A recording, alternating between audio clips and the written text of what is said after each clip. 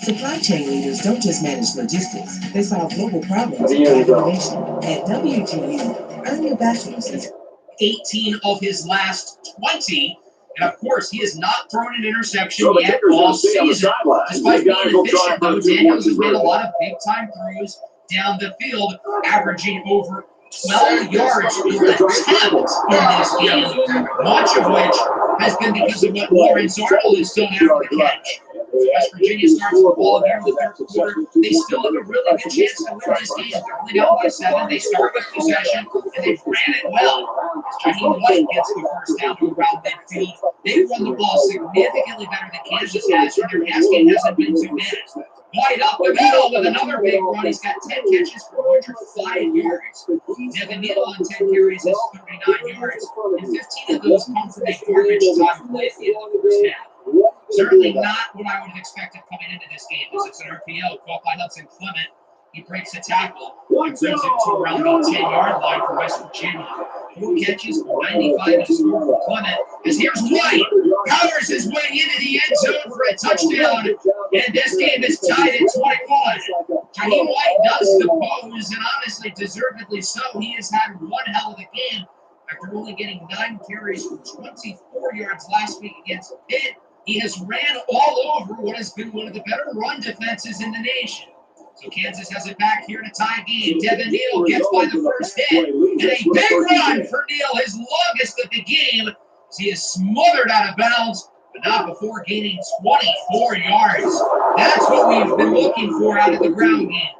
Neal in motion. Daniels on the run, looking downfield. He's got Lawrence Arnold wide open. Hurdles a man, and he's inside the 30.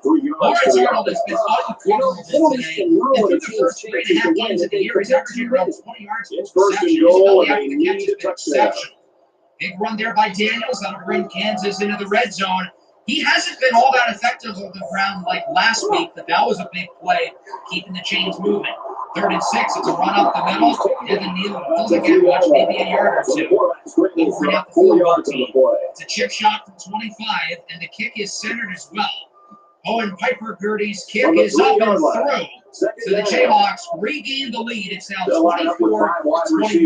I felt like we could have gotten more out of that drive, but at least we got points. We're back ahead.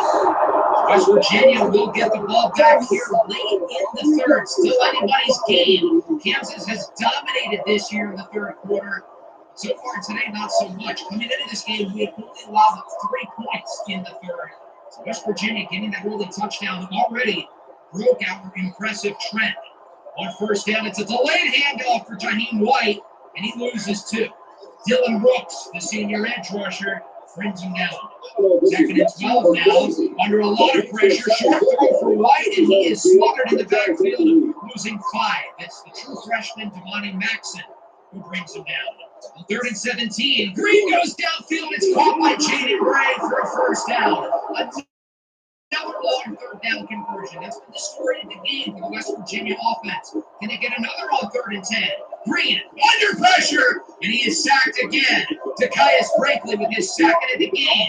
I was curious to see how he would match up with All-American left tackle Wyatt Millum, and Brinkley has told him to eat my shorts. 2 sacks today for Tykius Brinkley. So 3rd and 4, it's a run with light shot. He does not get it. That'll wrap up a busy third quarter of action, as the lead has decreased for the Jayhawks, but they're still on top, 24-21. West Virginia will start with the ball here to open up the fourth quarter. We'll see if they can possibly look to take the lead. We have not had a close game going into the fourth quarter yet this year until today. Let's see how the Jayhawks can respond to some adversity. It's a screen on first down, and it's a loss of 2. Kobe Bryant with the TFL. 2nd and 12. Nice throw downfield. It's Jaheim White was able to make a nice play after the catch for the first down. The defensive back was completely spooked after he caught the ball. He didn't know what to do. So now West Virginia has it around the 32. Man in motion. Short throw is caught. The wheel route continues to be a burden It's Quinn Holden who gets 39 yards, and West Virginia is close to the red zone. One of their longest passes of the entire game. Play action, Green under pressure. He's sacked. The senior edge rusher, Jeremy Robinson, is in the backfield with his first sack of the year. Second and long now. The Kansas pass rush has had a great day. I think they have 4 sacks up to this point. Brinkley, obviously, leading the way with 2. As it's a play-action fake. Green under pressure. He's sacked again. Dylan Wadke, the Youngstown State transfer, is in the backfield this time. It's a 5th sack for the KU defense, and it's 3rd and 22. That might have knocked them out of field goal range. Downfield shot is broken up incomplete by Devin Dye. So it's going to be a long field goal here, roughly a 52-yarder to tie it for senior kicker Michael Hayes. His kick is up, and it is good. He got it. A long one for Hayes, but this one is knotted up at 24. Big kick for West Virginia after taking the first 2 sacks to start the possession. And now we come to our biggest offensive drive of the entire season. Why is Coach Puma Whitlock celebrating the kick? That's odd because he's our coach. He shouldn't be happy about that. 3rd and 4, read option for Daniels. He finds space, gets the first down, breaks a couple tackles, and is out of bounds at around the 40. Big run for Daniels, continuing what has been an exceptional game for him. 3rd and 7, under 5 to go. Daniels looks short for Grimm, and it is broken up as he drops it. So West Virginia's defense holds, and Kansas will have to punt. The defense now will need to save the undefeated season. Here's Damon Greaves with the punt, and this one is a beauty! Down at the 1! What a punt! West Virginia is in prime safety territory.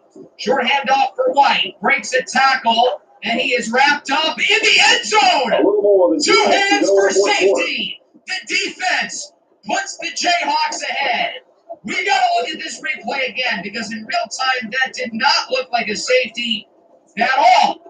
But as you'll see here, White was on top of the defensive player the entire time until he was in the end zone. He breaks the initial tackle from Jason Gilliam, and as J.B. Brown tries to bring him down, White never hits the ground. He's on top of Gilliam the entire time. It looks like his elbow hits, but it never does. He first hits the ground in the end zone. Kansas got lucky there that he was on top of Gilliam, but 2 points is 2 points.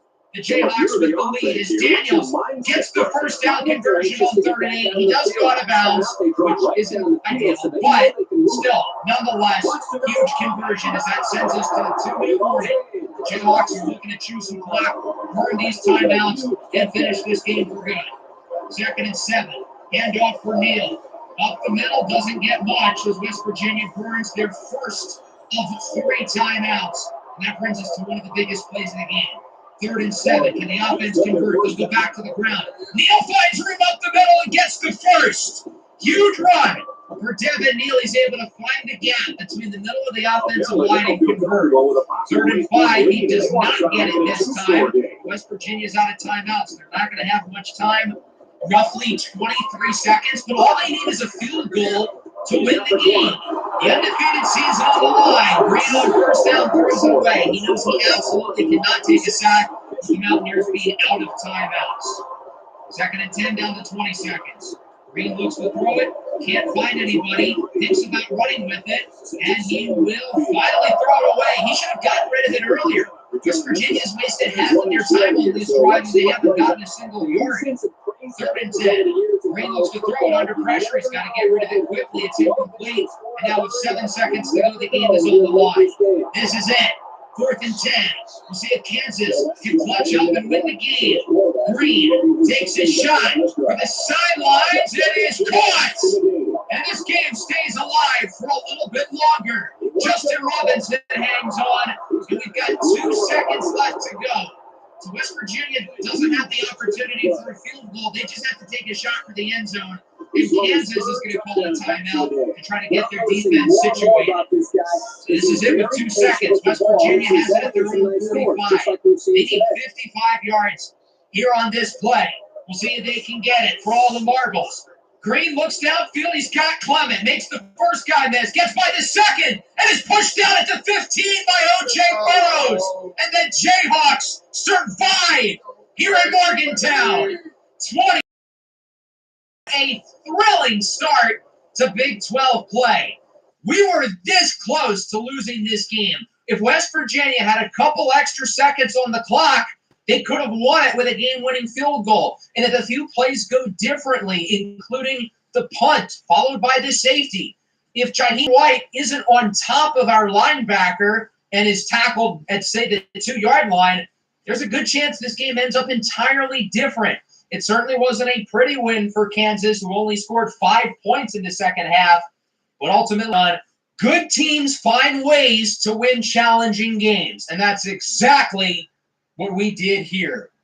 Jalen Daniels had a really strong performance, 3 passing touchdowns, all of which came in the first half. I think the problem offensively is that we really just tried to focus on getting the ground game going too much in the second half, and we didn't really go off of what went well for us. It was a passing game that played really well for us, but we were too fixated on the ground game. And sure, we did run it better in the second half, but we didn't get many strong drives. We only ended up with 5 points, 2 of which was off of the safety. Lawrence Arnold was brilliant, 8 catches for 150. Throughout the year, it's been about spreading the ball to the receiving corps. But today, Arnold, Grimm, and Neal had 18 of our 20 receptions. So we didn't really spread the ball around. It was just our best players getting the ball. The offensive line had another strong game, and the defense, it certainly wasn't perfect. We allowed more points today than we did through the first 3 weeks all year, but we did enough to win. Takayas Brinkley, 2 sacks. Again, he's now got 8 this year. Noah Dotson had a rough day in coverage, but in reception, again, we probably don't end up winning the game. Shout out Dane Greaves with the big punt as well inside the 1 of the many plays that saved us. Gary Green had a strong performance. The completion percentage is low because he had to play hero ball, but overall I thought he played pretty well, as did Jaheim White. West Virginia offense moved the ball down the field pretty well. London had a good game. Davis had a good game through the air. And their defense honestly was impressive as well. They really started the game off slowly, but they only allowed 1 touchdown after the first quarter, and they only let up 5 points in the second half. I think the reason why their defense didn't have a great game, though, was the lack of big plays. 1 sack and no takeaways. If they had gotten more pressure and possibly a turnover or 2, they'd probably win the game. So with that, we are now 4-0. We're still undefeated. As Takayas Brinkley wins another Big 12 Defensive Player of the Week. That is his 2nd of the year. 3rd consecutive week. We've not only had the Big 12 Player of the Week, but it's happened to be a true freshman all 3 times. So with that, let's take a look around the nation here at Week 4. The phone? Did you hear the blazing hot news from your friends at Verizon? Verizon will take your current AT&T or T-Mobile bill and give you an even better deal. Are you tired of phone plan gimmicks with too many limits? Are you stuck with premium prices but none of the spices? Did you want a plan full of perks, not a handful of cards? We have a deal for you. If you thought Verizon was expensive, think again. With Verizon's the best value guarantee, the better value is as easy as 1, 2, 3. And we're so confident we want to keep them to us. Verizon will take that money. Different.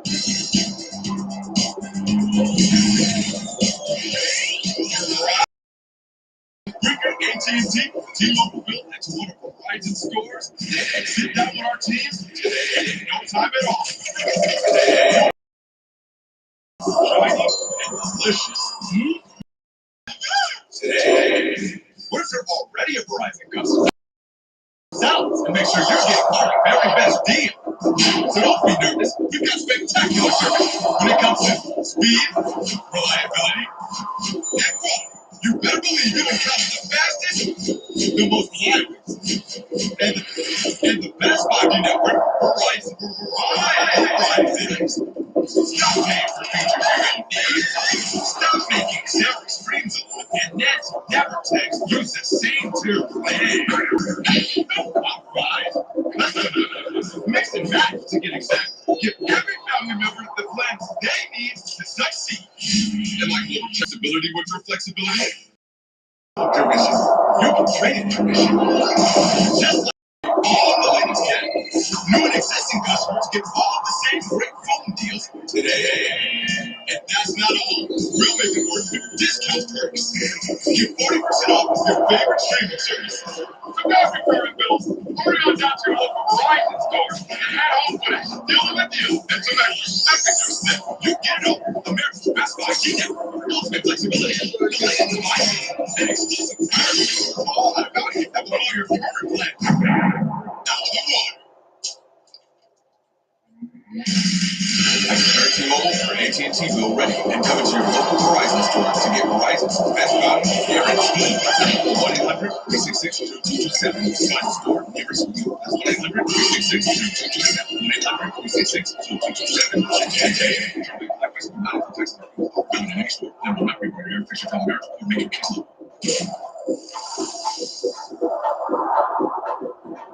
We will start things off in Michigan.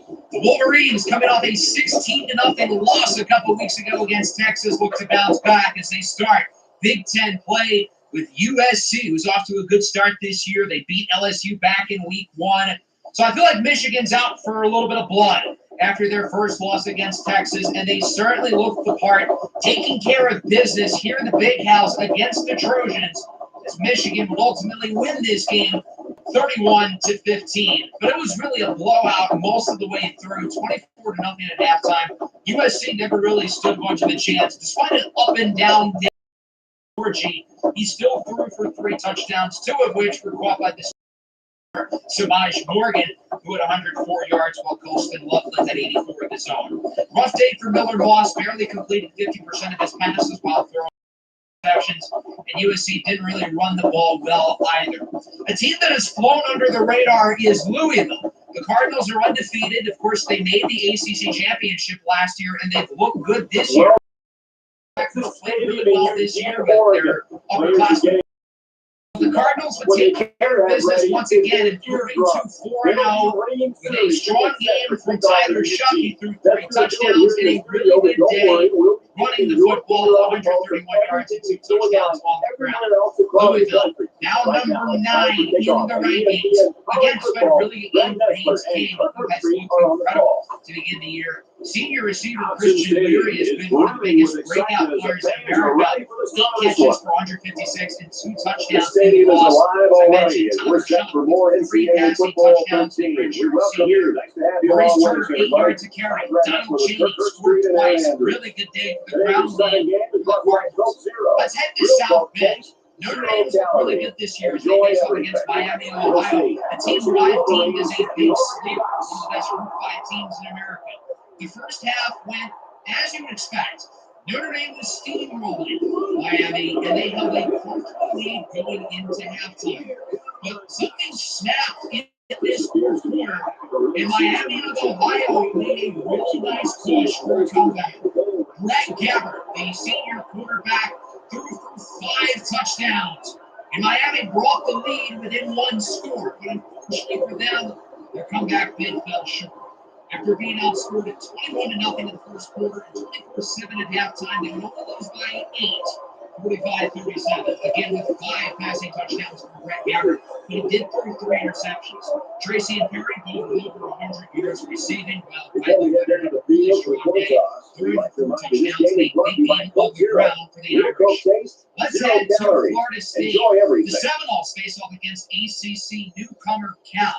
The Golden Bears already had 1 big upset this year, beating Auburn on the road, and they would have another competitive game here in Tallahassee. Senior quarterback Chandler Morris is showing why he won the quarterback battle in the offseason. He had another really good game, throwing for 3 touchdowns, but it was not enough to hold DJ Uiagalelei, who scored 3 all-purpose touchdowns of his own with this ridiculous step back by Ja'Kai Douglas. And then DJ had 2 rushing touchdowns on the ground as well, trying to show that, the big fella can move it. Florida State wins a close one, 30-28. I still feel like you got to feel good if you're a Cal fan for how this season started. Chandler Rogers has had a really good season, and they did this with a bad game from Jaden Hunt. If I would have played a half-decent game, Cal probably wins. DJ Uiagalelei throws for a score, and again runs for 2. The talented senior's off to a good start this year as he looks to rebuild some draft stock after up and down the collegiate career with Clemson and Oregon State. Let's head to Washington. The Huskies have looked really good despite losing their head coach and all that talent in the NFL. They've been just fine this year, but they're facing up against a 3-0 Northwestern team that's been really solid. And the Wildcats would come into Seattle and upset the Huskies. It was an efficient day throwing the ball and a really good day on the ground. 4 separate players, including quarterback Mike Wright, scored rushing touchdowns. Northwestern beats Washington 28-13. The Wildcats find themselves in the top 25. Who would have thought through 4 weeks Northwestern is ranked and Alabama is not? But here we are. Mike Wright, 23-27. And again, 4 different players scoring on the ground. Great day defensively as well for Northwestern as Will Rogers, who's not bad per se, he's quiet in the air, and the run offense was not existent for Washington. Let's look at some Big 12 action. Huge game here for Kansas State. They've lost 2 in a row. They lost their first conference game of the year last week to Arizona. They've got to get back on track here against BYU, who is certainly a formidable foe. So the star of the show was DJ Giddens. The upperclassman running back had a big day on the ground, leading Kansas State to a huge win, 35-27. It certainly helps with sophomore quarterback Avery Johnson throwing for 3 touchdowns. The transfer from Baylor, Jerry Bohannon, also threw for 3. He ran for 91 yards in the loss for the Cougars. Big win for Kansas State. They needed to get a conference win. It would have been hilarious if they lost again. But I feel like this team is too good to start 1-3. Boston College is coming off an impressive win against Missouri last week. Now they head home to face off against Michigan State, who is ranked. Should they be ranked? Probably not. And it should today. Another upset for the Eagles, who look to be a pretty big threat in the ACC. They've already beaten 2 very strong opponents this year. Their run game looks really solid as they beat Michigan State 27-19. Last episode, I accidentally called Boston College Bowling Green, and for that, I apologize. Boston College, you have now earned my respect with another impressive upset. The offense was solid, but the defense was great. Oregon State transfer Aiden Childs had a rough day, throwing 4 interceptions. He did throw 361 yards. But you're not going to win one-score games turning the ball over 4 times. Let's head to SMU, a rivalry here. The Mustangs have looked really good with their move to the ACC, facing off against 2-1 TCU, coming off a 1-point loss last week to UCF. This ended up being a really competitive game, but Preston Stone, who might be the best Group 5 quarterback in America, lead the Mustangs to the win. The only team in college football who sits at 4-0. They win this one in a low-scoring game, 17-14, and outscoring TCU 17-0 in the second half. Pretty good day here for Preston Stone, moving SMU up to number 17. This is a real sleeper in the ACC. I talked about them coming into the year as a team to watch out for, and they proved to be right. As for TCU, they've lost to 2 really strong teams in back-to-back weeks by a combined total of only 4 points. Got to imagine they're going to be hungry going into their game next week. And, of course, they are headed to Lawrence to face off against our Kansas Jayhawks. Let's head now to what ended up being one of the most exciting games of the week. Tennessee and Oklahoma, 2 young quarterbacks battling it out with Nico Iamaleava and Jackson Arnold. This game felt like a welcome to college football for both of them, as both of these sophomore quarterbacks were tremendous. Both Nico Iamaleava and Jackson Arnold threw for 4 touchdowns and nearly 350 yards apiece. The 2 of them trading blows, trading punches. But ultimately, with a big drive late in the game, it was Jackson Arnold and the Oklahoma Sooners who would hang on for the win, 30-35. This felt like a really important game for both teams because they both lost last week. Oklahoma dropped a game against Tulane, while Tennessee was upset against Kent State. Really strong comeback from Tennessee after starting down 21-3. They ultimately took the lead late, but a comeback drive from Arnold, who threw for 356 yards and 4 touchdowns, while rushing for another, was enough to get the win. Andrell Anthony scored twice and put in the game winner. As for Tennessee, Nico Iamaleava was just as good. Nearly 350 yards and 4 touchdowns, and both quarterbacks were efficient, each completing 80% of their passes. NC State has lost 2 in a row. They've got to bounce back here against Clemson. And this game as well ended up being really competitive. Really strong showing with Grayson the ball. He's really developed a nice chemistry with freshman receiver Noah Rogers, but it was Cade Klubnik and the Clemson Tigers who would take this one 35-32. NC State is now 1-3, albeit they've lost to some good teams, Clemson and Tennessee. But this is certainly not the start to the year that the Wolfpack wanted. And if they want to make the playoff, they don't have much more margin for error. Sophomore Antonio Williams had a huge game for Clemson, 12 catches for 163 and 2 touchdowns. We'll call it a good performance. He's not really the one to blame. Your defense let them down here big time. And finally, we wrap things up with the games that I was most excited about going into the week. For those who are wanting to follow the Big 12 closely, here's a big one. Number 8, Utah. Number 9, Oklahoma State. This ended up being a really good game, but there was one player who shined brighter than the rest. A guy who has a lot to prove after missing pretty much the entire season last year, and that's Utah quarterback Cam Rising. He had a huge game, throwing for nearly 300 yards and 2 passing touchdowns, while rushing for nearly 100 and another score. Utah with the win. Why is Cam Rising flexing on the official? Anyway, Utah with the win, 27-17. They jump Notre Dame and move up to number 7 in the rankings. I feel like Ollie Gordon's been kind of underwhelming this year. He hasn't necessarily been bad, but he's not the Ollie Gordon we saw last year. Hence why Oklahoma State drops this one. Really good game for Rising, showing that Utah might be the team to beat in the Big 12. And if there is anybody to beat them, could it be us? On one hand, I'm relieved that we don't have to see either of these teams this year, especially Utah. But that would be a fun matchup if they were to theoretically happen. Here's a look at some of the other scores around the country. Miami barely beats USF. Imagine USF beats Alabama and Miami in the same season. Ole Miss with their first convincing win of the year with their cupcake schedule. Texas remains number 1 with a semi-competitive game against ULM. And then there were some surprises with some of the non-ranked games as well. Mississippi State and Florida go into a shootout. The Bulldogs win that one 52-49. South Carolina loses to Akron. The Gamecocks have won one game this year, and it's against LSU. Tulane loses to Louisiana 25-24. Tulane has beaten Kansas State and Oklahoma in back-to-back weeks, so losing is a surprise, but Louisiana is undefeated. They look like a strong team. Iowa beats Minnesota. Auburn beats Arkansas. Missouri with a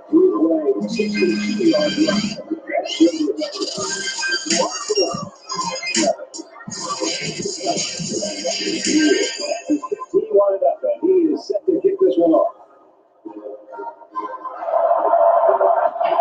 Realtor.com is the #1 real estate professionals trust. So when you're buying or selling a home, Realtor.com's Real Estimate gives you 3 independent valuations, so you know the home is really great. Real Choice Seller lets you choose from multiple agent proposals because your agents can come, you win. And Real Home Loans show you precise, one-form, and one spot. Everyone is going to be not really. Trust the real estate professionals trust. Download Realtor.com today. Yep, and this is why you need to know where the ball is at all times. close one against Vanderbilt. UCLA beats LSU. The Tigers do not look good this year after their week 1 win against USC. They have fallen flat onto their face. LSU and Alabama in the SEC both have had very disappointing outcomes seasons. So here's a look at the rankings as it stands now. The top 6 remains the same. I feel like Utah should be flat. What have Penn State and Ole Miss done to be ahead of Utah? As for us, we move up a spot. We are now number 10, and then we start to see the one-loss teams like Michigan, Florida State, Oklahoma, with a few unbeatens here, including Northwestern, the only team who enters the top 25, replacing Michigan State after their loss at Boston College. As for the players of the week, I feel like it's a wide receiver every time. Today it's Quake at Texas Tech. Well, defensively, it's App State linebacker Thomas Davis with 5 sacks. Davis now has 8 sacks on the year, which is tied with Caius Brinkley, the most in college football. As for the Heisman watch, we do a little bit of movement. Quinn Ewers and Dylan Gabriel swap spots at the top. Ewers is now at first. Shedeur Sanders stays in third, and then we have 2 newcomers. Max Johnson of UNC moves into fourth, while Haynes King, who, as I said when we talked about Georgia Tech, he's had a great year. The team's only 2-2. He's played out of his mind. He finds himself in fifth. Going into week 5, we've got some really fun games. Conference play for everybody is now kicking into high gear. Louisville and Notre Dame, back-to-back weeks for two top 10 teams playing each other. Arizona and Utah, another tough test for the Utes within the conference. Georgia and Alabama, let's see what the Crimson Tide look like against the real team. And then Ole Miss finally has to play a ranked opponent. They're facing Kentucky.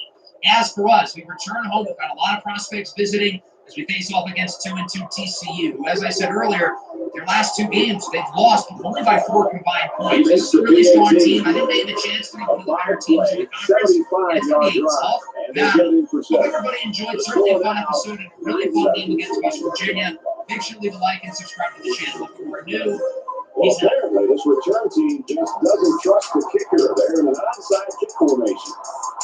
And it sails out of the end zone for a touchdown.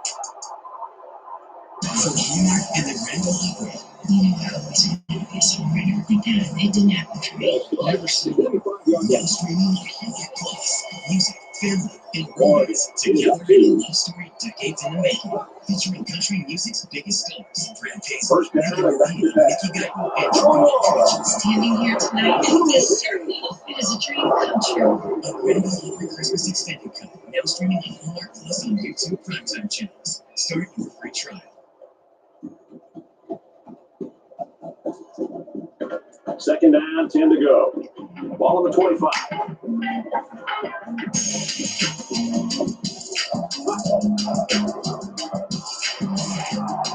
Passes to the back, incomplete.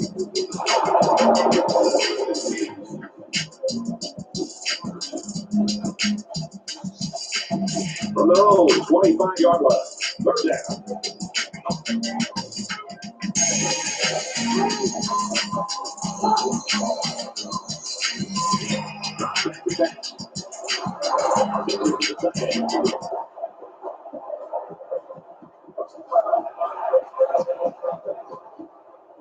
Our 4-0 Kansas Jayhawks return home to the booth for some more in-conference play.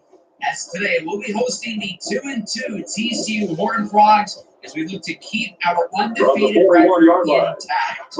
Through non-conference play, our team really wasn't challenged at all. We had 3 blowouts. Life was good. However, we had our first true test in the last episode on the road in West Virginia. We almost lost to the Mountaineers, winning this game 26-24. It was certainly an interesting one. We started off really well with 2 big Lawrence Arnold touchdowns in the first quarter. We slowed down after that, only 5 points in the second half, including a game-winning safety. Jalen Daniels did have a really good game through the air. I think part of the reason why the offense struggled in the second half is we went away from the passing game after it worked so well in the first half. Defensively, certainly not as good as the first 3 weeks of the year. We made big plays when we needed to. Obviously, the TFL by J.B. Brown in the fourth quarter kind of won us the game. And West Virginia had an opportunity late, but we were able to hold them to finish it off. Zakias Brinkley, the true freshman, was the Big 12 Defensive Player of the Game with 2 more sacks. He now has 8 this year, which is tied for the lead in college football. And in this game against West Virginia, he faced off against a 90 overall All-American left tackle, and he passed the test with flying colors. He continues to play at an unbelievably high level, and I think it's fair to say, now that we're through 4 games, we have a pretty easy choice regarding redshirting him. We're obviously not going to do it. Let's now talk recruiting. And for the first time this year, we've got players who are ready to announce their commitments, including 4 stars George Shembo and Angel Logan. So let's start with the good news. Mid Bay Area, a 3-star edge rusher, has committed to the program. I'm really excited about this kid. He's very highly ranked for a 3-star, and he's also a gem. He knows how to win with quickness. He's got good athleticism, and I think he could be a really good player for us down the line. The bad news is that we lost out on both of the 2 4-stars. George Shembo is going to Alabama, and Angel Logan is going to LSU. With Shembo, it really wasn't a surprise. We were never going to win that battle. But with Angel Logan, we just narrowly lost. It was neck and neck between us and LSU over the last couple of weeks. I was really hoping to land him because of how cool it is with the storyline of him being Zay Logan's brother. But it wasn't meant to be. He's headed to the Tigers. We do have a number of other players who have narrowed down their lists. Wide receiver Dorian Pepper and edge rusher Seth Jennings are down to 3. Two guys who I think have a very high likelihood of committing to the program. We're going to talk a lot about the receivers on the board today, including Pepper. Jennings, meanwhile, we went over in the last episode. Jamerson Moore and ep6 are down to 5. Cameron Hardwick is down to 8. We're first on everybody here, other than Moore, who we're in 4th. So we're going to keep everybody who's committed on the board, including Shembo and Luke. That's because they both have deal breakers. Alabama currently is an A championship contender, even though they're 1-2. It's unlikely, but I figured it's worth a shot to hold on to him in case that gets lower than a B-. Angel Logan's deal breaker is playing time, and as you can see, they already have 2 commitments from higher-ranked edge rushers. I think it's really possible that Angel Logan backs out of his commitment to LSU, and if he does, I don't think he would reopen it. I think he would flip over to us. Again, it's not overly likely, but it's possible. So because of that, we're going to keep him and Shembo on the board, along with obviously Ben Mears. So those 3 guys now committed to schools. We have an extra 200 recruiting hours that we'll be able to use. We also have a number of prospects who will be on campus visiting today for our game against TCU. As you can see, a lot of these battles are really getting down to it. Clyde Poole, for instance, should be ready to commit next week. Seth Jennings, meanwhile, will be making his official visit, and if it goes well, I think his commitment with our program will be locked up. Same goes for wide receiver Dorian Pepper. He'll be on campus today. If he commits, I like our chances within this battle. Jazeer Tolbert will be visiting as well. Tolbert, along with Jennings, are 2 guys who we talked about in the last episode, both of them being from the state of Kansas. I really want to focus on recruiting in state because the Kansas Jayhawks have struggled to do so. We are in first place for 3 of the top 4 players in the state, including Tolbert and Jennings. Both of them, again, will be on campus today. But let's talk about wide receiver. It's no secret that receiver might be the biggest long-term position of need on this roster because we only have 1 non-senior here, that being 66 overall redshirt freshman. Realistically, we're going to go after receiver hard in the transfer portal, but we also need to add some youth here. There are a number of guys I like, and we're going to talk about a few of them today. That starts with Dorian Pepper, a 3-star from St. Francisville, Louisiana. We have the inside track on this battle. We have a pretty comfortable lead over Louisiana Lafayette, and we're probably going to get him to commit after his visit this week. His deal breaker is playing time, which we barely fit the criteria of, even though we only have 1 receiver on the roster next year. Let's take a look at this prospect coming from St. Francisville High School. 6'2", around 195. I think he's one of the more polished 3-star receivers you'll find. He doesn't necessarily have elite quickness or elite speed, but I think he's a pretty good route runner. I think he's got solid hands. And if he can improve as a separator, I'm very confident that he's going to be an all-around strong receiver at the next level.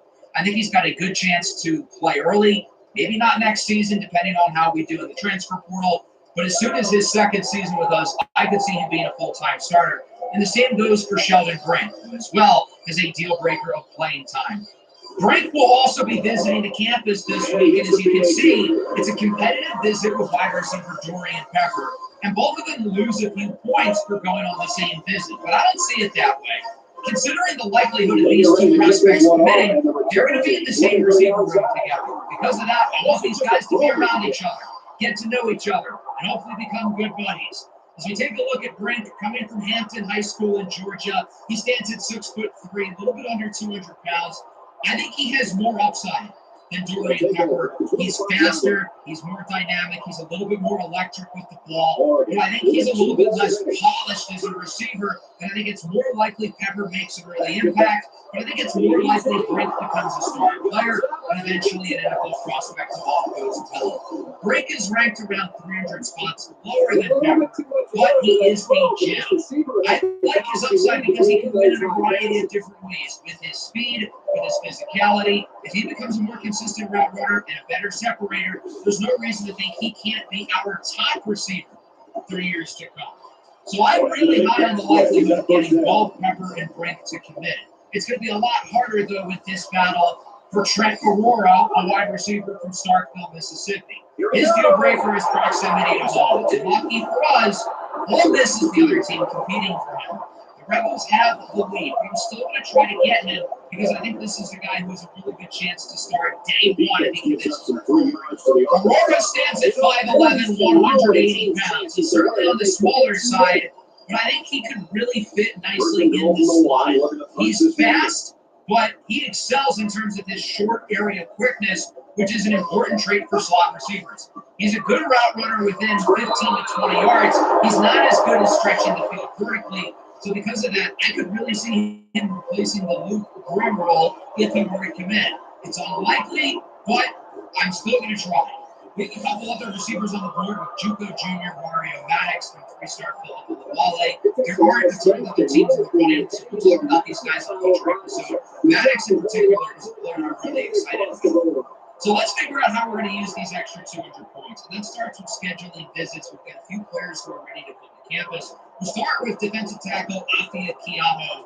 And I think you're going to have him come week 7, not during a game, which might seem a little bit surprising. But I would like to get this commitment done as quickly as possible. So that's why I'm going to have him come early. Jamerson Moore is a battle who's kind of struggling, and we haven't put a ton of resources into him yet. But now that we've got some extra points, I think I'm ready to really dive in to the Jamerson Moore sweepstakes. We only have one green check mark on him, but we do know he cares about championship contenders, so that's going to be his activity for the visit.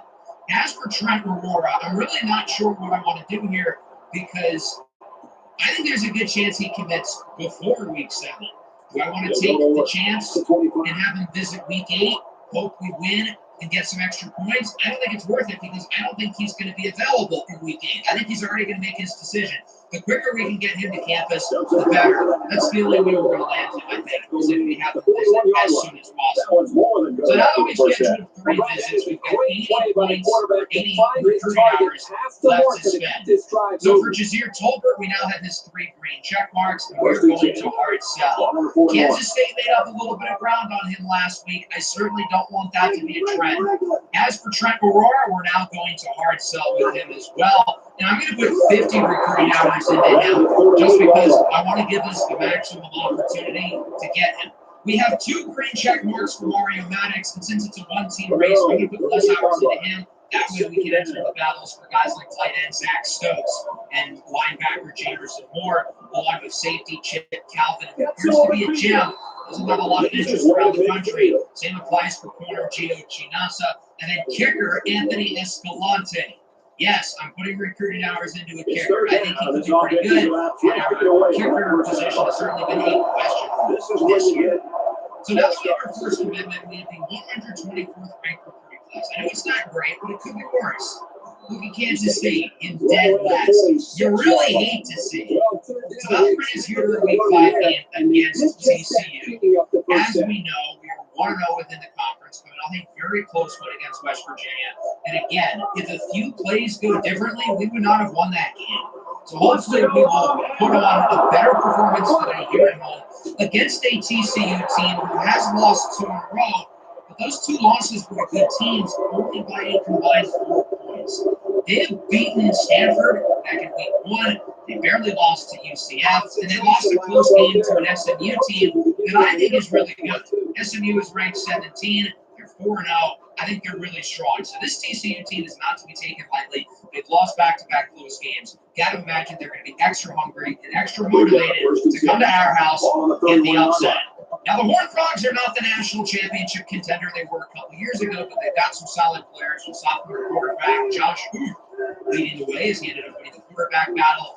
Cam Cook leads the backfield along with 2-time transfer Trey Sanders. Once a 5-star recruit at the University of Alabama, I would expect both of them to get the ball quite a bit. Their 3 highest-rated players are wide receiver, and that's along with another former Alabama transfer in JoJo Earl. It's going to be hard to cover all these guys, and I think defensively they're pretty strong as well. 85 overall on that side of the ball. In terms of team rating, these 2 squads are pretty even.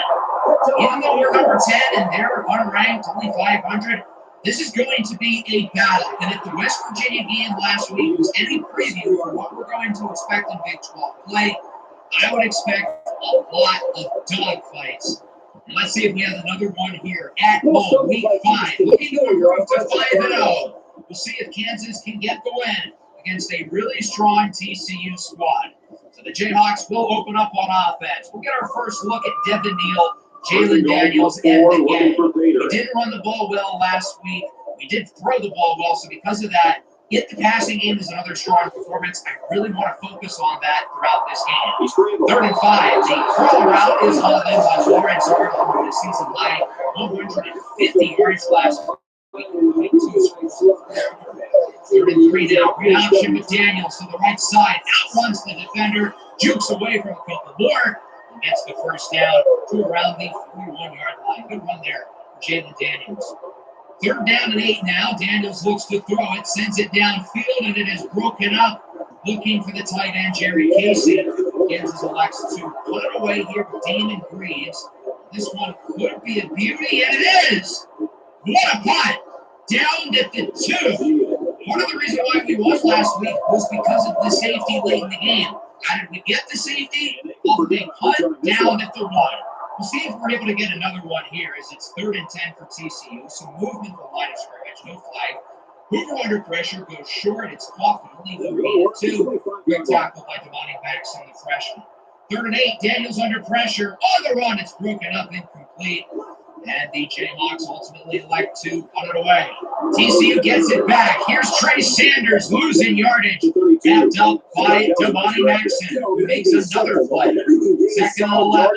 Hoover looking downfield. He's got an open man. It's DJ Rogers. He gets around 22. That'll keep the chains moving for a first down. 2nd and 10 with around 3 to go in the quarter. Sanders cuts to the right side and loses yardage again.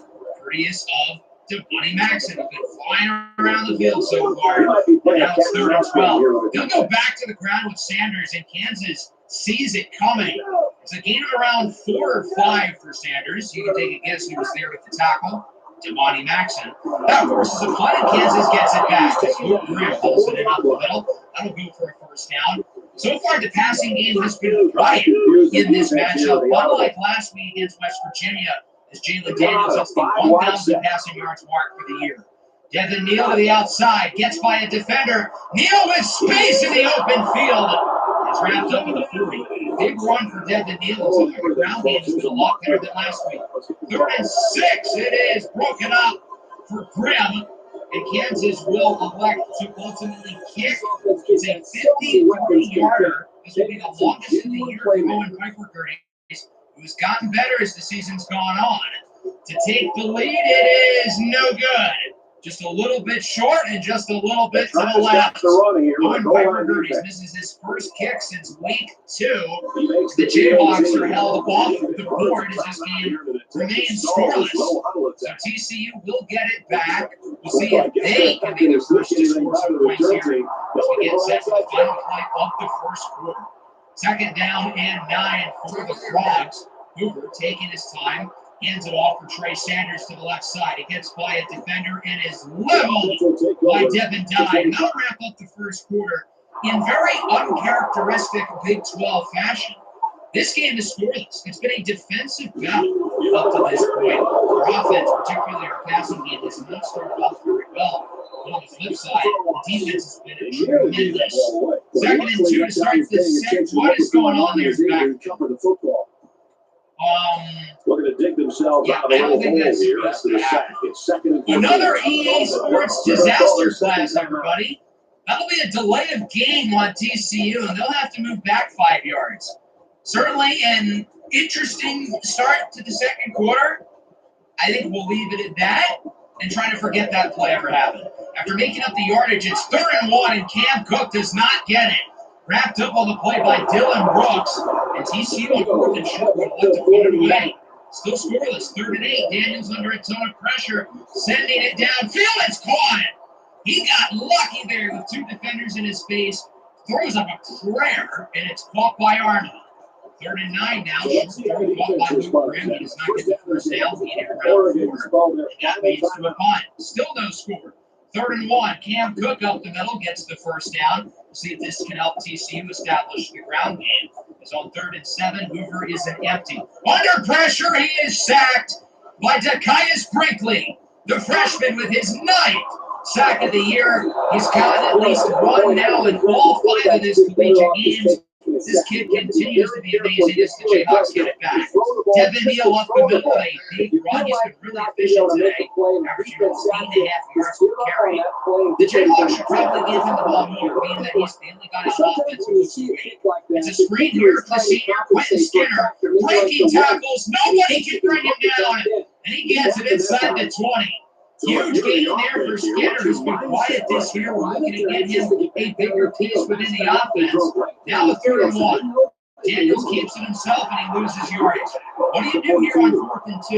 In a game where there hasn't been a lot of offense, you need all the points you can get. But on the flip side, a touchdown here would change the game. Devin Neal fights his way through. He's in for a score. Gutsy call from head coach Puma Whitlock, but it pays off. Devin Neal back in the end zone, and it's 7-0 Kansas. It took us over 15 minutes, over a quarter and a half, for just points. But finally we get it. Fittingly, it's Devin Neal who starts the score. 2nd and 10 for TCU. Here's Hoover under pressure. He is sacked again. Dylan Watkey, graduate transfer, is in the backfield, forcing a loss of 8. 3rd down and long, backed up inside the 4. The handoff for Cook obliterates the initial hit. Only gets around 2 as he's wrapped up by Dylan Brooks. So not only was a punt, got to watch out for the opportunity of the block. The ball inside the 5, and this punt is blocked. Gilliam got a hand on it, and that will be a safety. The Jayhawks unable to pick it up in the end zone. As you can see here, Jason Gilliam didn't even block it. He kicked it up. It's batted out of multiple defenders' hands. Number 16, Brantley had a chance. Number 18, Devontae Maxson, got his hands on it late. So it's now 9-0 as Daniels is sacked for a loss of yardage.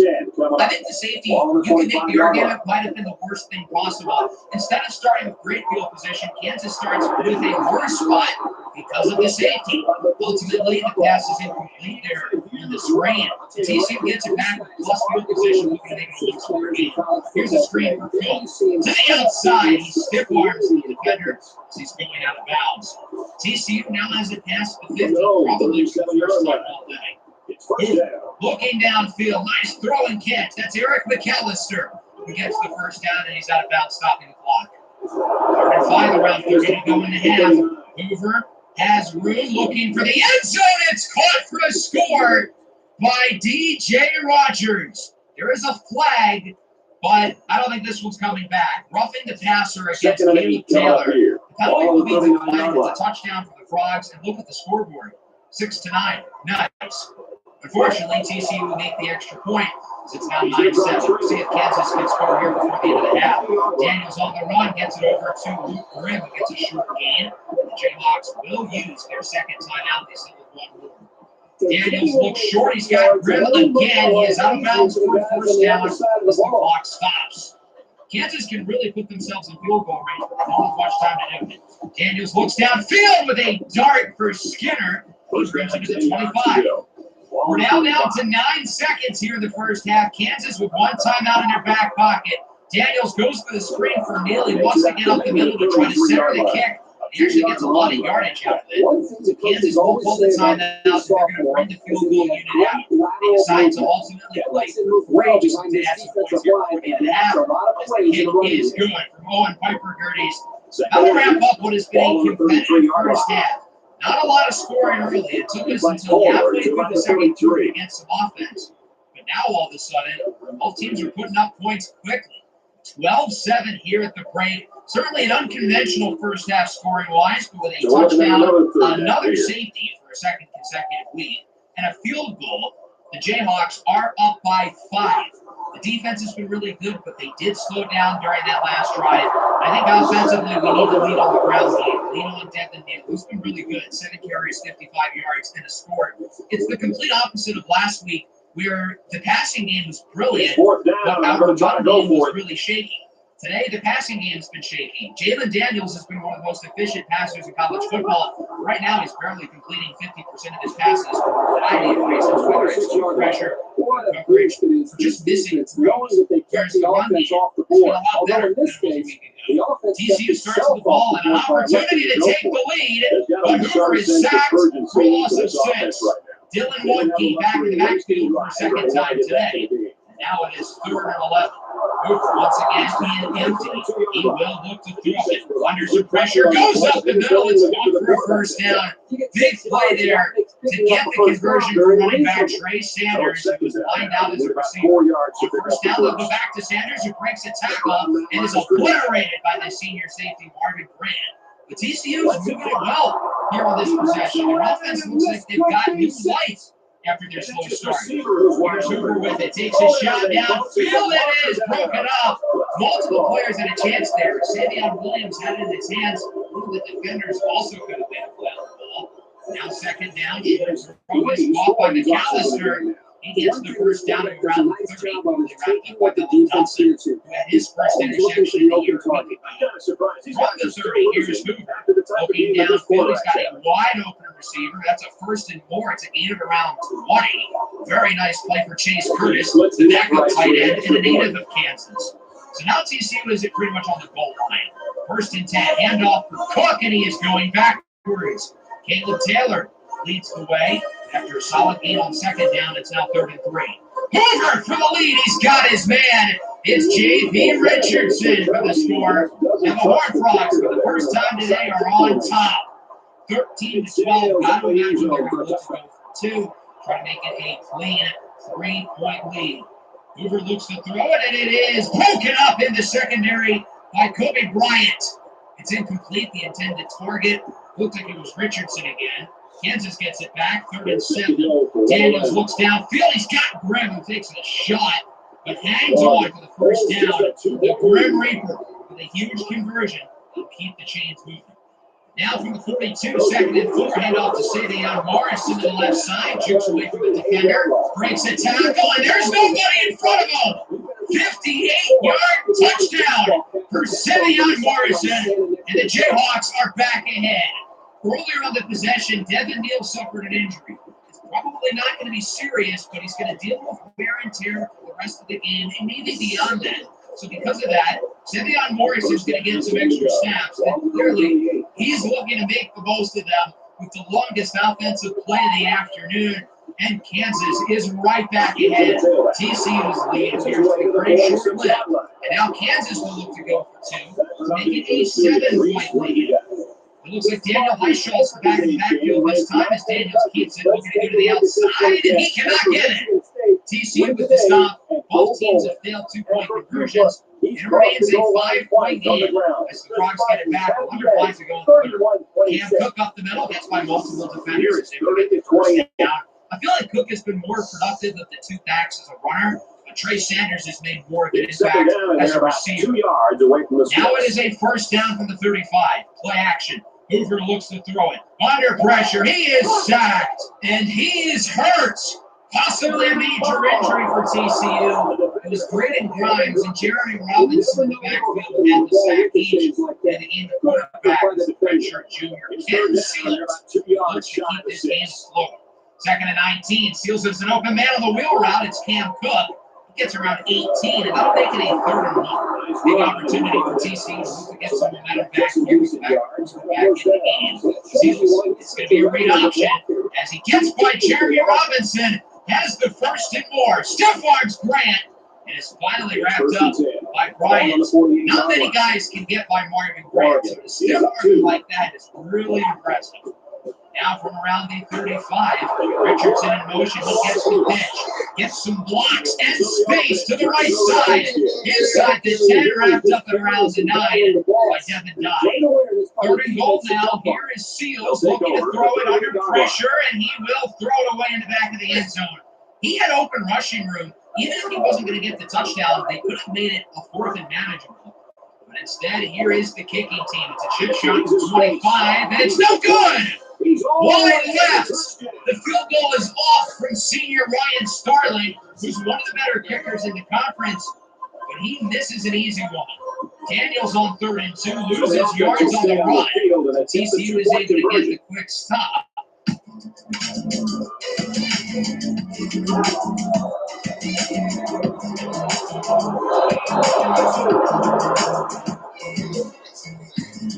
They get ready to kick this one off, and the return team's looking for the outside. Excellent kick. And they can forget about returning this one.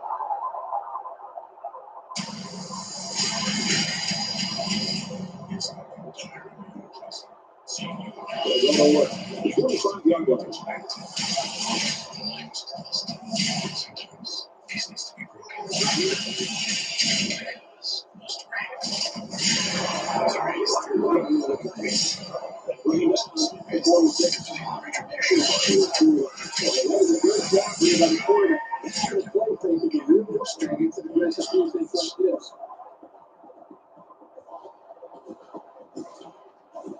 First and 10.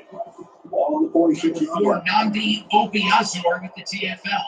Seals still in the game. He hands it off for Trey Sanders. Breaks a tackle, gets the first down to around midfield. Good run for Sanders, who spent last year at Colorado. That, of course, with Alabama as he fumbles it, and it's picked up by the defense. Dylan Woodkey, who's had an amazing game, forces it out, and it looks like it's recovered by Woodkey as well. What a play there by the transfer from Youngstown State. He's got 2 sacks and now a fumble force and recovery. Sanders coughs it up, a major turnover here late in the third quarter. The Jayhawks are already up by 5. They've got a nice opportunity to continue to add some momentum and add to the lead. It looks like an RPO screen for Lawrence Arnold. He's got room to the left side, jukes away from the defender. He's wrapped up by Channing Canada around the 25, maybe the 24-yard line. Another wrap up the 18 to 13. A very odd score with safeties and missed 2-point conversions. It's been a weird one. The Jayhawks appear to be in control for the time being. They have the ball plus field position on second down. Daniels on the run.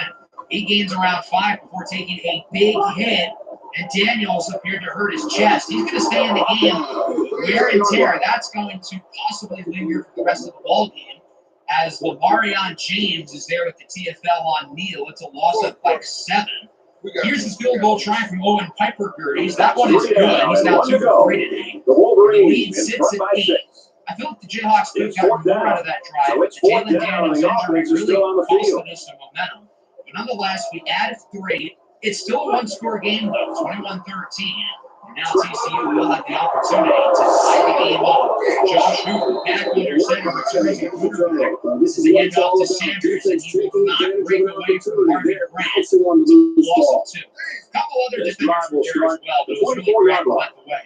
3rd and 1. Sanders up the middle, gets a first down and more as he brings it past the 35. Good run there for Sanders as he gets it back here on second down. Another first down run. TCU has really ran it well in the second half. They're not running it well to start the game. Sanders has been especially effective here over the past couple of minutes. 3rd and 3. Another first down on the ground. This time it's the 3rd string running back Jeremy Payne, the freshman, who makes a play. Back to Cam Cook, breaks a tackle, breaks another, and gets another first down before being wrapped up by Cornell Wheeler. 2nd and 1. Sanders breaks off the hit, breaks off another hit, but he stumbles and loses around 7. O.J. Burrows brings him down. That's a huge play there, and now TCU has a 3rd and 8. Costly loss for Sanders. He'll get it back, though, and he gets around 2. He's wrapped up by Caleb Taylor. And TCU's going to go for it. I respect the aggressiveness. Down by 8. I guess they feel like 4.5 minutes is not enough time to give Kansas the ball back with the lead voluntarily. Hoover looking for the end zone. It's caught for a score. DJ Rogers with the touchdown. And TCU is a 2-point conversion away from tying. So Kansas ran a full zone there, but the back left corner of the end zone was completely uncovered. Rogers had all that space to himself, and Hoover nearly missed the throw, but Rogers was able to get a foot in. It's 21-19, and now that brings us to the 2-point try. Both teams 0 for 1 on 2-point conversions today. For the tie, Hoover rolls right. He's got JoJo Earl, and we are knotted up at 21. And now the Kansas offense gets ready for their biggest drive of the year. Here in a tie game with the 2 most important players, Jalen Daniels and Devin Neal, both currently playing through injury. That means everybody else is going to have to step up. Not a good start to the drive. Luke Groom gets nothing there, and that brings us to a pivotal 3rd and 11. It looks like it's going to be a screen for Lawrence Arnold, who has room and will get the first and more. He's out of bounds on the 45. These receivers are going to have to make big plays after the catch. And who better than Lawrence Arnold, who's been tremendous this year with the football in his hands. Look for Arnold to be targeted a lot here on this possession.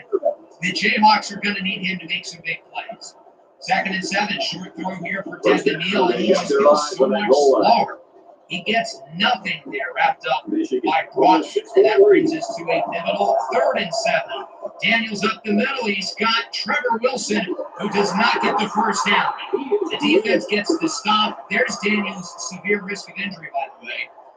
And now with a 4th and 2, and around midfield, a little bit past, with 2.5 minutes to go, we are going to elect to punt the ball. I trust our defense. They've given us every reason all year to believe in them. So let's put our undefeated season in their hands. Nonetheless, TCU here to tie game can easily drive down the field and win it. Good start here for Cook. Should have been a loss of yards, but instead he gets around 4 or 5. Cook appears to be a little bit dazzled after the play. And so that'll make it a 2nd down and 6. Maybe the final Cook for 2 This time it's Sanders, and he will get the first down, wrapped up by Marvin Grant. We'll see if TCU can get one more play off before the whistle, and they do not. 2 minutes to go. We've got a good one. Tied at 21. TCU with the ball, looking to win this game. 1st and 10. Short throw is caught. That's going to go for around 7 or 8 yards. It's hauled in by Trey Sanders. 2nd and 2 now. Hoover looks to throw it downfield. It's broken up by Mello Dotson. Savion Williams, the intended target. Williams, the top receiver on the team, had a pretty quiet game today. 3rd down. It's caught by Eric McAllister for a 1st down, and he's out of bounds, stopping the clock around 141. TCU now has it around midfield. So far, so good on this possession, as that one is batted down by Kobe Bryant. If he was a step ahead, I think he could have forced the turnover, but still a good defensive play to force the incompletion. 2nd and 10, Hoover goes short and is caught by Richardson. He gets around 5. That brings us to the biggest play of the game. 3rd and 5. Hoover goes short. It's good for a first down. Savion Williams might have just brought the Horned Frogs into field goal range. This is the part of the game where you should shoot clock and let Trey Sanders win it. Instead, they're not shooting clock, snapping it early as it is Sanders who gets the ball. Solid gain of the rounds 5, and they're going to continue to not shoot clock. They still want to move quickly. Sanders is losing yardage. J.P. Brown brings him down. That leads us to a huge 3rd and 7. If Kansas wants to win this game, they have to get the stop. Back to Sanders to the outside. He's wrapped up by Javier Darren. Huge tackle for the senior defensive lineman. And now that'll bring out the field goal team with 43 seconds left. For the lead, it's Ryan Starling, who missed an easy one earlier. From 46, he's got it. TCU up by 3. And now Kansas is going to need a quick drive from the offense, or else the undefeated season might be over. Big kick from Starling, who redeems himself after the miss in the 3rd quarter. We sit at around 40 seconds left here in this game. It will be a fair catch in the end zone. The offense needs as much time as they can get. Daniels on 1st down. It's broken up for Arnold. There's going to be a lot of quick throws here. I don't think Daniels is going to look to push it downfield if he doesn't have to. Short pass caught by Skinner. He gets around 5. Kansas does not call time, and we're down to 25 seconds. Devin Neal gets the first down out the middle. Still not calling timeouts. They will continue to go no huddle. Number 20 to go. Daniels looks downfield. He's got Wilson wide open. And Trevor Wilson has it inside the 35 as Kansas will call a timeout. He was so wide open that Daniels was willing to push the pace of the drive, and it works. Great route by Wilson. Great job after the catch. I don't think they're quite in field goal range, though, and I don't think they want 3 anyway. I think they're looking for the end zone. That ball is overthrown for Skinner, incomplete. With 10 seconds to go, it's play action. Daniels throws it quick. It's caught by Casey. He's out of bounds with 6. Big play here for Kansas. They're definitely in field goal range. They're going to keep the offense out of the field. Not to take a shot for the end zone, but instead get a few extra yards, center the kick, and call the final timeout with 2 seconds left. So now Owen Piper-Gerdes has a perfect opportunity to tie this game. 28-yard kick, fully censored. It's TCU. We'll use a timeout to look to ice him. Been an up-and-down season for Piper-Gerdes, and his most important kick of the year is good. 24-24, we're headed to overtime with only 40 seconds and 2 timeouts. What a drive from Jalen Daniels and Devin Neal battling injury with huge plays from unsung heroes like Trevor Wilson and Jared Casey, who are to keep this game alive. And for the first time this year, the Jayhawks are going to overtime. Let's give a quick reminder of all the college overtime rules as they have changed. So there will be a coin toss. The winner chooses if they start on offense or defense. After the first overtime, if you score a touchdown, you got to go for two. After the second overtime, it's back-to-back two-point conversions until we have a winner. So let's see what happens here with the coin toss. As you all know, for those who have been around the channel, tails never fails. TCU knows the drill. They're going to start on defense. I think that's the correct move, but I don't mind starting with the ball. The offense has some momentum after that big drive to tie the game, so I don't entirely hate having the offense right back on the field. On first down, Devin Neal gets nothing. Stopped quickly in the backfield as it's now 2nd and 11. It's an out route for Arnold. He's got space. Lawrence Arnold puts Kansas ahead. A 26-yard touchdown for the senior wideout. Quick score for the Jayhawks, and they are on the board here in overtime number 1. A fast two-play overtime, and now Kansas is in the power position as they are up by 7. Quick throw by Daniels, who's done a great job of getting rid of the ball quickly against his injury. Another great play after the catch by Lawrence Arnold. And now it is a 7-point lead with the extra point by Owen Viper Gerties. And now TCU's offense has their backs against the wall. I'm curious if they score a touchdown, if they'll choose to go for two voluntarily and end the game in the first overtime. We'll see what happens. They obviously have to score a touchdown for that to be the case. Short throw from Hoover, caught by Trey Sanders. He gets around 7. Good start for the Frogs. 2nd and 3 from the 18. Looks like an option pitch. Late toss for Sanders and gets the first down and is over the century mark in yardage. TCU dodged a bullet there. That could have been bad news. Hoover on first down. It is caught out of bounds for a gain of around 6 by McAllister. 2nd and 4 now for Toads inside the 10. It's a read option. Hoover keeps it, and that's going to be a face mask on Purdy. A really bad penalty. It would have been 3rd down. Instead, the sophomore, Caleb Purdy, is called for the face mask. That'll move TCU half the distance to the goal, and even more importantly, an automatic first down. So now they have it at the 2. Handoff to Sanders to the outside for the tie, and he lost a yard, wrapped up by Kobe Bryant. 2nd and goal for the end zone. It's empty. Mello Dodson picks it off in the end zone, and Kansas survives. They improved to 5-0. With a miraculous overtime victory against TCU. The senior, Mello Dodson, with the interception to win it for Kansas. I'll be honest, at points during this game, I did not think we were going to win.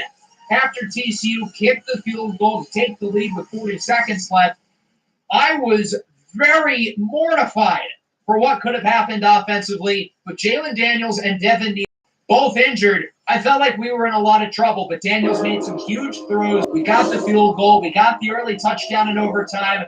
And Mello Dodson, who had a great day in coverage after getting torched last week, ends up being the hero to win it.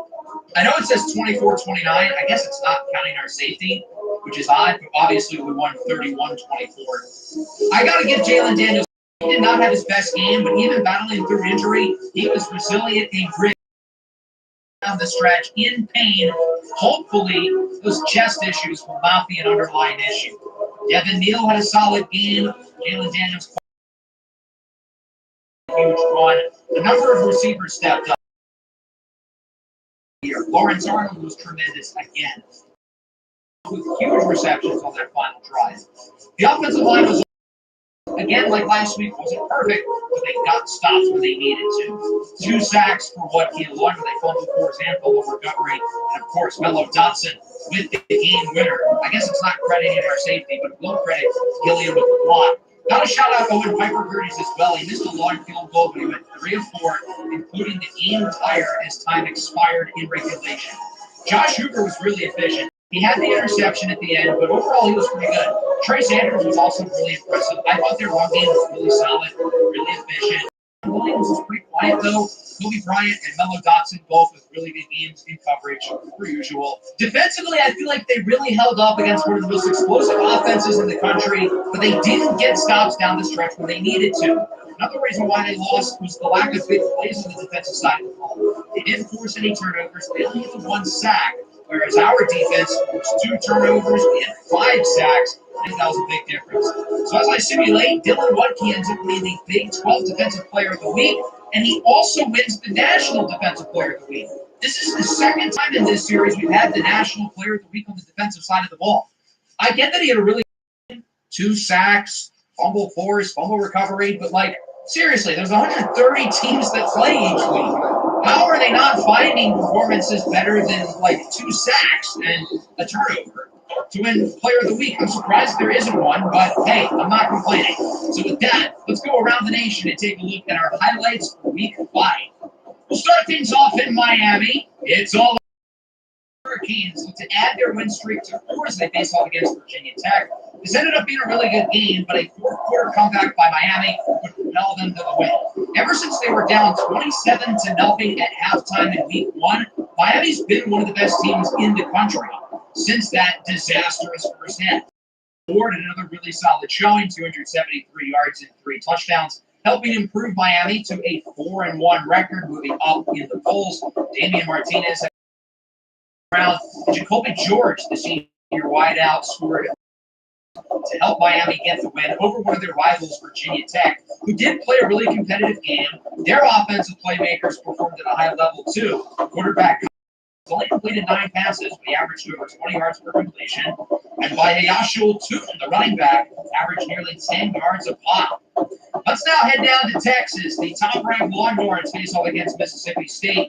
This game ended up being a lot closer than it should have been. But Quinn Ewers was able to remind everybody why he is the current Heisman frontrunner with 2 late touchdowns to Alabama transfer Isaiah Bond. The Longhorns would hold on to their undefeated season and the number 1 spot in the AP polls, beating Mississippi State in a close one. I feel like every Texas game this year has been really close. This one no exception, 38-31 your final. I don't think Texas deserves to be number 1. Sure, they beat Michigan in the Big House 16-0, but I feel like they really haven't played much better than teams like Georgia and Ohio State, who they passed up in the rankings. Not to say Texas hasn't been good this year, but I feel like they should stay at that number 3 slot where they've been all season. Because outside of the Michigan game, most of their wins have been really unimpressive. Quinn Ewers has had an efficient season, but he hasn't necessarily had any big performances, although he was clutch today down the stretch. Oklahoma State's coming off the tough loss last week against Utah, they're looking to bounce back against Kansas State. However, junior running back DJ Giddens absolutely annihilated the Cowboys defense, leading to a blowout victory for the Wildcats, who might be back. They started the year off slow. They lost a couple of games early in the season, but DJ Giddens has had back-to-back monster performances, running over BYU last week, and more impressively dominating against a really strong Oklahoma State team, 42-14 your final in favor of the Wildcats. Oklahoma State is now dropped 2 in a row. Losing a close game on the road to Utah is one thing. Losing by nearly 30 is another. Giddens with 3 touchdowns. Avery Johnson had 2 through the air. As for Oklahoma State, I've got to be honest, I've been really unimpressed with Ollie Warren II this year. Coming into the year, he was looked at as the best running back in the country, and I feel like he's been underwhelming through 5 games.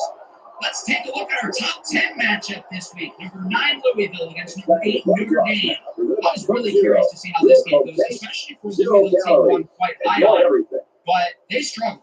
Louisville did not look like one of the top-end teams across the country, as they would drop this one pretty convincingly, 28-10 against the Irish, with 3 passing touchdowns by Riley Leonard. With wins against Texas A&M and now Louisville this year, this Notre Dame team appears to be for real as they jump up to number 6 with the big win over the Cardinals. Interestingly, senior quarterback Tyler Sharp did not play in the second half, replaced by freshman Pearson Clarkson, who actually played fairly well. Chuck also had a pretty decent game, but they struggled to run the ball, and their defense really was not great, with 3 passing touchdowns for Riley Leonard and a solid day on the ground for what has been one of the most efficient rushing offenses in the nation. Let's go back to the big house here. Michigan continuing to rebuild some stock after losing to Texas. They'll face off against the Minnesota Golden Gophers. Early in this game, things looked routine for Michigan. Alex Orji with 3 passing touchdowns, 2 of which were brought by tight end Justin Love. The Gophers, however, had a big Great opportunity to move up in the BCS game. underrated players across the country. The sophomore was nearly able to propel a big comeback, but Michigan survived. They win at 21-17, improving to 4-1. A good game in the air from Alex Orji. Jonathan Edwards runs for over 100 on the ground. Savage Morgan and Colston Loveland both played really well. Got to give Minnesota credit though for the comeback, specifically sophomore back Darius Taylor. What a pretty good game, especially down the stretch. Let's head to Piscataway. Rutgers is undefeated. They'll face off against the 22nd ranked Washington Huskies, who just lost their first game a week ago against Northwestern at home. At surface value, this looks like a pretty evenly matched one game in the rain. Oh boy, it was anything but. The man who stole the show today was wide receiver Tymere Miller, the graduate transfer from Monmouth. He scored not once, not twice, not 3 times, not 4 times, but 5 touchdowns, leading Rutgers to the win 59-10. Washington lost by 50. You have to be a sick individual to enjoy the Washington downfall. 6 passing touchdowns for quarterback Afin Kaliak Menace. On the ground, Kyle Malonga had a huge game, averaging 9.4 carry, and then through the air, Tymere Miller. Hello! 9 for 184 and 5. Easily one of the best individual performances we've seen from any player across the country this year. As for Washington, not quite as pretty. Will Rogers struggled. The ground game was honestly pretty good. That was fairly straight. Let's head to Tuscaloosa. Alabama has a big test. Obviously, they've struggled this year coming off the bye week. Let's see how they perform in SEC play here against Georgia. Ultimately, this did end up being a really competitive game. Both offenses trading punches. Carson Beck and Jalen Milroe both performed really well. This touchdown from Milroe tied the game at 31, giving Georgia the ball back for one more opportunity to win the game. And senior quarterback Carson Beck would take advantage. Dominic Lovett with a huge play after the catch, waltzing into the end zone for the win. 38-31. Georgia survives in Tuscaloosa against the Tide. Alabama now 0-3 at home. I'm not sure if Nick Saban even lost 3 home games in the 20 years he was this team's coach. Jalen Milroe played well, and it's pretty clear that this Alabama team is a lot better than they were the first couple weeks of the year when they lost to Western Kentucky and South Florida. The problem is they already have 3 losses. They don't have any margin for error. They probably have to go undefeated to make the playoffs, so they are in a lot of trouble. They dug themselves a hole, and while they're a much better team now, it's going to be hard to get out. Let's take a look at number 6, Penn State. They're going to face off against the Illinois Fighting Illini, a team we beat earlier in the season. And man, this Illinois team looked nothing like they did in week 2. Luke Altmaier, remember how he turned the ball over 4 times in the second half against us? Well, today he threw 4 touchdowns in one of the most hostile places to play in the country. Not only does Illinois win, but they win by a lot. 45-19, a dominant showing from the Illini. Penn State drops from 6 to 16, and deservedly so. They laid an egg in this game. Mario Sanders, the second, leads the way receiving with 2 scores, while Drew Allen picked off twice in what was a game to forget for the Nittany Lions. Let's head to Orlando for a battle of Big 12 unbeaten. Colorado and UCF looking to add to their resume and improve to 2-0 within the conference. The star of the show ended up being Shedeur Sanders. He's been a little inconsistent as a passer this year. He was able to connect with Travis Hunter for this touchdown. The best receiver for Colorado this year has not been Hunter. It's been senior DeJounte Western, who has been a tremendous. Colorado wins handedly 38-17, jumping to number 18. The Buffaloes are now 5-0. They already have more wins than they did last year. I got to give credit to Coach Brian. He's done a lot of yapping this offseason. But you know what? Him and his team are backing it up, and he deserves to be yapping back at the doubters. 3 scores in this one for Shedeur Sanders. And interestingly, Colorado struggled early in this game. They were down 10-0 after the first quarter and would outscore UCF 38-7 the rest of the way. I'm still pretty high on this UCF team. I think they're going to be one of the better teams in the conference. I just think that Colorado was the better team. And I didn't think I'd be saying this, but the Buffaloes look like a legitimate contender to win this conference with teams like Buzz and Utah right now at the top. Colorado's playing just as well as the top of the teams within the conference. SMU has gotten off to a great start in the ACC, but now they have their biggest test yet against number 13 Florida State. SMU would end up passing the test in a low-scoring battle. A fourth-quarter comeback led by Jared quarterback Preston Stone would propel the Mustangs to a 5-0 start. They win this one 24-21, including outscoring the Seminoles 14-0 in the fourth quarter. A fairly mediocre day for the senior quarterback, DJ Uyunglele. He wasn't bad at all. He didn't do enough to help his team win the game. Florida State drops their second of the year. They still have some room in the ACC to ultimate the conference championship, still get a playoff spot, but their margin for error has certainly dropped. Despite a huge game from senior receiver Ja'Kai Douglas. As for the Mustangs, 3 scores, including 2 in the fourth. Preston Stone with a really strong performance. A number of receivers stood out, particularly Jordan Hudson, who's a great game for SMU, along with junior tight end R.J. Maryland, who's proven himself as a possible NFL draft prospect, maybe not this year, but certainly in the future. Let's head down to Oxford, Mississippi. Ole Miss has looked really vulnerable this year, and for the first time all year, they've got a good team on the schedule in Kentucky. I'm really curious to see how Ole Miss performs here, because they've got to show me something. Overall, they ended up showing me quite a bit. Jackson Dart had a really solid game through the air. Senior receiver Jordan Watkins was tremendous. He took over this game as the Rebels are able to win this one 28-17, despite a push in the fourth quarter from Kentucky. They never really stood a chance. Wildcats dropped their second game of the year. Brock Benny ripped and played pretty well, a lot better than he did in the loss a couple weeks ago against his former school, Georgia. But Kentucky's offense just really was not any good until the fourth quarter. At that point, it was too little too late.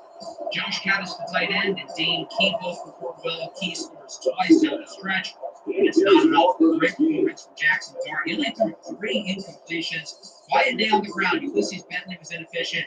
But Jordan Watkins was awesome. 8 for 171 in a score. Juice Wells performed pretty well, too. As that brings us to the final game of the day. Another matchup within the Big 12. 2 of the best teams within the conference. Number 20, Arizona, playing a lot better after a slow start. Faces off against number 7, Utah. The star of the show, once again, Cameron Rising, who dominated last week against Oklahoma State, and he was tremendous again. Rising has gotten no Heisman love, and I don't get it at all. He has been excellent this year. 25-45, Utah with the win over Arizona. Noah Fafita was okay. He wasn't great, but he certainly wasn't bad. I don't think he's the reason why they lost, per se. Through the air, Tessie Toya McMillan with another really strong game. He looks like the top receiver in this class right now, in my opinion. As for Utah, 237 yards and 4 touchdowns in the air for Rising, ran for 69 and a score on the ground. Utah looks like the team to beat in the Big 12. They are easily the team in this conference who I feel we are most threatened by. Let's take a look at some other scores around the country. Ohio State takes care of business. Texas A&M barely squeaks away from Arkansas. The Aggies go now 4-1 on the season. Clemson's a close win against Stanford. USC jumps into the top 25. Oregon was kind of a close win against UCLA. I want to look at the Big 12 now separately as well. We are fully into conference play. Texas Tech, 4-1. They beat Cincinnati. Houston, a high-scoring win over Iowa State. Baylor beats BYU. And the other games, of course, we already covered. As for some matchups across the rest of the country, we had some interesting scores. Louisiana loses their first game of the year against Wake Forest. The team they beat last week, Tulane, gets back in the win column with a close win over South Florida. NC State, who has not won since week 1, they get back to the win column, manhandling Northern Illinois. LSU also wins their first game in a while as they beat South Alabama. USC, though, drops another, falling to Wisconsin, and they are now out to the top 25, now having lost 2 games in a row. Let's take a look at our new polls as the top 5 remains the same. Notre Dame jumps Utah, moving up to number 6, while we are now number 8. firmly with this high-class group of undefeated programs. Given how we played over the last 2 weeks, I feel like this team might be bound to drop a game at some point. We were a few plays away from losing to both West Virginia and TCU. Hopefully we can keep it going. Louisville and Penn State dropped quite a bit, as does Florida State, while Rutgers, Kansas State, Iowa, and UNC are all ranked, replacing USC, Arizona, Washington, and Kentucky. As for, of course, the conference standings, there's now only 4 teams undefeated in the Big 12 play. And of course, your players of the week, as we know, Dylan Woodkey won it not just for the Big 12, but nationally as well. 4 consecutive weeks. Player of the week on the defensive side of the ball. What are the odds? Now we're in week 6. We are headed to the desert to face off against one of the newer members of the Big 12, Arizona State. We've got a lot to talk about recruiting-wise, with multiple of their top targets committing some programs. Let's see how lucky we were able to get and if we're going to be able to grow this class. Hope everybody enjoyed the episode. Certainly a really fun game against the Horned Frogs. Make sure to leave a like and subscribe to the channel if you are new. Peace out. Touchdown. The halfback just plowed his way into the end zone. Even if it wasn't all his, the offensive lineman can overtake the defense on series. Thanks to my friends, I'm going on 12 Christmas Eve dates. I have a feeling about this for you. Everything about this. So the pitcher's going to stay on the sideline. These guys will try for a 2-point conversion. Along the way. Seems like you're enjoying this. I am grateful for the 12 dates. Yes. 13 plays, 75 yards runs. 6 points on the board after failing the 2-point conversion. Anytime I see a defense giving up big yards in the ground, to me, there's really only one. You've got to keep more guys up in the box for the line of scrimmage. Keep your linebackers up close to the line of scrimmage. You've got to get ready to stay for 8 or 9 men in the box. Whatever it takes to slow down a running game, you've got to do it. Bereft of missing your trademark grin, struggling on the ground like a worm.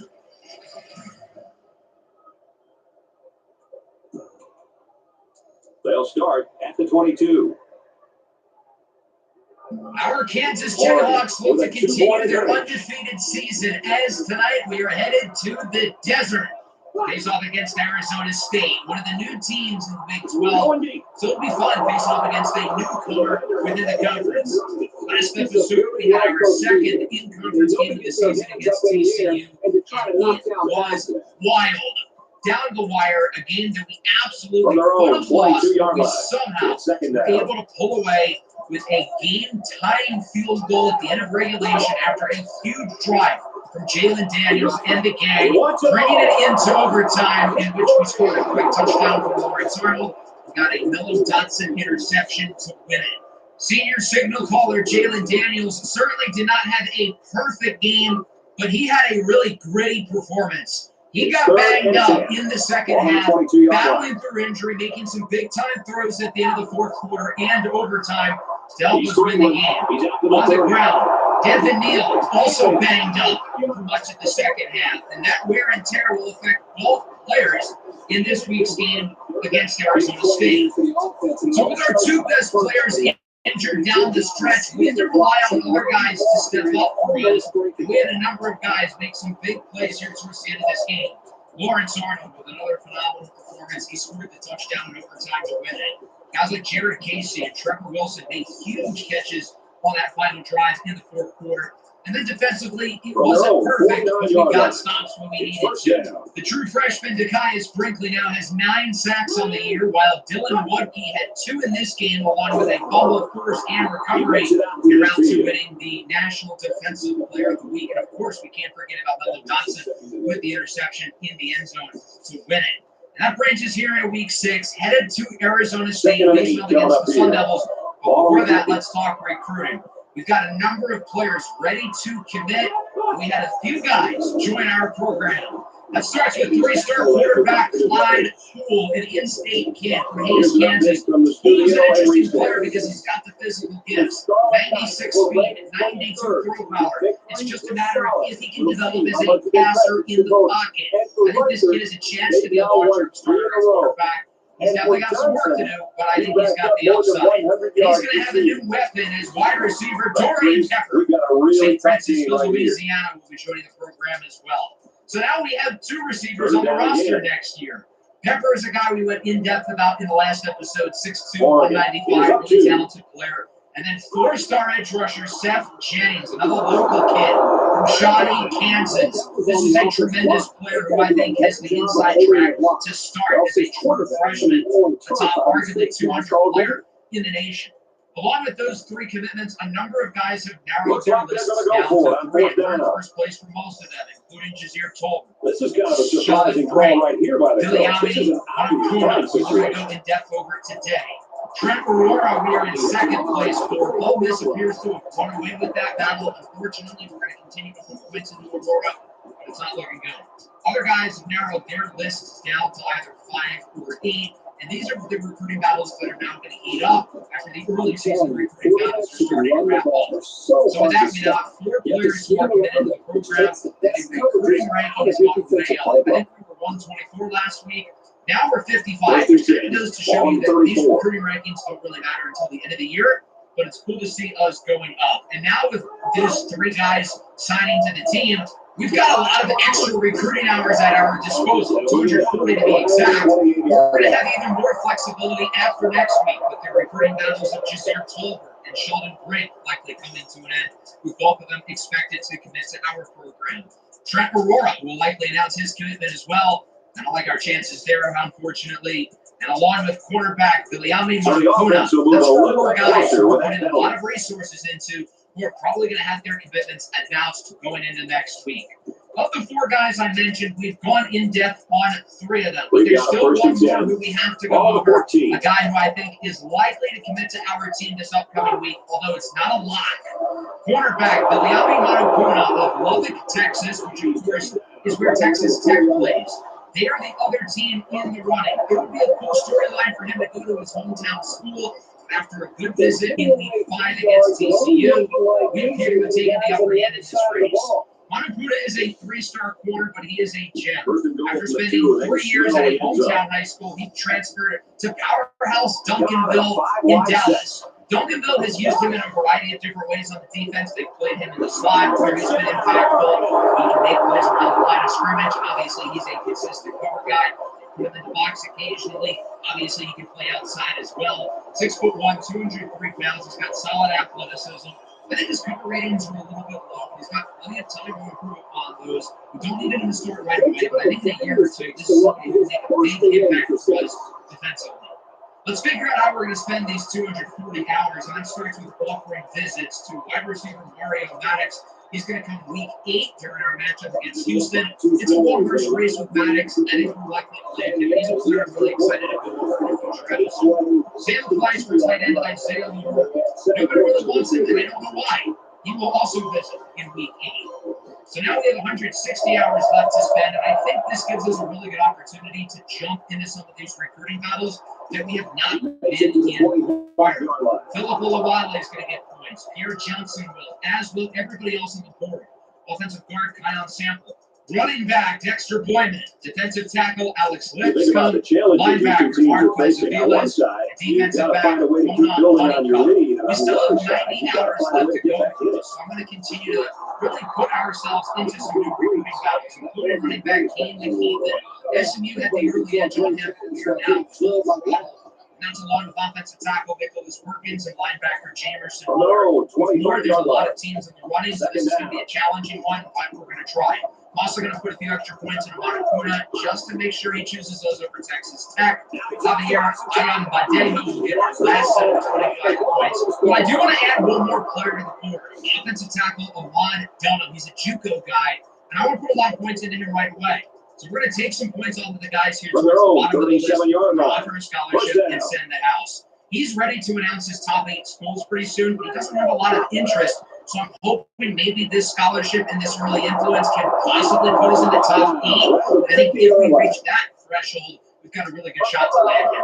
So that's how we're going to use our points here for Week 7. Hopefully we get some more commitments in the next episode. There's 3 or 4 guys who should likely be signing on our program. And maybe we'll be surprised with wide receiver Trent Aurora flipping on all this for us. So let's look at this game here against Arizona State. We're 2-0 within Big 12 play, but we could nearly be 0-2. There's only 4 teams undefeated in conference play right now, with Utah, Colorado, and Texas Tech. In terms of point differential, we are the leader in the doghouse here. Although Utah and Colorado are not so far behind. I think Utah is the team to beat in this conference, and Colorado has been really impressive, already winning more games this year than they did last year. As for Arizona State, they are 2-2, 0-1 within the conference. They started the year off 2-0, which included an impressive win against the Mississippi State team, who almost beat Texas last week. The last 2 games have not gone so well, especially defensively, having allowed 109 points. They lost 57-55 to Texas State and 52-24 to Texas Tech. Allowing 50 burgers in back-to-back games seems like a perfect introduction to the Big 12 for Arizona State.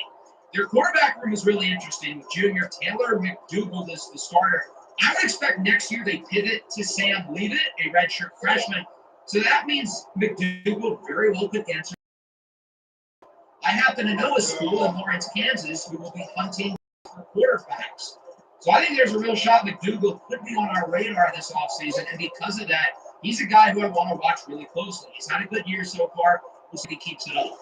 Cam Skatebo leads the backfield along with Alton McCaskill, a 2-time transfer, played at Colorado last year. The receiving core is a little bit underwhelming, certainly opposite of TCU last week, whose top 3 players were receivers. Their defensive team rating is an 84, but on paper, this defense is really not good. It's no secret why they allowed 109 points over the last 2 weeks. Their 3 best players are safeties, and nobody else on that side of the ball is higher than a 78. So let's get this show on the road. Week 6 here in Tempe, Arizona. The 2-2 Arizona State Sun Devils face off against the 5-0 number 8 Kansas Jayhawks, looking to remain undefeated. Arizona State has let up 50 points in each of their last 2 matchups, but they are coming off a bye week, so we'll see if their defense is refreshed and energized. If they're allowing 50 burgers to Texas State and Texas Tech, there's no reason to think we can't score 100, let alone 50. So I'm confident in offense, even with Jalen Daniels and Devin Neal banged up.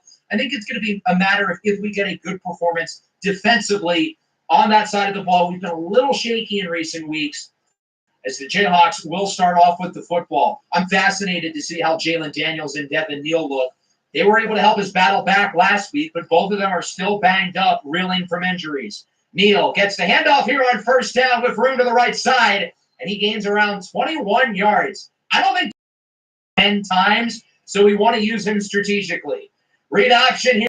Jalen Daniels jukes away from the defender, breaks a tackle, and nobody's in front of him. He's gone. A 54-yard rushing touchdown for Jalen Daniels, and Kansas is on the board within a minute. This Arizona State defense really might be that bad. Part of Jalen Daniels' wear and tear is that he loses throw power and speed. I'm more concerned about the loss of speed because realistically, how often is he going to throw the ball 40 yards downfield? Maybe 2 to 3 times. But we need his speed because of his ability as a runner, as we saw here, along with his ability to evade pressure in the pocket. Devin Neal has a new injury now, leg cramps. So that means we're bringing even less than we did prior. So you should see a lot of Sedion Morrison in the backfield and maybe some Daniel Eshon Jr. So here's the Arizona State offense led by quarterback Taylor McDougal. On 3rd and inches, they will get the first down up the middle with Cam Skatebo as he gets it past the 40 to around the 43. As I mentioned, I think McDougal could be a target for us in the transfer portal. I want to watch what he can do as he sends it downfield. It's caught. What a play after the catch by Troy Omieri, breaking the tackle in for a touchdown. McDougal and Omieri made the Kansas defense look foolish. Number 2, Kobe Bryant, and number 4, Marvin Grant are 2 of the best defensive backs in the Big 12, and they both look really bad on that play. Omieri burns Bryant, and Grant isn't able to get there quick enough, while also simultaneously missing the tackle. So Arizona State is on the board quickly, and we're tied at 7. It looks like we might get a classic Big 12 shootout today. Kansas returns with the ball. Short throw caught by the Grim Reaper, Luke Grimm, who takes a shot, but he does get the first down. The Jayhawks are moving it nicely, but it's a 3rd and 5. Daniels again looks to throw, goes short for the tight end. Jared Casey made a big catch in the 4th quarter last week. He gets the first down and is out of bounds past the 40. Kansas is passing the ball really nicely on this possession as it's a play action. Daniels looks short. He's got Luke Grimm. Whoop. Nice juke move. There goes Grimm inside the 10 as he gets around 30. What a play after Savion Morrison is banged up. That's our two best running backs injured. Not ideal. Devin Neal is in the game here for the first time on this drive. 3rd and goal. Daniels hit as he throws incomplete. That'll make it a 4th and goal around the 4, and the Jayhawks are going to be gutsy and go for it. Who is that covering Arnold? Is that Casper the Friendly Ghost? Oh, yeah, I think I know what the plan is here. Jalen Daniels calls for an audible, possibly looking to get there to the right side. Daniels looks to throw it. Out route. Arnold down Kansas. That was originally supposed to be a run play, but Arizona the box. They had like 10 guys in there, and we had 2 receivers to the right side. No one was covering Lawrence Arnold, which feels like that's been the case all year. But this play in specific, there was literally nobody on him. So Arnold is able to get all that space there on the out route. Smart play by Jalen Daniels to audible out of a run into the pass, where he's able to get Arnold in the end zone. The Jayhawks are back ahead 14-7. Quick start for the offense as Arizona State gets it back, 3rd and inches. McDougal on the read option, gets by multiple defenders and has the first down around the 46-yard line. Good run by McDougal, who is a dual threat. He can really run.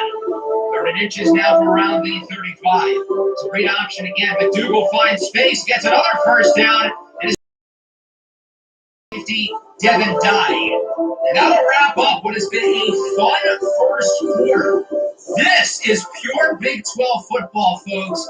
Offense, offense, and more offense. Both teams have been flying around the field with over 300 combined yards up to this point. Kansas is averaging over 11 yards per play, while Arizona State is at around 9.5 yards. Our defense has not looked this bad all year, not even close. 2nd and 7, it's a loss of yards. Finally, a nice play defensively as Cam Skatevo loses a yard.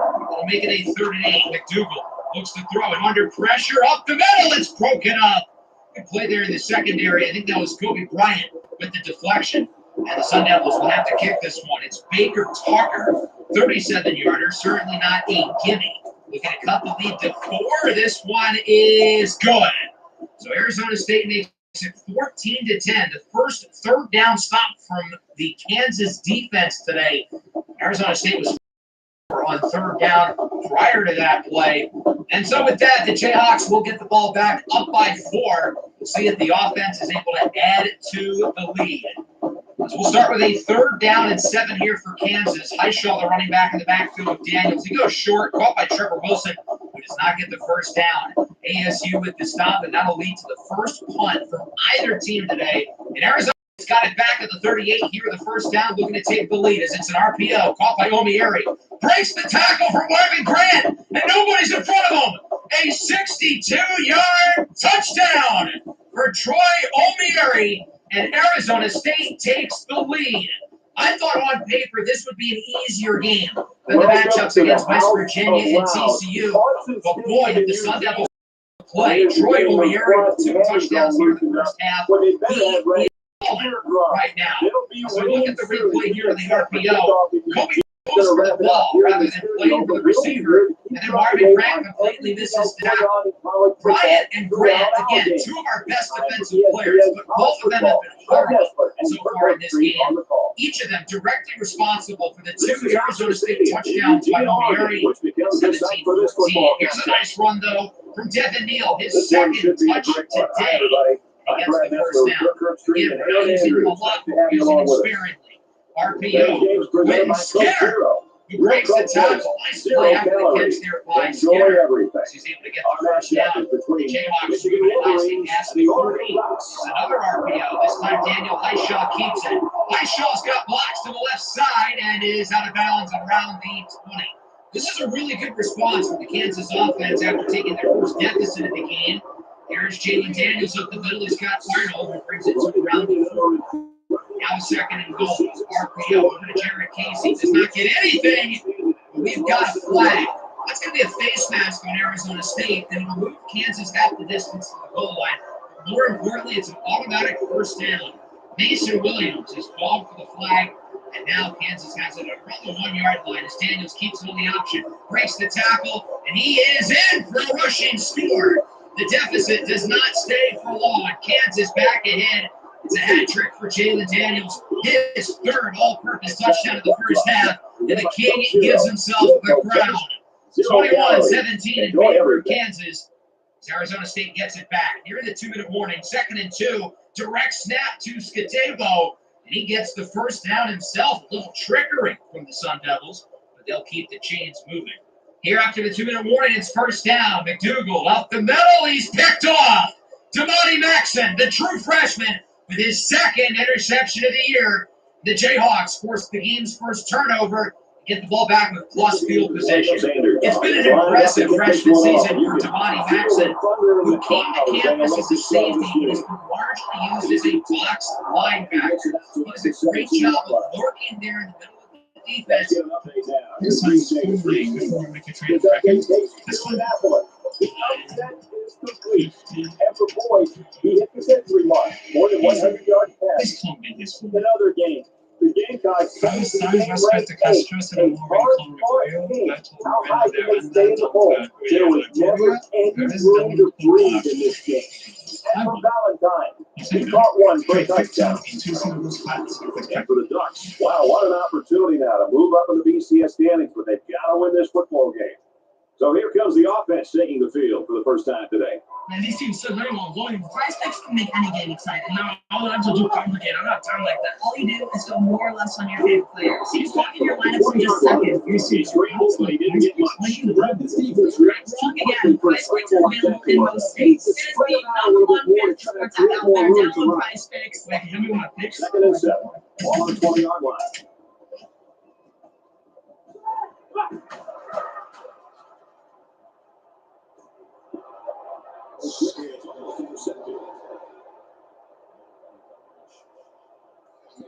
Dougal into throwing it up the middle and ultimately grabbing the interception and making a nice play on the return as well. Great field position for Kansas, but we'll see if they can punch in this 3rd and 1. Hunshaw does not get it. Wrapped up front. And when you're that close, sometimes you just got to punch this sucker in. QB sneak for Jalen Daniels. He's got the first down. Following play for 23. Daniels looks downfield. It's Lawrence Arnold, who is smothered in coverage, but is still able to hang on. 3rd and 7. Play action. Daniels has rushing room up the middle. Has some space to the right side, and he is out of bounds. First down conversion. And jumping over to the cameraman. So now we have around 30 seconds left. Devin Neal to the left side. Runs into his offensive lineman for a touchdown, but he couldn't find the right rushing lane. 3rd and goal now at the 2 down to 14 seconds. Daniels on the run. Can't find anybody. He goes short for Neal, who does not get it. So what do you do here on 4th and goal around the 1 yard line, maybe the 2? We're going to call the timeout at around 2 seconds. And once again, when you're that close, punch the sucker in. 4th and goal at the 1, they're going for it. It's a pitch to Luke Graham, and he walks in for the score. An exclamation mark to end the first half. Luke Graham finds the space given to him by the right guard and the right tackle. He is in for the touchdown to make it a 2-score Kansas lead. I don't think Arizona was expecting that at all. I think they were run up the middle, or possibly a pass maybe towards the sidelines like we saw earlier on down to Lawrence Arnold. That'll wrap up the first half. I was expecting a big day from the offense. We are getting it. 28-17, Jayhawks in the head. The question is, though, can the defense pick it up? Because that was easily the worst half of football I've seen from our defense all year, which more so speaks to how good we've been on the defensive side of the ball. But that was ugly. The bigger story, though, was Jalen Daniels, who was absolutely incredible. 2 scores on the ground, 2 scores in the air, 4 all-purpose touchdowns for the senior quarterback. The Jayhawks lead it by 11. Certainly still a game. We'll see if Arizona State can look to continue to keep it competitive here going into the second half. That late interception thrown by McDougal really threw off their momentum on that side of the ball. And we'll start with it here on offense. So we'll see if they're able to do some damage. Around the 37-yard line, looks like they've got a receiver motion. McDougal connects with Scatebo as Delson lays the boom on his own teammate.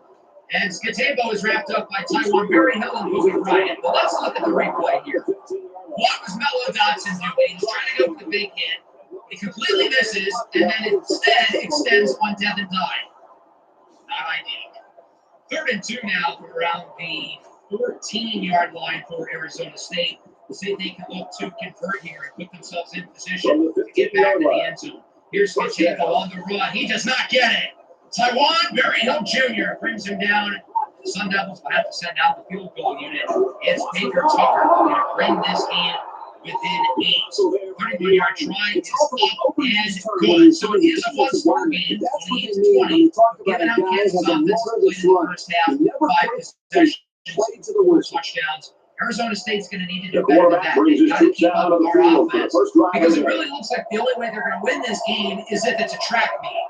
Kansas has it back. 3rd and 3 up the middle for Devin Neal. Breaks a tackle and gets the first down around the 38. As we planned, Neal has not gotten the ball a ton. When he has gotten it, he's looked really good. It's just great for Neal on the field. Once again, he converts back-to-back 3rd down conversions as a receiver by Devin Neal, who continues to be effective. It looks like he's getting more snaps as he looks more comfortable out there. Neal with the juke move inside the 20, wrapped up at the 15. Devin Neal has 6 carries for 70 yards. He has been ultra efficient so far. He's on first down. Daniels will shoot. It's caught by Louis Graham, breaking a tackle, bringing it down inside the 5.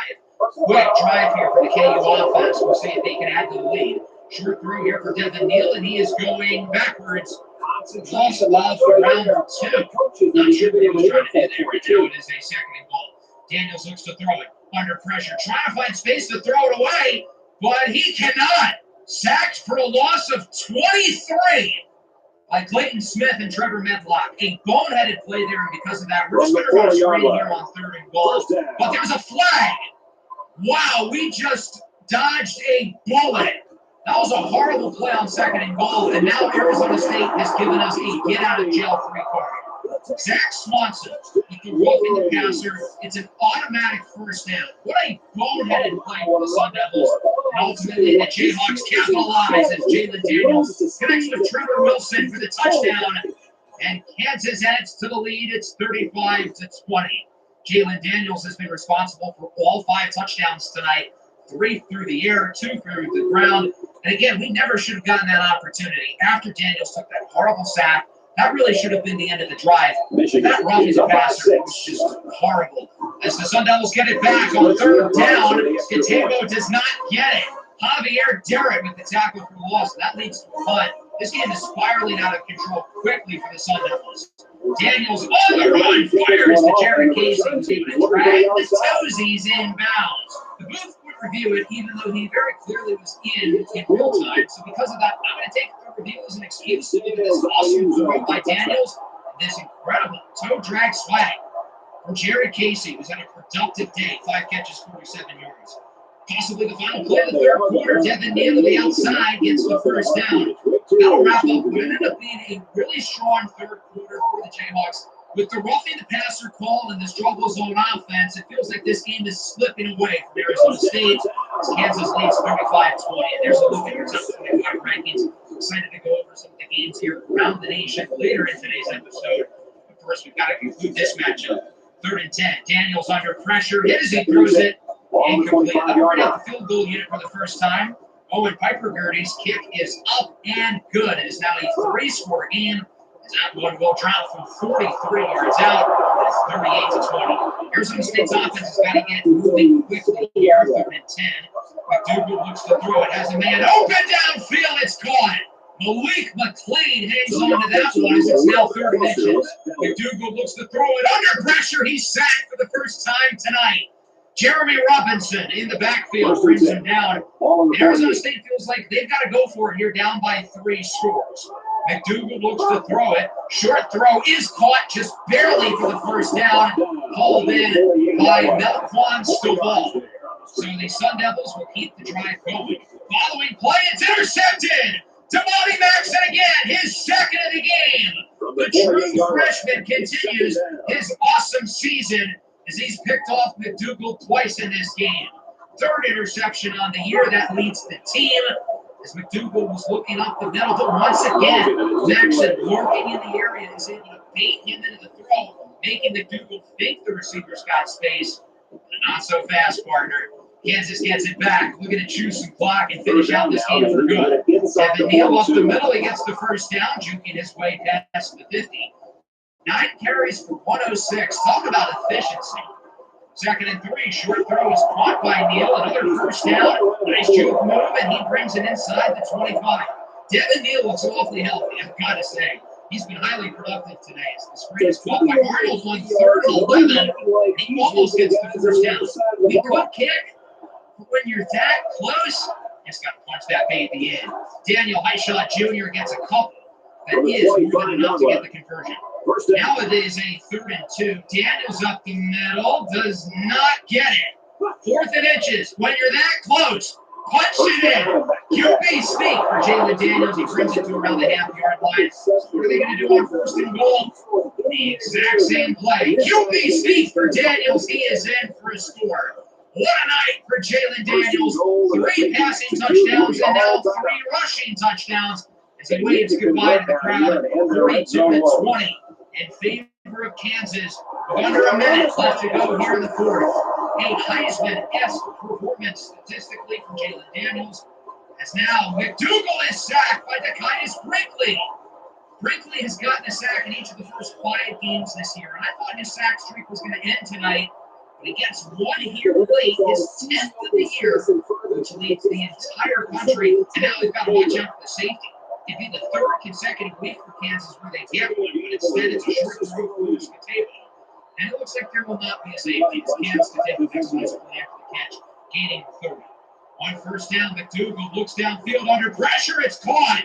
A big play here for Jake Smith as he gets a huge gain. Here's the flag, but I don't think this one's coming back. What is going on with this right?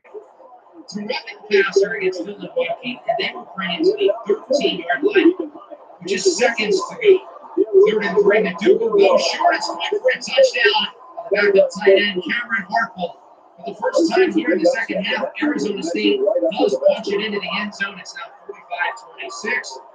Bring one of these special teams for the extra point. The owner told me rates are taking the deal. That Dreamland will be there forever. Don't let someone else do it. Start your search today. Make it real with Realtor.com.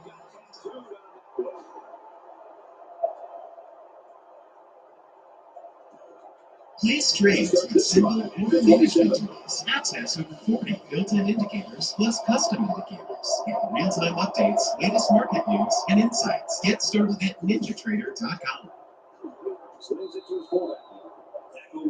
The 32. That play fake good for 5 yards. Blocked! Brian Dilworth snuffs away the PAT. I will say if there was one kick that we wouldn't have wanted to block all year, it's probably the one we were up by 3 scores with 5 seconds left. But hey, I'll take one more highlight play for the road. 45-26, Kansas wins with 6 all-purpose touchdowns for Jalen Daniels. I expected a big day from the offense, and they were incredible. Now, interestingly enough, you could argue this was Arizona State's best defensive performance over their last 3 games. They allowed 57 and 52 over their previous 2. So this is progress for the Sun Devils. I guess Arizona State played really good offense over the first 15 minutes of the game, but our defense really picked up the slack afterwards. Our defense was tremendous down the stretch in order to keep this game as a comfortable lead for us as long as possible. Obviously, the story, though, was the offense. I feel like Jalen Daniels didn't even have his best game as a passer. Only 5.7 yards per attempt. Missed a number of throws, but he still threw for 3 scores. They added 3 more on the ground, although he wasn't overly impactful minus that one big run early. As for Devin Neal, he only got 10 carries, 111 yards. He looked healthy out there, which is a very promising sign for us. It's been a mixed bag receiving-wise. Some days the top guys do all the work, and some days we spread out the well. Today, everybody came. A number of guys made plays for the passing game. And then the defense started slow, but really picked it up. Started to show us body backs, 7 tackles, 1 forced, and 2 interceptions. Owen Pepperberry's made all of his kicks, and Damon Greaves only had to punt it once. As for Arizona State, I saw some good and some bad from McDougal. He needs some big throws. I love the big play potential with him. did the 2 turnovers, and a couple bad passes as well. But overall, I would be intrigued by his targets. Troy Omieri had a nice game, as did the running back Cam Scatebo, who had, I think, over 150 yards of all-purpose offense. And then defensively, it was a disaster. Nothing went well for them on that From side. the 11-yard line. So Jalen Daniels was the Big 12 Offensive Player of the Week, the 5th consecutive week that we've had a Player of the Week in the Big 12. First time that has happened on the offensive side of the ball, though. Interestingly, it's not the only award he won this week, also taking the National Offensive Player of the Week. That's already the 3rd time this year you've had a National Player of the Week. And it's kind of surprising because, yes, he scored 6 touchdowns. He had a good game. But I think it's a lot easier than I would have thought to win these national awards. But let's take a look at some highlights around the nation. And we'll start in Gainesville. The Gators face off against UCF, the better teams in the Big 12. And they put on a show, beating Florida 45-33. I talked about UCF at the beginning of the year. I think this team is a real threat. They lost to Colorado last week. They bounced back against the good Gator squad, despite Graham Burns throwing 4 touchdowns. KJ Jefferson was electric, 352 yards, completions. 500, but they're a good team. It's a good win for UCF. Let's head to the shoe. We have not covered any Ohio State games this year because their schedule has been very Mickey Mouse. They're finally playing a pretty good team. 23 Iowa. And, well, this game went about as you would expect for Iowa. This rushing touchdown by Trevion Henderson helped seal a 27-0 win for the Buckeyes. We're headed to Eugene to face off against the Oregon Ducks next week. Iowa with a goose egg on the scoreboard. Grand for them, probably a busy day. As for Ohio State, they still really haven't played a great team yet. Next week's going to be their first true test on the road against an undefeated Oregon squad. Penn State's coming off a bad loss at home against Illinois last week. Things cannot possibly get worse, right? Well, you have to remember it's Penn State. And because of that, things can get worse. They dropped their 2nd consecutive game, this time to UCLA, 31-17. 2 weeks ago, Penn State was number 6. Now they are out of the top 25 entirely, and deservedly so. Penn State barely beat West Virginia and Bowling Green early in the year. Now they're losing all in-conference games to teams like UCLA. Not ideal. Another team who was shaky early in the season is number 5 Ole Miss. Unlike Penn State, they haven't lost yet. Well, that is until now. Headed to Columbia, and they got slaughtered by the South Carolina Gamecocks. I mean, this game was not even close. 49-16. What a performance from freshman quarterback Lamaris Sellers. He was incredible. Big day on the ground for Walker Sanders. South Carolina hasn't even been that good this year. They lost to Akron back in week 3, and now they are dismantling Ole Miss. And I told you guys this was coming back in like week 2. Ole Miss is winning all their games, but they look really vulnerable. It was only a matter of time until this happened. I'm a little bit surprised it was against South Carolina and not a better team. But still, I'm concerned for Ole Miss. They only have 1 loss. They still have plenty of time to right the ship. But I just don't think this team is good enough. Plain and simple. Number 21 Rutgers heads to Nebraska to face off against the Cornhuskers. Rutgers beat Washington 59-10 last week, and they're looking to carry on the momentum. The star of the show today was senior running back Kyle Monongai, who had a really impressive game on the ground, helping lead Rutgers to another win as the Scarlet Knights remain undefeated. They jump up all the way to 16, beating Nebraska 16. It's been a rough year for true freshman Dylan Raiola. He's talented, but he very clearly has a ways to go. Dante Dowdle, the star running back, only got the ball 4 times. First and 10. Why that is. As for Rutgers, pretty solid day across the board offensively. Maybe not as impressive as last week, but still quite good. Let's head to Arizona. The Wildcats face off against one of 4 Big 12 teams who are still undefeated in conference play. That being Texas Tech, and they will hold on to their undefeated conference record with this ridiculous catch in the end zone, taking this one pretty convincingly over an Arizona team that has been really shaky this year. They dropped to 2-3, losing this one 42-28. Going into the year, this Arizona team had a lot of hope. And it looks like they really underperformed. Noah Bennett did not have a particularly good game. Even Tessitoya McMillan was pretty quiet as Arizona drops this one to a Texas Tech team who quietly looks like a threat in the Big 12. Teams like Buzz, Utah, Colorado at the top. Look out. Auburn hits the Georgia to face off against the Dogs. They're undefeated. ranked number 2. Georgia's had a couple of close wins this year. This game as well ended up being pretty close, but the performance of sophomore wide receiver London Humphreys, the transfer from Vanderbilt, really gave Georgia the edge over the Tigers. Humphreys scored 3 times, Carson back with 5 scores through the air, looking possible NFL draft pick, as this ridiculous touchdown catch by Humphreys would win the game for Georgia 35-29. We ended up having some insane receptions this week, that being one of them. Gotta give Auburn credit. They certainly put up a fight. But you can't expect to win when you're throwing 3 interceptions. Peyton Cole did not do a good job of protecting the football, despite really a wide receiver, DeAndre Lambert-Smith. 5 scores back, 3 of which caught by London Humphreys. The other 2 caught by Dominic Lovett. As we head to Louisville, the Cardinals were undefeated, but lost badly to Notre Dame last week. Let's see how they fare against number 12 SMU, who is 5-0.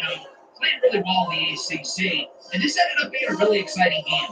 Both of these teams look like legitimate threats to win the conference and represent the ACC in the college football playoff. Ultimately, this touchdown here for SMU will give them the lead late with an incredible lead, giving Louisville one more opportunity to score. Ultimately, the Cardinals would capitalize. Callum Lacey with the game-winning score for Louisville. They win it 38-34, jumping up to number 12. While SMU only goes down a few spots to number 15. I'm happy the Mustangs didn't drop too far because they played a strong game here. Lacey and Brooks with 100 yards and 2 touchdowns each. Those first was either Shocker 3 from Preston Stone. Let's head to Washington for a national championship rematch. Michigan versus the Huskies. And this game ended up going a lot like the Natty. Washington started the year off well, 3-0, but since then they have been a level of space, losing to Michigan 41-24. The Donovan Edwards led the way for Wolverines as Washington is dropping 3-0 versus Western, losing by 50 in Rutgers and Piscataway last week. And now Michigan, things are going south quickly for the Huskies as we head to College Station, Texas A&M against Missouri. This ended up being one of the most exciting games of the week as this score by Luther Burden, his 3rd of the game, would put Missouri up top late. 3rd and long, around 10 seconds to go. Connor Weidman throws it up. It's tipped and it's caught! Donovan Green, the tight end, in for the score to win it for Texas A&M. Easily the most exciting game of the week as the Aggies survive against Missouri with maybe the play of the year so far. That ball was tipped and should have been intercepted, but Green does a nice job of tracking the football, making it into the end zone, helping Texas A&M get the win, 31-28. Solid day for Brady Cook, and a really good game for Luther Burden as he looks to make a push for wide receiver 1 in this year's NFL draft. As for Texas A&M, they're a confusing team. They've had a lot of close wins, but their one loss was also close against a great Notre Dame team. I'm not sure if I should trust these guys or not. Considering it's Texas A&M, I probably shouldn't, given their program's track record. And finally, let's head to probably the loudest place in the country this week, Tallahassee, Florida. Clemson and Florida State, the class of the ACC, and the DJ revenge game. DJ was pretty solid against his former squad, throwing 2 touchdowns, but he also threw 2 interceptions. This game ended up going down to the wire when a game-winning drive from junior quarterback Cade Klubnik led Clemson to the win, proving to the Tigers that they made the right choice, rolling with Klubnik over DJ Uiagalelei. 24-21 year final. The Tigers move up to number 9, the second highest ranked one-loss team, only behind Michigan. Clemson looks like the best team in the ACC right now, even with how well SMU and Louisville have played. Clemson's still favorites. As with Florida State, they dropped to 3-3 on the year. It's been a disappointing season. Let's look at some other scores around the rest of the country. USC back in the top 25 with a 1-point win over Minnesota. Alabama is back in the top 25 as they beat Vanderbilt. Oklahoma State back on the win column. Tennessee with a nice win. Miami with a good victory. Oregon takes care of business against Michigan State. As for the Big 12, Baylor joins me to Ohio State, and TCU gets back on the win column. State beat Houston. As for some other notable schools across the country, UNC is out of the top 25, and they drop 1-10. Purdue upsets Wisconsin in Madison. We also got Duke dropping to Georgia Tech. The Yellow Jackets now 4-2 on the year. As we take a look at our new top 25, the Jayhawks moving up 1 spot to number 7. jumping Wolves, who drops quite a bit after their loss. They are down to number 18. SMU, meanwhile, only goes down to 15, as I mentioned, while USC, Illinois, Kentucky, and now Alabama are in the top 25. Illinois, the only school of that group in the top 25 for the first time this year. We still have 4 teams undefeated within the conference. As for the players of the week, of course, as we know, Jalen Daniels was the offensive player of the week.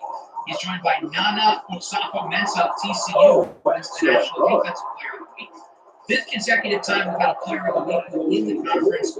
3rd time this year we've had a National Player of the Week. And again, it feels oddly too easy. Too many these awards. But again, I'm not complaining. As for the Heisman race, look who it is! Jalen Daniels finally in the Heisman race. He's in 5th.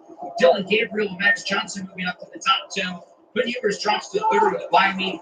And Daquan Finn of Baylor is in 4th.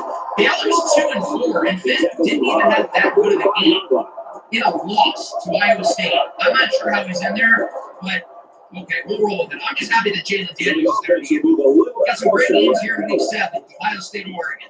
Red River rivalry between Texas and Oklahoma. Kansas State, Colorado, huge game within the Big 12. As you can see, we have a bye week, and that means, lucky for you guys, double trouble. 2 weeks worth of recruiting and 2 weeks worth of action across the nation. And Week 8, we've got some big matchups headlined by number 2 Georgia and number 1 Texas, while we play against Houston. So 3 and 4 play each other in Week 7. 1 and 2 play each other in Week 8. So theoretically, if we beat Houston in the next episode, the lowest we should be is 5, which is pretty impressive. I didn't think we'd get that high this early into the season.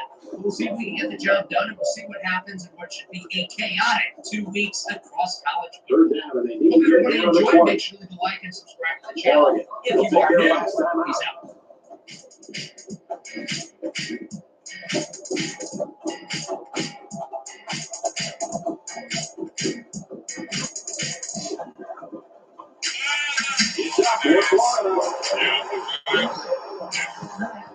She makes children. She gets paid what she sells. It's cashback on your purchases. Drinks starting this season. Go check it.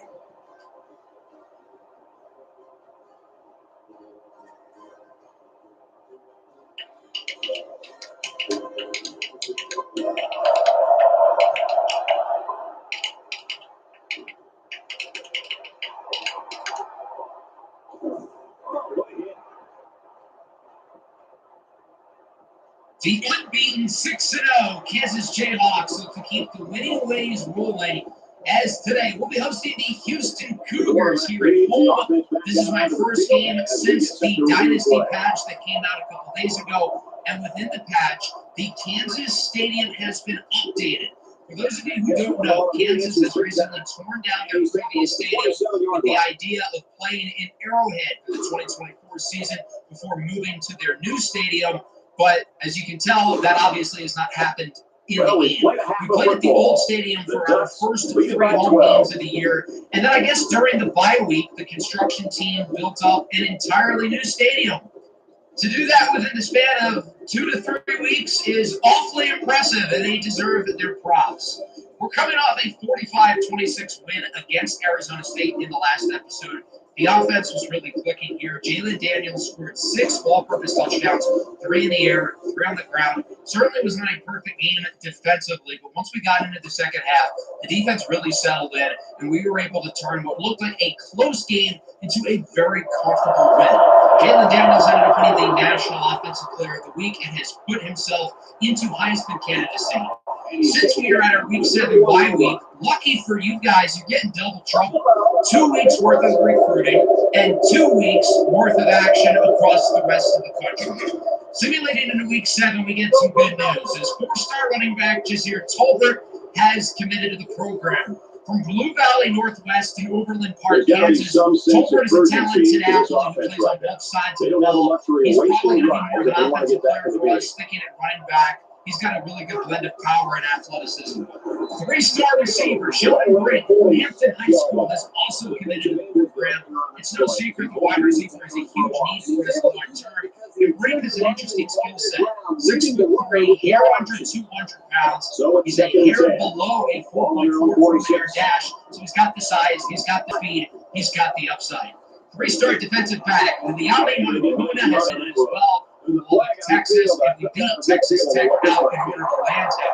He transferred to Duncanville High School, which is a big powerhouse football with the state of Texas. These are 3 big gets for us. 3 of the top players on the board, in my opinion. A 4-star and 2 3-star gems. I'm really excited about all 3 of these guys, and I think that hopefully they'll be able to make impacts for us sooner rather than later.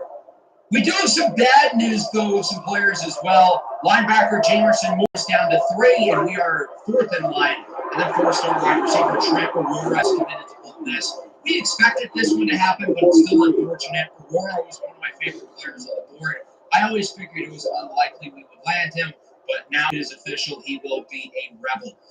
As for Jamerson Moore, we're going to take him off the board. We really started to get into this battle within the last couple of weeks, but it was too little too late. So most of my top targets from the start of the year have committed, whether it was to our program or somewhere else with some of those higher ranked guys. We now have the 21st ranked class in the country with 2 4-stars and 5 3-stars. And overall, I think the class is rounding out really nicely. Maybe a little bit too nice, because I feel like the second half of the year is going to be pretty easy for us recruiting wise. Many of our toughest competitions have signed somewhere. So because of that, we don't really have any super compelling recruiting races. A lot of these battles are just with us or with a bunch of smaller programs. We do have one player ready for a visit, 3-star wide receiver Philip Olawale, and we're going to have him come during Week 10 bye week, where they focus in the championship contender activity. This is how we're going to utilize our points here for Week 7. Devontae Crispin is the interesting one for me because he is the #1 ranked player in the state of Kansas, and obviously we prioritize in-state recruiting with guys like Jazir Tolbert and Seth Jennings. Crispin's ranked higher than both of them, and Texas has now entered the battle. They just offered him a scholarship, and it seems like they're going to be pouring a lot of resources into him, which means we need to be all in with Devontae Crispin now. As for Mario Maddox and Isaiah Lamar, we've already sending both of them along with defensive tackle Althea Kiaho. Very confident we can land all 3 of those players. And then with these other guys, we had the luxury of spreading points out as we wish. We wanted to be strategic, focusing on the guys that we want and focusing on the players where there's 2 or 3 schools within the race. But again, with our bye week, you guys are getting 2 weeks worth of recruiting today. And I figured it made more sense just to show Week 8's recruiting now and jump out of order a little bit rather than showing the Week 7 games across the country, just so we can do the recruiting all in one. And as you can see, a bunch of guys are continuing to narrow down their lists. We're in first place for all of them. The big one, defensive tackle Althea Kiaho, was down to 3. James Madison is offered a scholarship. They're in the battle, but it's probably going to be too little too late. Devontae Crispin is down to 5, and Texas has taken off their scholarship. Okay, that's a little bit odd. Offensive linemen Nick Perkins and Cameron Hardwick are also down to 5, while these other guys are down to 8. So I really want to talk about Devontae Crispin. He's going to be the player whose film we dive into today because he's a fascinating player. He is now eligible to visit since he's narrowed his list down to 5, so he gets some extra points. They look to schedule his visit along with these 2 offensive linemen, Perkins and Hardwick. So the plan with Crispin is that I want to get this battle done pretty quickly, being that I don't really know where Texas stands. So I'm going to have him come during Week 10 just to be safe. So let's take a look at the prospect that we've got here with Crispin, who's a really fascinating player to me because if he does commit here, there's a good chance that he will be the highest ranked player coming to our school next season. He's a top 200 player in the class. He's the #1 ranked player within the state of Kansas. And while his ranking looks really high, I think there's a number of players who are ranked lower on our board who are going to be better at the next level. But I still like Crispin. He's a 6'3", 230-pound linebacker with really good athleticism. He lines up all over the field. He's a pretty good run stopper, intriguing pass rushing upside. I think he lacks instincts, though, especially in coverage, and he's not very good in zone. He plays for Goodland High School, which is in the western part of the state. Very small school, not a great high school football program, but he's the #1 player in the state. He's an impressive athlete. And there's a reason why we're interested in his services, especially considering that linebacker is a pretty big need long term. As for the other two visits, we're going to have Nicholas Perkins set to come in week 10. As for Cameron Hardwick, he is a JUCO offensive lineman, so a guy who I think could see the field sooner rather than later. We're going to have him set to visit week 10 as well. So this is how we'll be utilizing our points for week 8. Again, nothing too crazy because there aren't many super competitive battles. Those were the early portion of the season, and I think we're going to see a lot of competitive battles in the offseason. But this kind of feels like the quieter portion of recruiting, which sort of surprised me coming into the season. But again, with all of these races happening super fast, it's a lot easier and a lot more relaxed here in the second half of the season, to where we can focus on our final 6 games, along with some of the matchups across the country. Here in week 7, which is a bye week, we've got some big games. We're looking at Ohio State, Texas, Oklahoma, and many others. So let's get started here. We're headed out to Liberty. The Flames face off against Florida International University.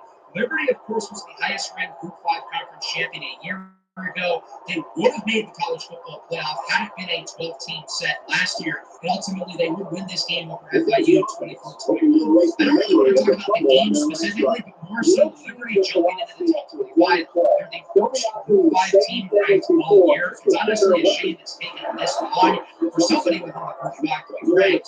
But it sort of shows that right now Liberty has the upper hand in terms of making the playoff, despite the fact that they play maybe the easiest schedule I've ever seen. In terms of games that you circle on the calendar for the college football season going into the year, Red River rivalry is 100% one of those matchups, and it's especially exciting when both teams are really good, and that's the case this year. Texas has been #1 since week 2 when they went to the Big House and knocked off the champs. Oklahoma had this scare early in the season against Tulane. Otherwise, they've been really solid, currently ranked number 10. And this game ended up being as good as advertised. Jackson Arnold, the sophomore quarterback, put on a show. He's been one of the best passers in the country this year, and it was Oklahoma who led big, 35-15, with a few minutes left to go in the fourth quarter. But Texas did not quit.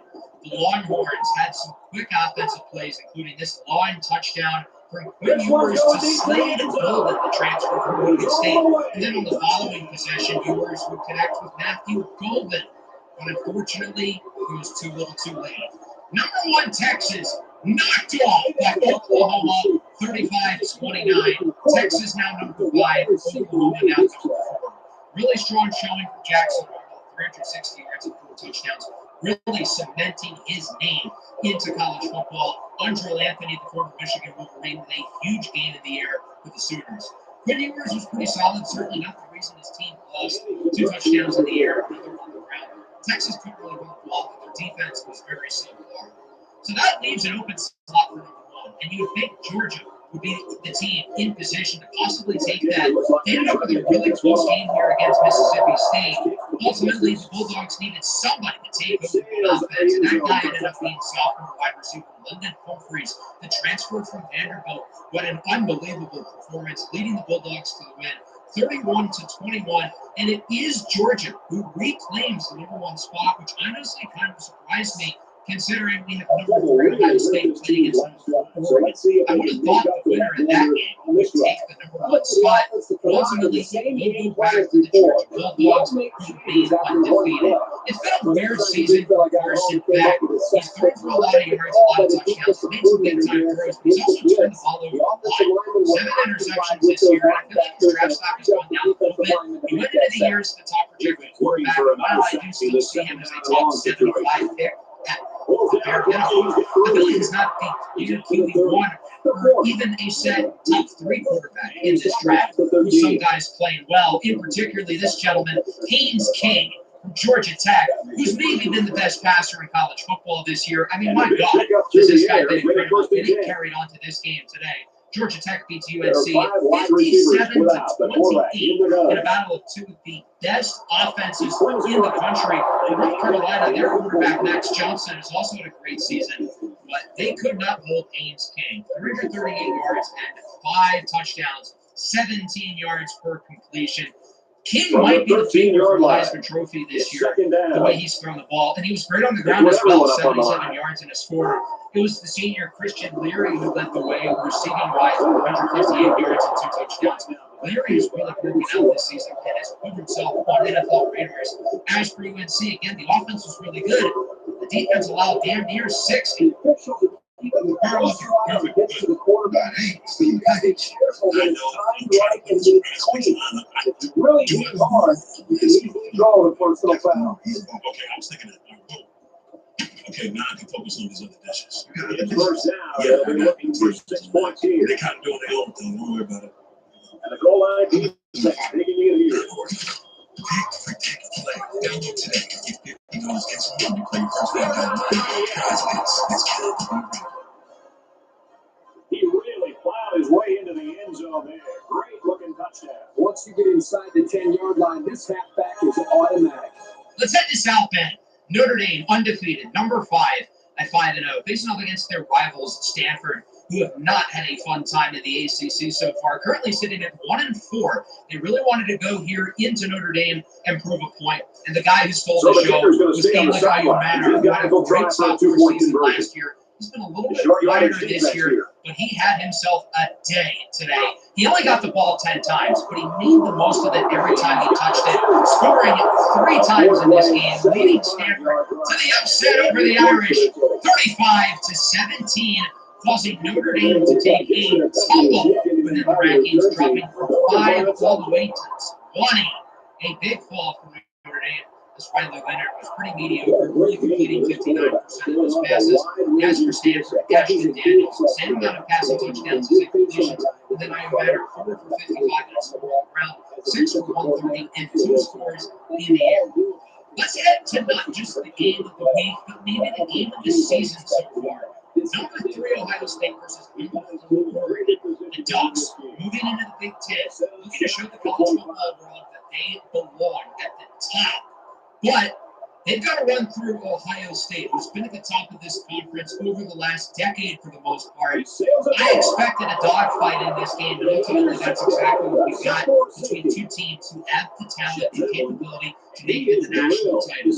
Jeremiah Smith, the true freshman, really stood out in this game for Ohio State. Oregon's offense was impressive as well. The star of the show for them was junior wide receiver Evan Stewart, who's been maybe the best receiver in the country this year as he leads the FBS in yards by a considerable margin. This game ended up being really competitive, but ultimately the performance put on by Evan Stewart was too much for the Ohio State defense to combat. The Oregon Ducks end up getting the win, proving to the world that they not only belong in the Big Ten, they belong in national championship discussion, winning this game 38-30 over the Buckeyes, who end up dropping to 9, while Oregon now sits at number 2, with the only team ahead of them being Georgia. Will Howard had a pretty good game through the air, though. Certainly not the reason why the Buckeyes lost, but they couldn't run it. Trevion Henderson only had 39 yards. Quinshawn Judkins only had 6. And despite the fact that Jeremiah Smith and Emeka Ibuka both had over 100 yards, it didn't matter. Dylan Gabriel statistically has been maybe the best quarterback in the country this year. He did throw 2 interceptions, though, in this game, but he really relied on his number 1 receiver, Evan Stewart, who had an unbelievable performance and looks like a top 10 draft pick as of now. 9 catches, 255 yards, and 2 scores. And the other receivers were kind of quiet. Only 1 catch from Tiz Johnson and 2 from Terrence Ferguson, but it didn't matter. Rutgers, undefeated, looking to add to the win streak as they face off against the Wisconsin Badgers. This ended up being a really close game, ultimately going into overtime, knotted up at 38. Rutgers will get the ball first here, as it would be the running back, Kyle Mananga, who's had a tremendous season this year, breaking through the defense in for a touchdown. Ultimately, the Rutgers defense will follow that with a stop, and they win it 45-38. The Scarlet Knights jump all the way up to number 13 as they continue to prove themselves as not just a team who's looking to be competitive in the Big Ten, but maybe make some noise towards a playoff spot, something that nobody could have seen coming going into the year. Now, the Rutgers schedule is going to get a lot harder, and that starts next week with a solid UCLA team followed by USC the following week. Let's head out to Bryant-Denny Stadium. Obviously, it has been a weird season for the Alabama Crimson Tide, who are currently under 500. They lost in 2 games early in the year. They dropped one to Georgia. They recognize that they have no margin for error. This ended up being a really close game against a so-so South Carolina team who's also under 500. This game ended up going into overtime with Alabama getting the ball first. They would quickly score. South Carolina gets it as Lenore Sellers connects with his senior receiver, Ahmad Huggins-Bruce, who has been tremendous himself this year. Into the second overtime, South Carolina looking to kick the field goal. It's no good. Wide to the left, and now Alabama is in the power position. You can win this game. All they need is a field goal to win this game for good, but ultimately they would punch it into the end zone with a touchdown for Kobe Prentice as Alabama defeats South Carolina 44-38 in a double overtime thriller. The Crimson Tide ranked at 22. They return to the top 25 for the first time since week 2. Jalen Miller has really rebounded after his poor start to the year and the losses against Western Kentucky and South Florida. He's definitely rebuilding his stock a little bit after a disastrous start.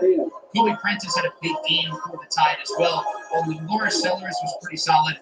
And then Amari Huggins-Bruce was tremendous, as he's been all year on a team with guys like Nick Harper and Watkins Sanders. Amari Huggins-Bruce has been their best offensive player. Penn State heads to the Coliseum facing up against USC. Two teams have been kind of underperforming so far in Big Ten play. It would be USC who wins this game by the final score of 41-31 with a major showing from wide receiver Deuce Robinson, who ended up with over 200 yards. I really want to talk about Penn State, though, because this team is so disappointing.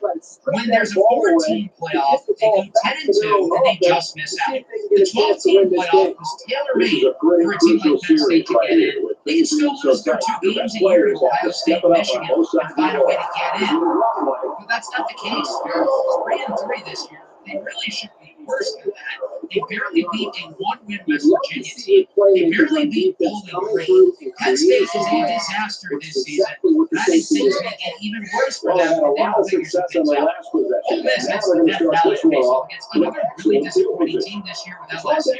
This game ended up going into double overtime as LSU would kick an early field goal to take the lead, giving Ole Miss the ball with an opportunity to win the game. Ultimately, Jackson Dart and the Rebels would do just that. With this touchdown from wide receiver Jordan Watkins, who's been the best of the Ole Miss receivers this year, the Rebels end up winning this game 40-37. I feel like LSU's kind of in the same boat as Penn State. They've been really disappointing. Their record is even worse than Penn State. They're 2-4. But I feel like LSU hasn't been that bad this year. They've lost a lot of really close games. They barely lost to USC.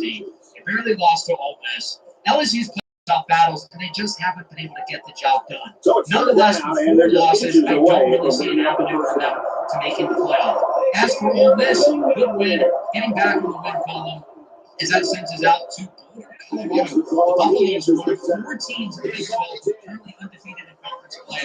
They've got a tough test with Kansas State on the schedule. The Wildcats have been a little bit shaky this year. They won a couple games in a row back inside the top 25. And this game ended up being quite competitive. But Shedeur Sanders, Travis Hunter, and the Buffaloes showed that they are a real threat within this conference. With this absurdly impressive play by Travis Hunter, going for a 4th quarter touchdown, leading the Buffaloes to the win 31-23.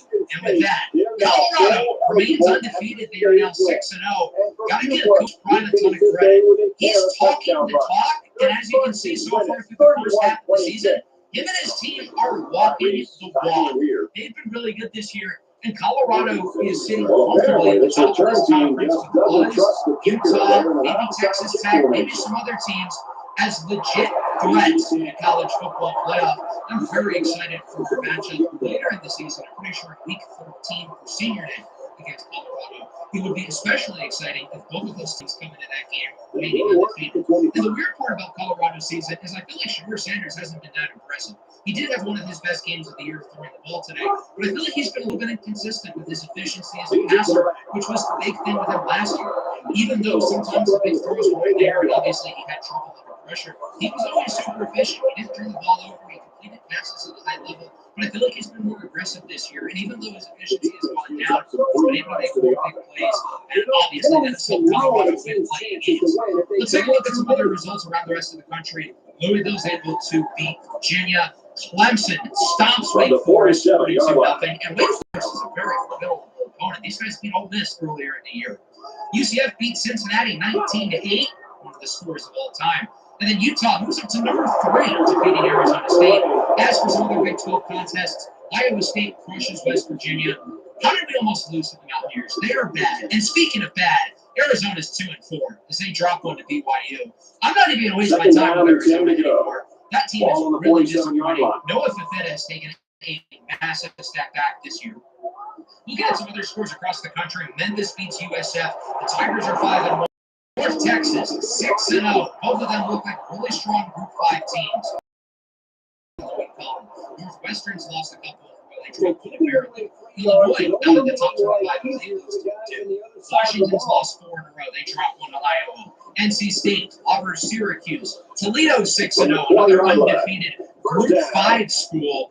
Still a number of undefeated schools in the Group 5 left as Florida beats Tennessee. They're both 3-3. Both of those teams have been quite disappointing this year, especially Tennessee. Even the freshman quarterback Nico Gilly able to play well. The Bulls as a team have not been very good. So here's a look at our new rankings. We ended up jumping one spot from 7 to 6. So if you were to tell me that going into the week, I would have expected not a lot of movement in the top 5. Obviously, that's not the case. Oregon climbs to 2, Utah up to 3, both Oklahoma and Texas in the top 5, with Texas Tech, UCF, and Liberty now ranked. Notre Dame, of course, dropping to 20. That's a major shot. I'm surprised that they're lower than the 3 losses to Florida State. That doesn't make a lot of sense. As for the players of the week, Haynes King for Georgia Tech. No surprise. One Salim Turner Muhammad on defense. Here are your Big 12 players of the week. First time since our first game of the year where we don't have a conference player of the week. And unfortunately, Jalen Daniels has been taken off of the Heisman list with Haynes King deservedly in first place. So that's going to send us into week 8. We're coming off the bye week. There's only 4 undefeated teams left in the conference. And today we'll be facing off against Houston, who currently sits at 2-4, 1-2 in Big 12 play. And as we look at these teams too, I think it's going to be a really interesting race. Lucky for us, our schedule's pretty easy. We don't play Utah, Houston, Texas Tech, we don't play Colorado. We have the best point differential of those teams, but we've also had the easiest schedule through 6 games. So let's look at this Houston team here at home. We get to look at our new stadium, so that'll be fun. Houston's had an interesting start to the year. As I mentioned, they're 2-4. We're certainly hoping to win this game, be 7-0, going into the Sunflower Showdown against Kansas State, and then a much tougher stretch of games towards the end of the year with some good opponents like Iowa State, and of course, as I mentioned, Colorado, which will prove to be a major challenge. Before we dissect the Houston roster, though, I do want to go through some stats, not just for our team, but for the entire country as a whole. Now that we're halfway through the season, I want to update you guys where we're at statistically. Obviously, the impressive thing about the offense, along with how good we've been able to run the ball, how good we've been able to throw the ball, is the lack of turnovers. Jalen Daniels has not thrown an interception all season, and he's only fumbled it once since the first game. Lawrence Arnold, of course, has been tremendous through the air with nearly 300 yards after the catch. The offensive line has performed well, and Daniels has done a good job of avoiding sacks. And then defensively, we started the year red hot. It's been a little shakier over the last couple of weeks, which was to be expected. The Big 12 is a league where offense really takes precedent. You're going to see a lot of high-scoring games. Obviously, we've had some young guys play really well. Tyus Brinkley, 10 sacks. Monty Maxson, 3 interceptions. 2 ultra-impressive true freshmen. Across the rest of the nation, Dylan Gabriel leads in terms of passing yards and touchdowns, while General Booty leads in interceptions. Gabriel also leads in terms of passer rating, but he does play in a very quarterback-friendly offense in Oregon. And I think even compared to a guy like Bo Nix, Gabriel doesn't have some of the measurables that Nix does, and because of that, I still don't think Dylan Gabriel's full shot to be a super high draft pick, but he'll certainly get picked given how good he's been this year. Jalen Daniels' passer rating is surprisingly low. It's towards the middle, which is odd. He hasn't thrown an interception all this year, and he's been efficient. The reason why it's that low is because his yards per attempt is lower than some of the other quarterbacks, but not substantially. In terms of receiving, as I mentioned, Evan Stewart is the guy here. 200 yards ahead of second place is just ridiculous. We don't really have anything rolling away in terms of the rushing title, though. Unlike receiving, I think Devin Neal was 6th in rushing. In terms of sacks, Isaiah World of Nevada has allowed the most. And then defensively, I had to go through sacks and interceptions by conference. Currently, there's 3 guys with double-digit sacks. Jordan Birch leads all of college football with 11.5. How many top picks is Oregon going to have this year? Their roster is ridiculous. Of course, as I mentioned, Tyus Brinkley is 10. And then a number of players have 3 interceptions, including Monty Maxson for the lead in the FBS. So let's now meet our opponent here for Week 8, the Houston Cougars, who are 2-4. They played against Oklahoma earlier in the year, it wasn't a close game, but they didn't get beat out of the field either. They kept it semi-competitive, losing 28-7. And 1-2 didn't come to play. But I am worried about Donovan Smith. He is a very physically talented quarterback, 6'5", 235, impressive athlete, really strong. The thing with Houston is that he was a freak athlete at quarterback. Look at guys like Greg Ward and De'Aaron King, who went to the NFL playing positions other than QB, and I'm curious to see if that's the case with Donovan Smith, especially considering how big he is. But nonetheless, he's a talented quarterback. They've got some good players on the offense. They have a fun running back with Parker Jenkins, the sophomore, who's had a really disappointing season. He's a good player, and they've got some talent on defense. Honestly, one of the better defensive units statistically this year in the conference.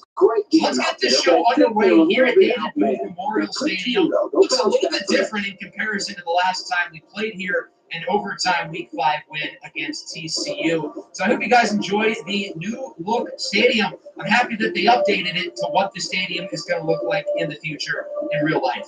So Houston starts with it. 3rd and 13. That pass is hauled in just shy of the yard of the game. Joseph Manjack, the forward, that one was wrapped up quickly by Kobe Bryant. As we take our first look at the Kansas offense, the dynamic duo of Devin Neal and Jalen Daniels, both of them played injured against Arizona State. Both of them were tremendous in that game. Here's Neal to the outside with a big run. Things started with a gain of 15. I'm happy that Devin Neal's pretty much fully healthy. The bye week certainly helps him and Daniels recover. As Neal sends it up the middle, losing yardage. Nice play there by Keith Cooper, as it is going to be a 4th down and 4. And look at this. The offense is going to go on the field. You know Kansas, they like to be aggressive. They want to convert here, and they just barely get it. That's Trevor Wilson, the senior receiver, who's able to edge out a couple yards for the first.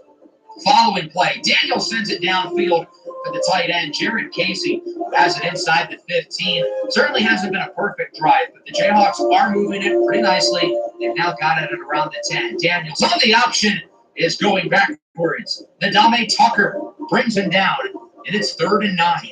Daniels looks to throw it under some pressure, trying to find the hole up the middle. He's in for a score.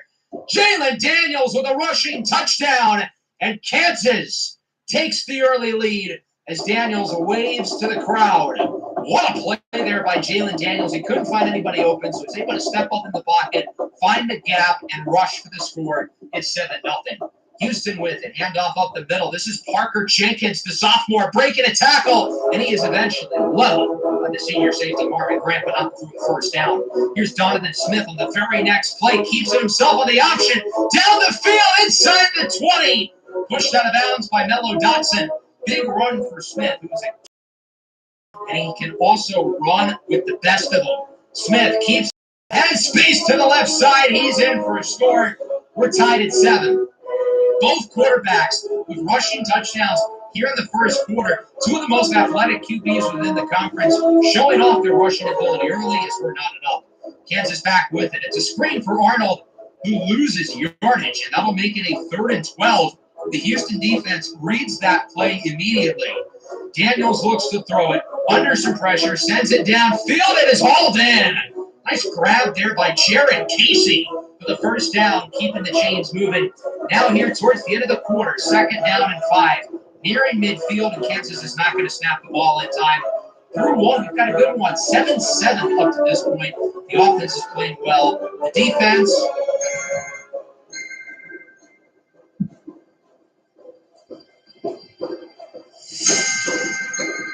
Now we know record of death.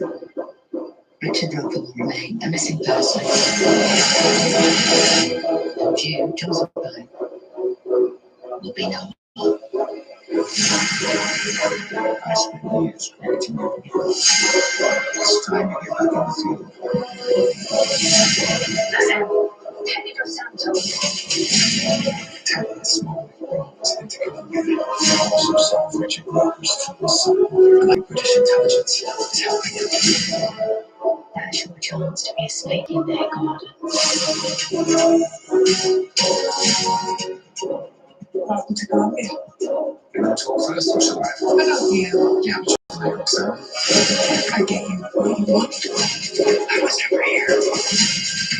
Roxy tells me that you're looking for investment opportunities. You ask no questions of me, and I ask no questions of you.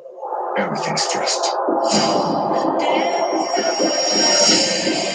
The other real problem with human beings, we're genetically dishonest.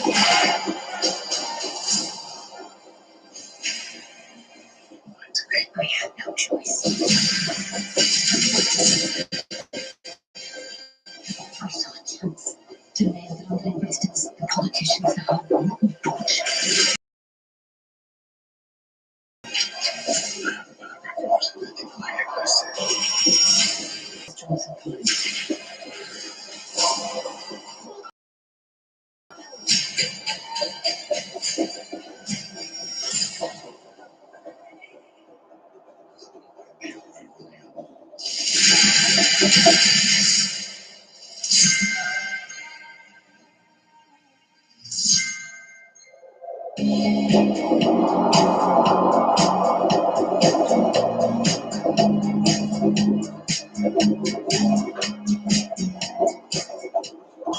Hold the phone!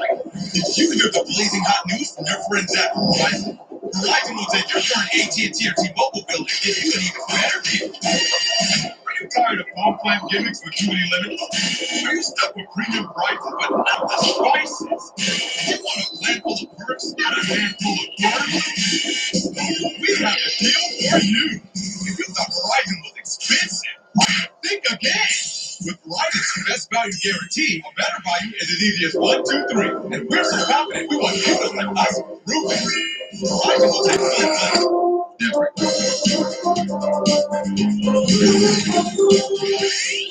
Right, that's right. Just bring your AT&T or T-Mobile bill into one of Verizon stores and sit down with our team today in no time at all.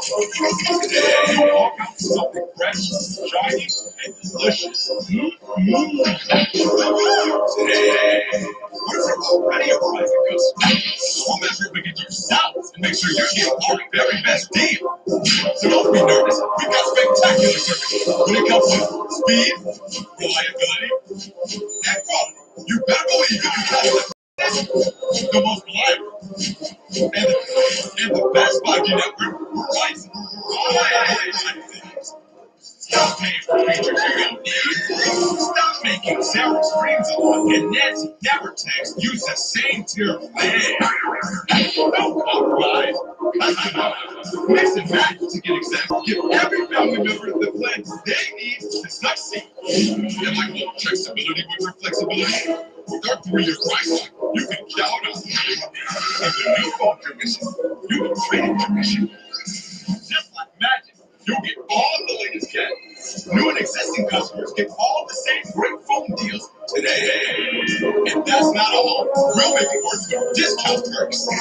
Get 40% off of your favorite streaming services. So grab your current bills, hurry on down to your local Verizon store, and head on with it. Deal of a deal, and some extra protecting you get it all. America's best 5G network. Ultimate flexibility, the latest devices, and exclusive perks. All at a value that will blow your current plan. Down the water. T-Mobile or AT&T Go ready and come into your local Verizon store to get Verizon's best value guaranteed. Call 1-800-366-0227 to find the store nearest you. That's 1-800-366-0227. 1-800-366-0227. Or make your choice.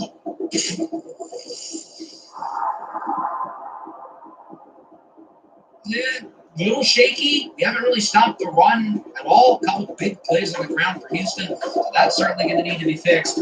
As on third down, it's Savion Morrison who does not get the first down. Houston with the stop. Morrison, interestingly, has a higher yards per carry this year than Devin Neal, who wasn't able to carve out a nice run there.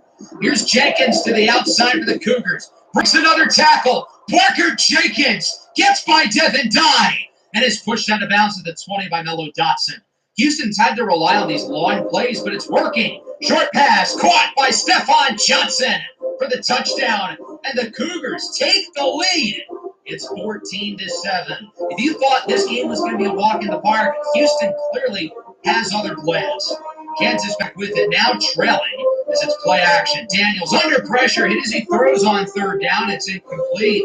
The Kansas offense has been shut out so far here in the second quarter as Houston gets it back. Here's Smith on the option.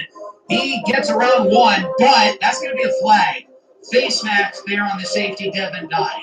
Automatic 15 yards, automatic first down.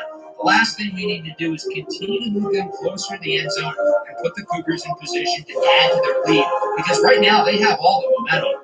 Smith on 3rd and 9, goes downfield, it's hauled in for a first down.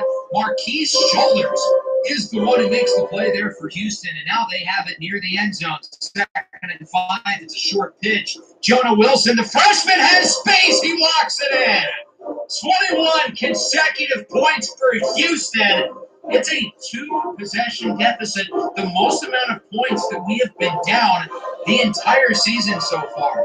The offense has to score here before the end of the half, and we don't exactly have time on our side. Big run there for Devin Neal to get the first down. Neal's been quiet, though. He had the big run to start the game. He had a nice run there. Otherwise, he has not had a particularly productive afternoon. Losing yardage there, as it's now 3rd and 5. Neal in motion. Daniels looks to throw it. He'll go short when it deflects off of Neal's helmet. Another stop for the Houston defense. Our offense just is not getting anything going. That'll bring out the punt team. Damon Greaves sends it away. Nice broken tackle here. Huge return for Houston. Down the field. Can we have someone catch up? It's Daniel Hishaw who wraps up the returner at the 20. Incredible field position for Houston. They've got all the momentum right now. They can make it a 3-score lead. On 2nd and 1, it's a loss of yardage for Jenkins. And that'll make it a 3rd down as we have hit the 2-minute warning. Smith looks to throw it. Under pressure, it is caught, and it will go for a first down to Stephon Johnson. Donovan Smith has not thrown an incompletion today. Now, granted, he's not throwing the ball more than 5 yards down the field, but he's been absurdly efficient. Jenkins on 3rd and goal does not get it. Big stop for the defense. They're able to hold Houston out of the end zone. That'll bring out the field goal team. Jack Martin to make it a 3-score game. It is up. It is no good. He missed it. The door is open for the Jayhawks to make it a 1-score game going into half. And we get a 2-for-1. We get the ball now, and we get the ball to start the 3rd quarter. This is our opportunity to put ourselves back into the game. The red zone stop and the missed field goal really gives us a little bit of momentum, but the offense has to capitalize. We have to getting the first down. 2nd and 10 with just over 30 seconds left. Daniels throws, fires for Luke Grimm. He's out of bounds with a first down. Keep in mind, Kansas still with 2 timeouts in their back pocket. Daniels back to Grimm, out of bounds again. The Grim Reaper looking to kill off this Houston defense. 36. Daniels up the middle, connects with Doug Emilian. Breaking tackles, brings it to the 9. The Jayhawks call their 2nd timeout. They've still got 1 remaining in their back pocket. 1st and goal. Can they punch it in? Make it a 1-score game before half. Short pass is caught by Casey. Trucks it down, and he's in for a score. Jared Casey gives the defender a big hit. It's night-night for whoever just got laid out by the senior Casey. That is a huge drive from the offense. Really good work there by Jalen Daniels. He made some big throws with the passes to the sideline for Grimm. Huge throw up the middle for Doug Emilian, followed by the touchdown. That's the drive Kansas needed. And to be honest, we could be in a lot worse of a spot. Even though we're down by 7, we really should be down by more. So on one hand, you'd think I should be a little bit concerned because, yes, we have not played a good first half of football.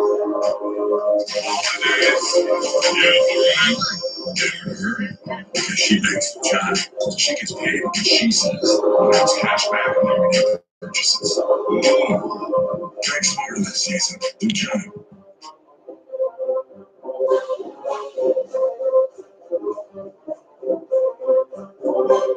We're only down by 7, and we're getting some momentum. Suggests that if we're able to keep it going, we could put ourselves in a good spot going in the 3rd quarter, especially considering we start on offense. Jalen Daniels with a big drive to end the half. I got to see more out of the run game, though. Devin Neal has not been good for his standards. And then defensively, that 2nd quarter was a train wreck. Easily our worst defensive frame of the season. Houston's been able to run it down our throats, and Donovan Smith still has not thrown it incompletion. Again, he hasn't thrown the ball downfield, but he's been ultra efficient. Neal losing yardage again there. It's now 3rd and 4 for the offense. Neal not in the backfield as Daniels' pass is broken up. He's looking for Quentin Skinner, but it's deflected away. It's a 3-and-out, and Houston holds on to their lead as they get it back on offense. With space to the left side, demolishes Dotson, and is wrapped up at around the 45-yard line. What a run for Smith at 6'5", 235, showing off his frame. On third down, looking downfield, it is broken up by Devin Dye. Might be the first time he's thrown the ball beyond 5 yards today, and it's his first incompletion as well. Causation equals correlation in that case. Kansas back with it. It's a touch pass for Luke Graham, and Graham gets a big gain. Here he goes past the 50, juking away from the defenders to around the 42-yard line. What a play after the catch by the senior Luke Graham, who's really having a good game today. On first down, Daniels under pressure up the middle. He's got Skinner, who brings it to around the 25-yard line, and it feels like the passing game's in a nice rhythm, which was not the case early in this game. On 3rd and 9, Daniels up the middle, broken up, incomplete. The coverage there by Houston. And that'll bring out the field goal team. Certainly not a chip shot. 43-yarder for Owen Piper. This would be one of his longest of the year, and it is good. That one barely splits through the uprights, but it does. 21-17. Kansas continuing to put themselves back in the game. They were down by 14 earlier. Now they're just down by 4. Houston back with it. Big possession upcoming for the Cougars as it's a handoff here for Jenkins. Gets by a couple defenders. He's able to get the first down. 14 carries, 89 yards. Really efficient game for Jenkins, who again has had a really rough season. With 2 to go in the 3rd, it's Joseph Manjack, the 4th. Getting by defenders, he brings it to around the 44-yard line. Nice play there for Houston, continuing to move the chains. Even though they don't have the momentum, they've still got the lead. Here's Stephon Johnson, breaks a tackle. The former Oregon Duck commit and Oklahoma State Cowboy brings it inside the 20. Houston back in the red zone. We've got to hold them out and force the field goal, but that ain't happening. A dime from Donovan Smith to the backup running back, Stacy Sneed, on the wheel route. Houston back up by 2 scores to end the 3rd quarter, and the Jayhawks are certainly on upset watch. We've been able to win a few close games throughout the year, but can we pull out another one? Obviously, we're number 5 now. If we lose this game, we would certainly drop considerably. This would not be considered a good loss because Houston's 2-4. I would have to think we would drop at least 10 spots minimum. So because of that, we've got to find a way to win this game. Into the 4th, here's Devin Neal to the outside. Big run, juking from defenders. Gets it past the 40. That's the Devin Neal we need. He hasn't shown up yet today. Read option. Daniels loses 2. Keith Cooper brings him down, and that brings us to a pivotal 3rd and 13. Under the screen for Skinner, who will just barely get the first down, but he's close enough for Kansas to go for it. 4th and inches, biggest play of the game so far. And considering we're down by 2 scores in the 4th quarter, I feel like this is what we've got to do. With just under 8.5 to go, up the middle, it's Daniel Highshaw Jr., who will get the first down. Not by much, but he does. 3rd and 3 now with just over 7 to go. Devin Neal to the left side gets the first down. I really want to get the ground game going. We're throwing the ball well. We still need more out of the run game, although we've gotten some big plays from Neal on this drive. Play action, short throw caught by Skinner, and he's going to lose around 4. That's going to make it a 3rd down and long for the 3rd and 14 to be specific with 6 to go. Daniels looks downfield. It is broken up for Jared Casey, and that gives us a tough 4th down dilemma. We could kick the 52-yarder and make it a 1-score game, but I did not trust Owen Piper from beyond 50. We got to go for it. Daniels on the run, looking for somebody to get open. It's broken up out of bounds. He was looking for the backup tight end, Hanukkah, who was covered perfectly the entire way. Houston with this stop, they get the ball back, and a score could very well ice the game and kill off the Jayhawks' undefeated season. Defense has got to step up. That's a good start as Jenkins loses 4. He's wrapped up by the big fella, Caleb Taylor. 2nd and 14. Back to Jenkins. Has space to the left side. Annihilates Devin Dye. Has a first down before being pushed out of bounds by Marvin Grant. I don't know why Houston's going no huddle though. What rush are they down at 8? Maybe to throw it. That's a first and more. It's Jaden York so far for Houston. Less than 4 minutes Cougars are finally embracing chewing clock, it looks like, as Donovan Smith looks to throw it up the middle, past his squad. Nice little maneuver by Marquis Shoulders, and he brings it to the goal line. A touchdown makes it a 3-score game. That's basically a death sentence for Kansas, given how late we are in the game. Handoff, Jenkins has space. He's in for a touchdown. And with just over 3 minutes to go, Houston leads it by 3 possessions. Kansas needs an absolute miracle if they want to win this game, but they're going to give it their best shot. Luke Graham past the 40 for a first down. Kansas going no huddle, moving as quick as they can. Play action. Daniels takes his shot downfield. He's got Graham with all that space to the 5. Huge play from Daniels to Grimm. One of the longest passes our team has gotten all year. First and goal. Read option. Daniels looks to outrun the defender. He walks it in for a touchdown. If we want any slim chance of coming back, that's the type of drive we needed. A quick set of plays down the field, and we're going to test our luck by going for 2, looking to make it a clean 10-point game. Daniels hands it off. Devin Neal is in. 35-25. And now I think you got to go for the onside kick, being down by 10 here with just over 2 minutes to go. The onside kick is bobbled, and it's picked up by Kansas. Okay, this might be a game.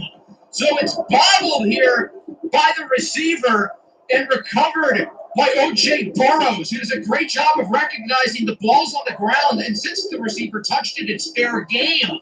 So Kansas gets the ball right back here. Devin Neal on the run loses yardage. He's wrapped up by Kendrick Gant. That is his 4th tackle for loss of the game. Knowing the 2-minute warning was coming, the Jayhawks were looking to get a run in, and it didn't work. Here on second down, risky throw, downfield shot caught for Grimm. 7 catches for 160 today for Luke Grimm. He's been really impressive as the Jayhawks get back to the line quickly. Daniels with a shot. He's got Grimm into the end zone. Touchdown, Kansas. The deficit within 3. The Grimm Reaper with over 200 yards today. Kansas will not go away. What a throw there by Daniels, splitting multiple defenders. And then Luke Grimm, who's been the best player on the field today, outrunning all of them. It's 35-32. We're going to test our luck again. Go for another onside kick. We're 1 for 1 already. And this one is picked up by the Jayhawks. Are you kidding me? Kansas recovers another onside kick and will get the ball back. How are we getting this lucky? What is happening? O.J. Burrows again is the one who recovers it. He picked up the last one too. So Kansas gets the ball back, only down by 3 with 1:45 left to go. Daniels up the middle. He's got Lawrence Arnold past the 40. That goes for a first down, and the Jayhawks are not too off the field goal range. They're not thinking field goal. They've been lucky over the last couple of minutes. Let's keep it going. Devin Neal does not get it. That'll make it a 4th and 2. We could go for the 47-yarder to tie it, but we're going to try luck again and go for it. I don't trust Piper Gerties from this range. It's going to be a jet sweep for who else but Luke Grimm. First and more to the outside as he's got it past the 20 into the red zone. 9 catches for 220 yards now for Luke Grimm. What a performance for the slot receiver. Here's Torrey Loughlin to the outside. Loses 2. Big play there by Kendrick Gant, his 5th tackle for loss of the game. 2nd and 12. Up the middle. Broken up, incomplete. And that's going to set us up with a pivotal 3rd and 12 with under 30 seconds. Daniels looks to throw it up the middle, broken up, incomplete. And now I think this is where you bring out the field goal team. 36-yarder is certainly doable for Owen Piper Gerties. 4th and 12, not as doable. So Houston calls the timeout, looking to ice the kicker. And here is Piper Gerties from 36 yards out to look to tie this game at 35. It's up, and it is barely good. Oh, man, that was close. But it does fall in, and we're tied at 35. Just 2+ minutes ago, we were down by 18 points. But somehow, some way, we're able to tie this game up. Does have a chance to win, though, here at the end of regulation. They still have their timeouts. They're going to have around 20 or so seconds here. We could do the funniest thing imaginable and go for another onside kick, but I'm not that crazy. let's not get ahead of ourselves, as this one looks like it'll go into the end zone for a touchback. I'm curious to see how Houston manages this drive. Will they go for the big plays and try to score before regulation? They're not. They're going to run the clock out with Patrick Jenkins. He gets a few yards. They're not going to call timeout, and it looks like they're playing for overtime. I honestly can't really say I disagree with this because the last 3 minutes have been a catastrophic disaster for Houston, so don't make it any worse. We are headed to overtime for a second time this year. I cannot believe what has unfolded over the last 4 minutes. We were down 35-17. We were dead in the water, but happened to make maybe the most unbelievable comeback I've ever seen in my entire life. The Jayhawks are 1-0 in overtime this year. We beat TCU at home 3 weeks ago with a touchdown by Lawrence Arnold and an interception from Mello Dotson. So Houston wins the toss. They'll start on defense. I don't really hate this, though, because the offense has so much momentum. We just pulled off 3 really impressive drives. So even though I'd probably rather start on defense because I think that gives us the advantage, the offense is playing so well. And guess who it is on third down? Luke Graham in for a touchdown. Kansas takes the lead. Luke Graham is him. 10 catches, 3 touchdowns, pretty much 200. Realtor.com is the #1 app. So when you're buying or selling a home, Realtor.com's real independent valuations. So you know that home is really worth. Real choice. You choose from multiple agent proposals. Because when agents compete, you win. And Real View Maps show you precise wildfire, flood, and noise ratings on every home listing. Don't all I'm saying that? Not really. Trust the #1 app real estate professionals trust. The Realtor.com app today.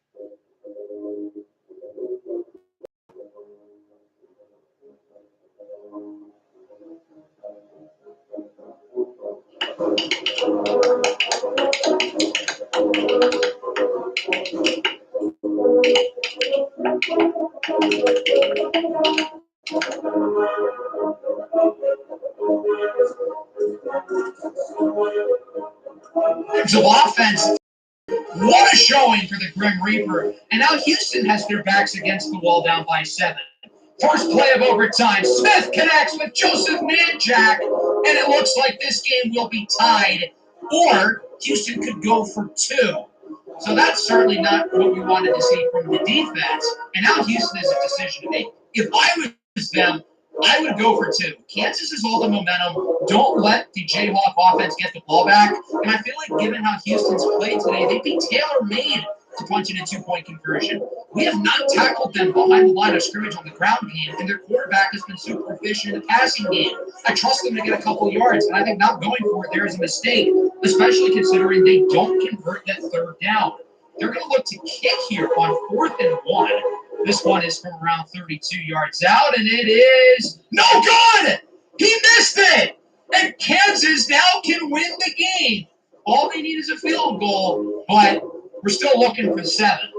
But Daniels loses 4 to start the drive. He's wrapped up by Corey Platt. Kansas has to make sure they're in field goal range. On third down, Daniels will run. He's got the first and is inside the 10. Big run for Daniels, and now Kansas can just taste it. They're right there. Savion Morrison is in for the touchdown, and Kansas hangs on to beat Houston in the game of the year. 48-42, maybe the most impressive comeback I've ever seen in my entire life. We were down 35-17 with 3 minutes to go, and we found a way to win this game with Houston missing 2 field goals, successfully converting 2 onside kicks, multiple passes down the field. I don't know how we pulled this off. We did not deserve to win this game. We must have made some crazy deal with the Wizard of Oz before tapping our red slippers, because there's no place like home, and there's no place like Kansas.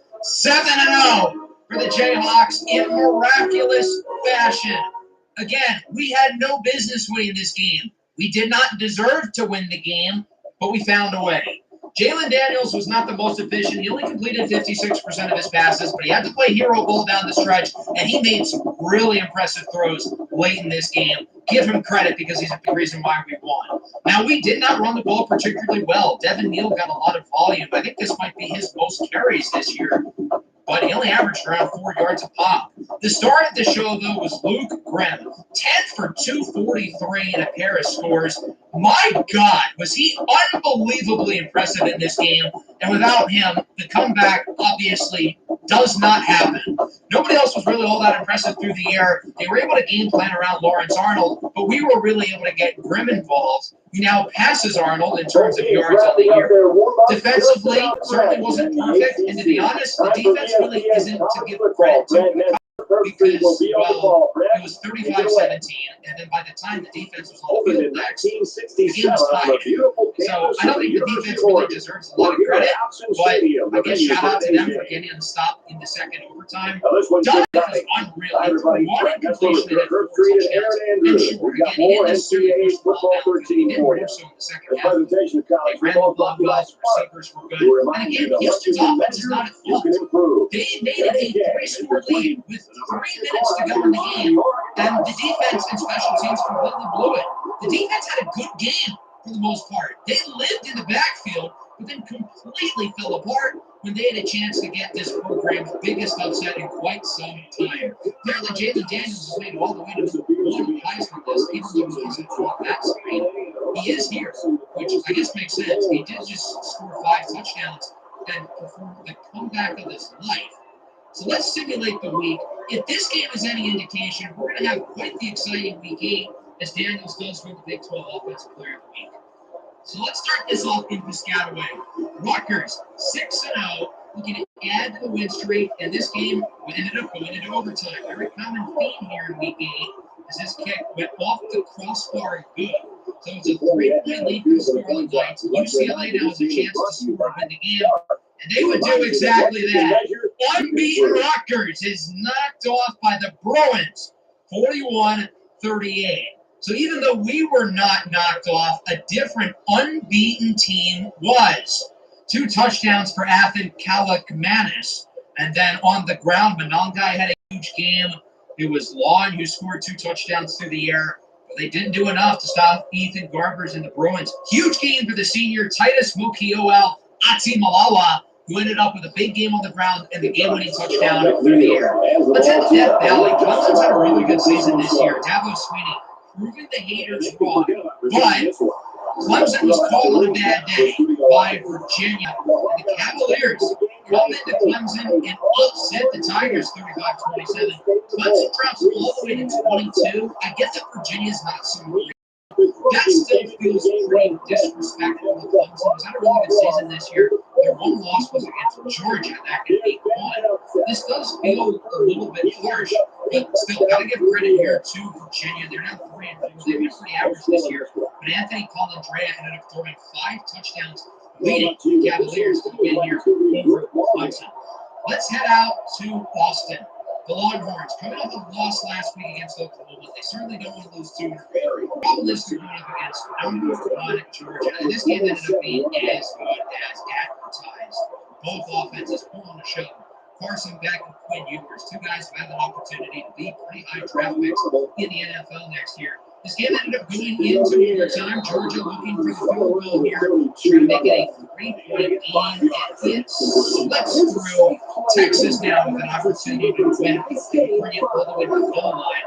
And it's the talented young 5-star Cedric Baxter who walks it off. Number 1 Georgia falls to the Longhorns 39-36. So for the second consecutive week, number 1 team loses despite Carson Beck having maybe his best game of the year. Georgia loses their 4th regular season game in quite some time. So the team who now presumably gets the inside track to move up to number 1 is Oregon. They're headed to Purdue to face off against the Boilermakers. This game ended up being pretty competitive. Purdue is a good team. They've had a solid season, but they cannot stop all the weapons on this Oregon offense. The Ducks win it 42-24, and Oregon, in fact, will move up to the number 1 spot, and deservedly so, coming off the win against Ohio State last week. I thought they should have been number 1, maybe going into the week. Dylan Gabriel was pretty solid. Big day on the ground for Noah Whittington and Jordan James. Trayshawn Holden led the way receiving-wise, but Evan Stewart only getting the ball once, surprisingly. Hudson Card was intercepted 3 times, so the Texas transfer really struggled in this one for do. Oklahoma coming off their big win against Texas. They've got a lot of momentum. They're ranked number 4. But South Carolina ended up giving them a dogfight, and this game went into overtime. So the Oklahoma defense ended up getting a 4th down stop. South Carolina went for it rather than kicking a field goal. And now Oklahoma has a golden opportunity to win the game, and that they would do. 45-39, the Sooners defeat the Gamecocks. They slide into the number 3 spot. Interestingly, though, they're lower than Texas, so they just beat last week and have the same record as. Texas obviously is the more impressive wins, beating Michigan and Georgia. Oklahoma beat Texas. I feel like Oklahoma should probably be higher. Let's head to Tennessee as the Vols face off against their rivals, Alabama. 2 teams who have been disappointing this year. Only 500. This game ended up being quite competitive, but as we've seen over the last couple of weeks, Alabama might be back. Jalen Milroe with another big game, and the tie to the win over Tennessee, 28-26. Over Alabama's last 5 games, they're 4-1, and their own loss was by 7 against Georgia. Understand? Nico Iamaleava statistically is a good season, but the Bulls are below 500. They're only 3. We haven't really talked about Texas Tech in depth this year, so I wanted to make it a point to do that because this team looks like one of our top competitors within the conference. They ended up winning a close one here against Baylor with a controversial call towards the end of the game with that touchdown by Josh Kelly. The officials initially ruled he was incomplete before changing it because he did try to put it bounds, and ultimately that was the difference. Texas Tech wins 41-35. Cameron Morton threw 3 touchdowns for Times Brooks, All-American running back has on the ground. Kelly and Boyd Eakin both for the bell receiving wise. We've got a neutral site game here in Atlanta. Notre Dame coming off a bad loss against Stanford. They drop all the way to 20, facing off against Heisman frontrunner Haynes King, who has an opportunity to really show the national world who he is. And ultimately, he showed everybody that he is the best quarterback in the country. Last week, he threw for 5 touchdowns. Today, he went up himself with 6. Georgia Tech beats Notre Dame 49-42 in a high-scoring thriller. 368 yards and 6 touchdowns for the Heisman frontrunner Haynes King, who continues to just play at an unbelievable level. 3 scores for Eric Singleton Jr., 2 for third. While Riley Leonard continues to struggle. Now, Notre Dame scored 42 points, but he also turned the ball over twice and really was not very efficient. Miami and Louisville, 2 of the better teams in the ACC. Big matchup within the conference, and ultimately it was Cam Ward who stole the show. Miami ends up winning this game 38-27. 2 scores by Isaiah Horton, my road to glory teammate. Miami, I feel like, has gone really under the radar, but if you throw away their first half in week 1 against Florida, where they were down 27-0, if you take that out of the picture, nobody across the country has played better this year than the Miami Hurricanes. Cameron Ward has been exceptional. He has really improved his draft stock, and he is making some waves to possibly go as early as the first round with how well he's performed this year. Miami didn't really run the ball well, but they relied on Ward, and he was able to deliver. Miami's playing just as well as anybody across the country right now, and they, to me, are the favorites in a loaded ACC conference who's been playing their best ball in years. The ACC has completely built back its reputation over the last 7 weeks. Let's hit the Utah. The Utes facing off against TCU, and this game also ended up going into overtime as TCU would strike first with an early touchdown. The thing with TCU is every game they play has to be unbearably close, whether it's against an FCS opponent or a top 5 team on the road. We saw it 3 weeks ago, and now Utah's getting it here. After both teams score in the first overtime, that brings us into the second. Utah with an early touchdown. The Utes, interestingly, would decide to go for 2 here, and they would get it. So now TCU is going to need 8. We'll start here looking for the touchdown, and they get it. Connects with Richardson. Now they got to get the 2. Under some pressure, incomplete. Utah hangs on, avoiding the upset, winning this game 31-29.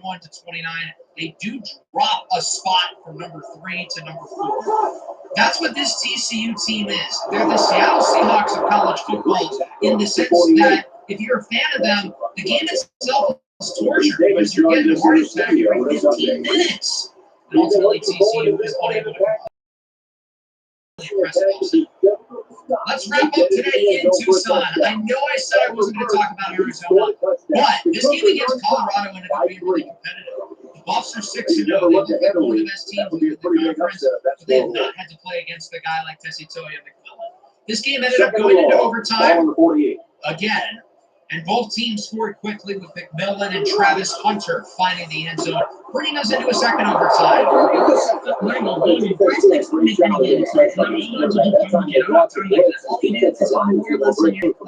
walking your lineups in just seconds. You see the top. And now they're faced with another 3rd and long. They try to Again, convert Prize those Picks is changes available again. in most states. It is the #1 fantasy sports app out there. Download Prize Picks. Wait, can you help me with my picks?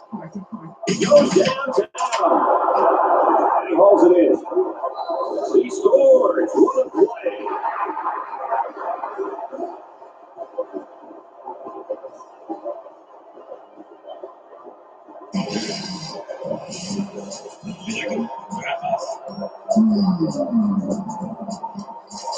Concert tickets to you need The field on the connection. He has the speed to stretch the defense and his hands are Vegas. Counting the days to payday? Go to MoneyLion.com/cash and access up to $500 of your pay early with Instacash. No interest, no credit check, no monthly fees, and never run out of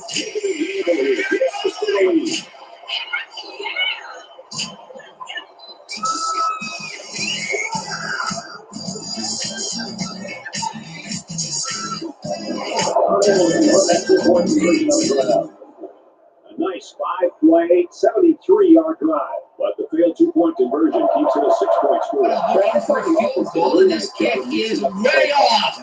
Stevie Wonder could have gotten there closer to the uprights. Arizona only needs 3, but they can get 6 for good measure. It's Toya McMillan again. The Wildcats knock off the undefeated Colorado Buffaloes. They win this game 48-34. The amount of overtime games across these 2 weeks is unbelievable. I don't know how the Sim Engine was fixed in the match, but there has been an unbearable amount of OT games. Interestingly, McMillan was pretty quiet before overtime and really took over down the stretch with a huge game from Noah Fafetta. Jador Sanders is pretty solid as well. I wouldn't worry about Colorado, but they now drop below the top teams in the conference. Looking at some other scores, A&M beats Mississippi State. They are now in the top 10. Tulane is now ranked as they beat Rice. Tulane, to me, has the best resume at the Group 5 schools, considering they beat Kansas State and Oklahoma. Oklahoma State's playing really well. They handle BYU. SMU with a nice win. Here in the Big 12, Cincinnati with a good win. Kansas State squeaks away from West Virginia. And then looking at some of the national schools across the country, I've been disappointed by Boston College. I was impressed with them early in the season, but they've fallen a little bit, losing to Virginia Tech. And speaking of disappointment, I didn't even want to waste my time with Florida State. They stayed, losing to 2-5 Duke. Missouri is under 500 as well. They lose to Auburn. Indiana's had a really good season, 5-1 going into the week. They got blasted by Nebraska. The Hoosiers clearly not for real. Vanderbilt wins their first game of the year. They beat the vaunted juggernaut of Ball State. And a lot of the undefeated Group 5 teams remain undefeated, including Toledo, who is now 7-0. NC State has won 3 in a row after starting their 1-4. So we are now number 6, and we are just one of the 3 Power 5 teams who are unbeaten.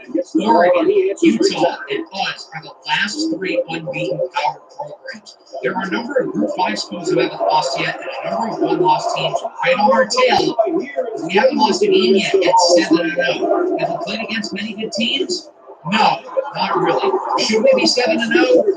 Absolutely not. We were plays away from probably being 4-3. With narrowly beating West Virginia, needing to come back to beat TCU in overtime, and then whatever the hell the game was today against Houston. Here are your players of the week, and of course, as we know, Jalen Daniels won the Big 12 Offensive Player of the Week. Gant, the Houston defense, winning the Big 12 Defensive Player of the Week. Haynes King obviously still the first in terms of Heisman, but Jalen Daniels has made it up to 3rd place. So that's pretty cool. Daniels, interestingly, was a 91 last week. Now he's magically a 95. He's the highest-ranked quarterback in the country, seemingly out of nowhere. So that'll bring us in a week 9. We've got some pretty good games on the slate. Oklahoma, Ole Miss tops the list.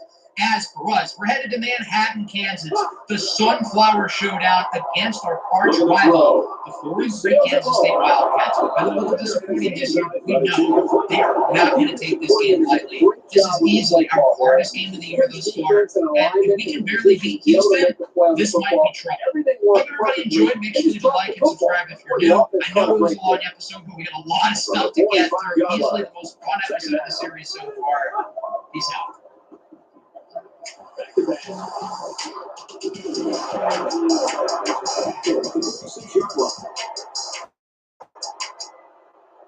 Whatever you're looking for, ep6 can take you there. From Texas to Marvel, Kingston, any means necessary to South Philadelphia. That's where I want to live. Touchdowns to take it. Streaming on American Entertainment. ep6, stream now.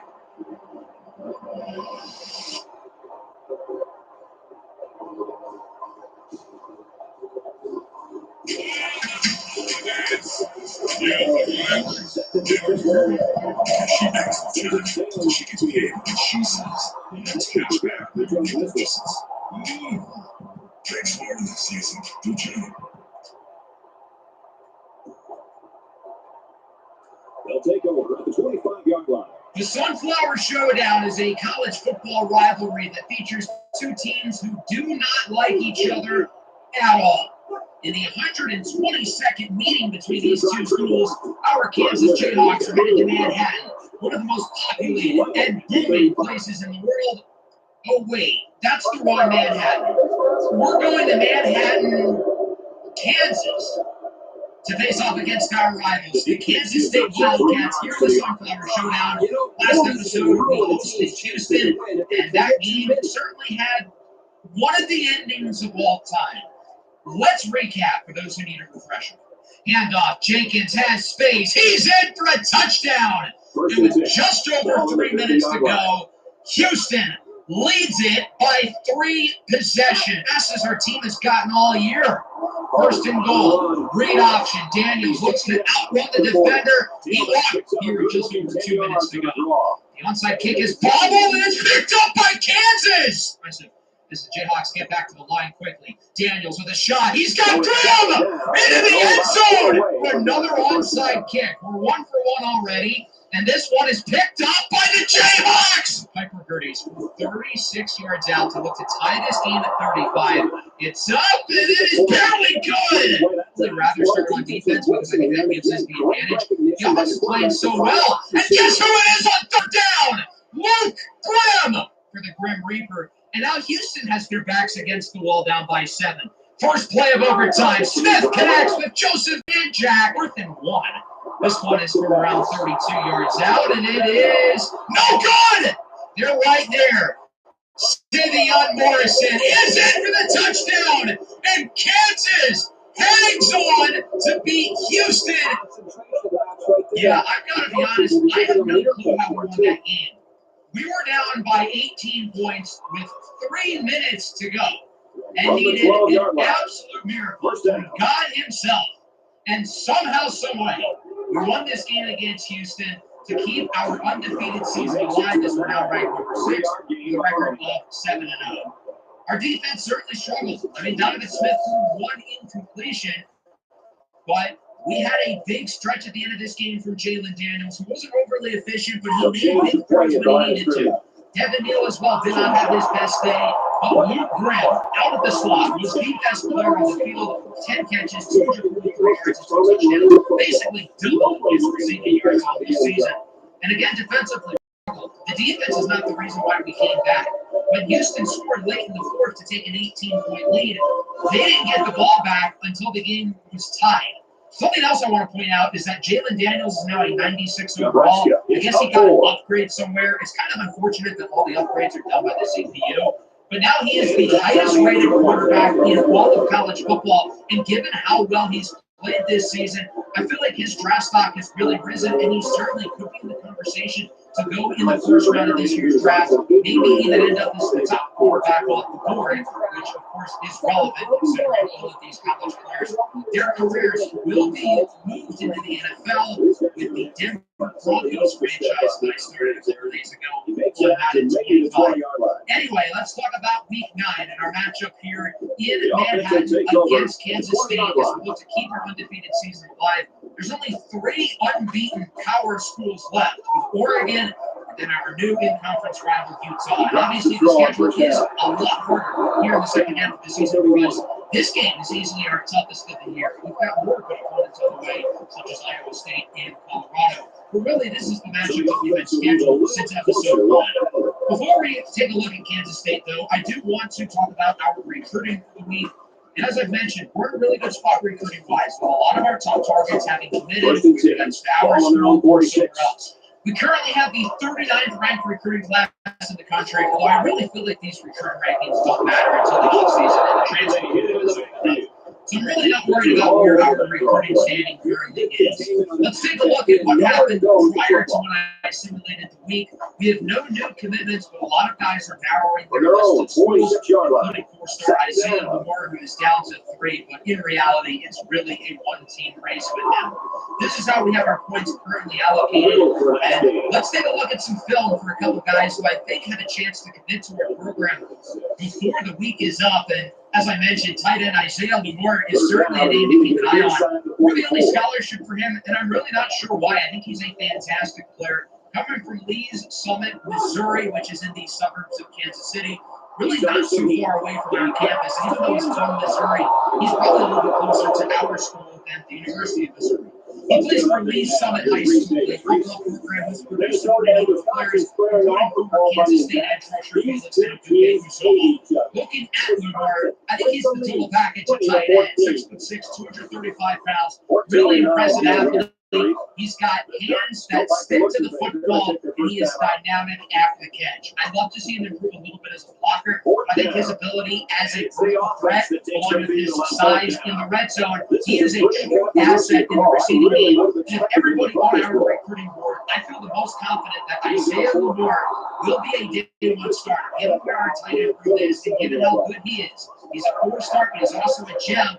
I really like his skill set. If he improves as a blocker, I think we're looking at a future NFL prospect. The other prospect I want to highlight is defensive tackle Apia Kiaho. It's a 2-team race, but really JMU doesn't have much of a chance. I'm expecting to have this commitment locked up going into next week. Kiaho is a 3-star defensive tackle from Philadelphia. He plays for Roman Catholic High School, a program that has developed the likes of Marvin Harrison Sr. and Will Fuller at wide receiver. Now they've got a talented defensive prospect with Kiaho, who is a 3-star, but he's a highly ranked 3-star. He's a top 500 player in the nation. And the Philadelphia area really produces a lot of talent. And even though that's certainly not our neck of the woods geographically, I still wanted to look there because I think there's a lot of good players in that area, particularly Kiaho. I think he's a little bit raw, solid one defender. I definitely want to see him improve as a pass rusher. I think he's got good size and strength at 6'1", 310. Again, I'm hoping he commits to this team. I think he can be a starter for us in the future. With that, we have to figure out how we're going to utilize our 140 recruiting hours. We've got 3 guys ready to visit. That includes Juco, offensive tackle, Ahmad Doe. We're also ready to hard sell him. This is a battle that we have just entered, and we seem to really be interested in, which is good because our tackles are getting a little older, and this is a guy who I think could compete for a starting job as soon as next year. Running back, Keith it's a 2-horse race with Clemson and SMU.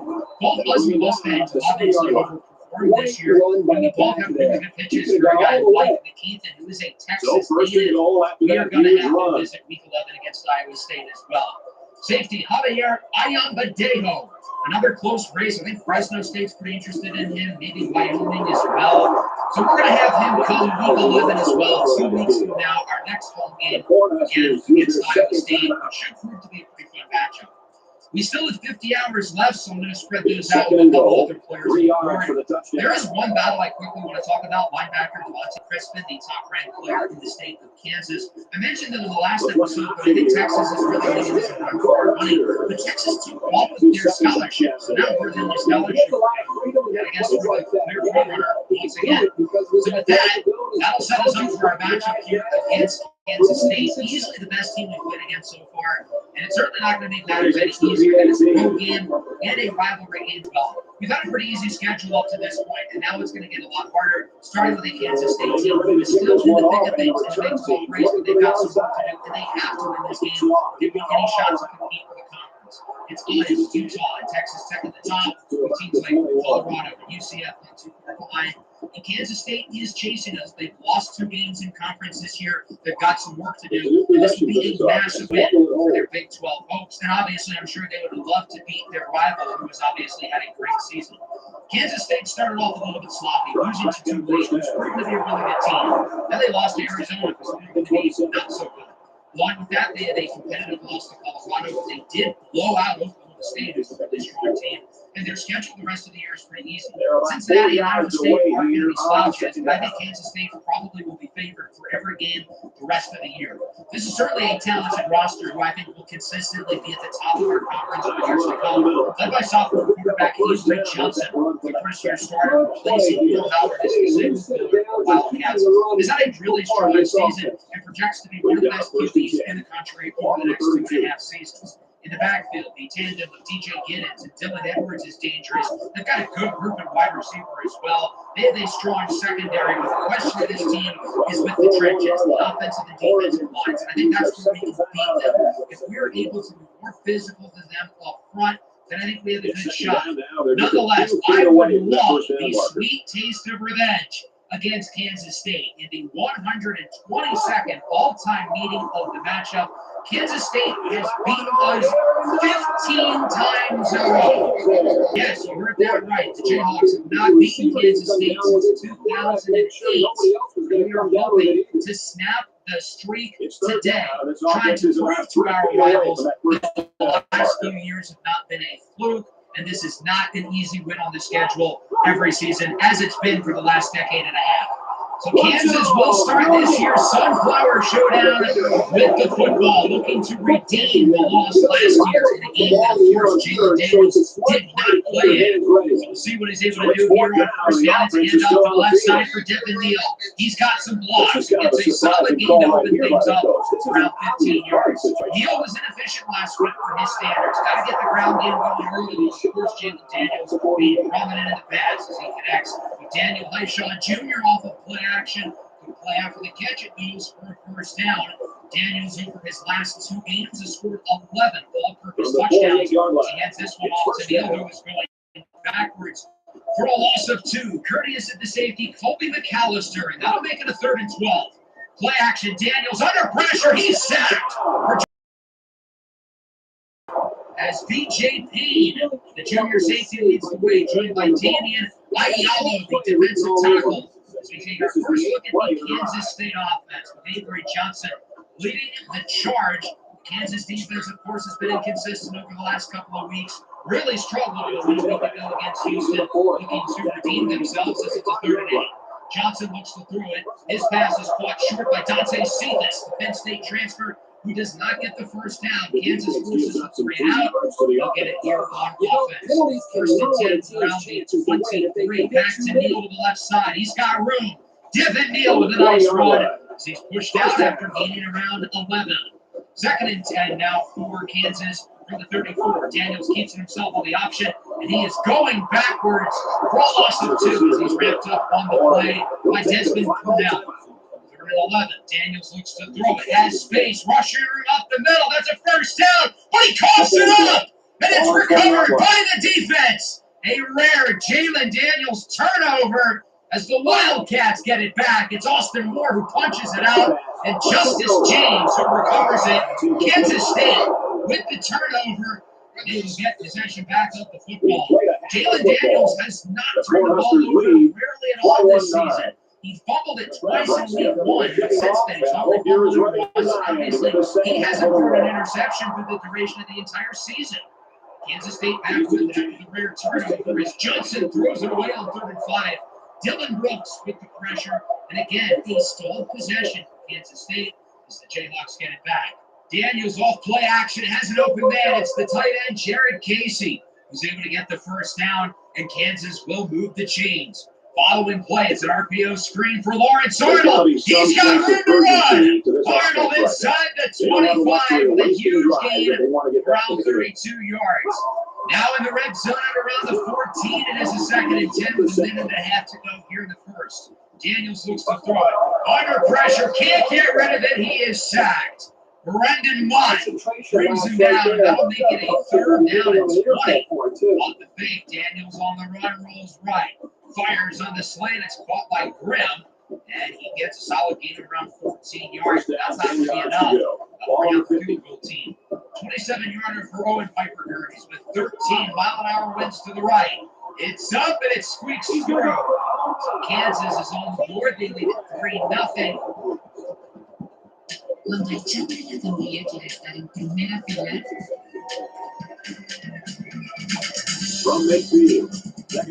es hora de compartir fotos y videos HD en WhatsApp.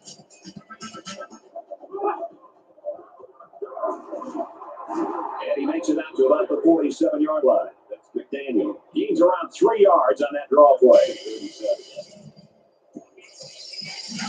3rd down. They need to get inside the 40. The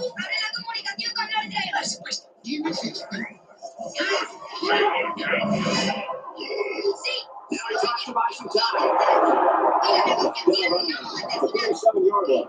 They've obviously found a formula for moving the ball against this defense. Let's see if any adjustments are made before their backs are really against the wall. 1st and 10. Ball on the 37.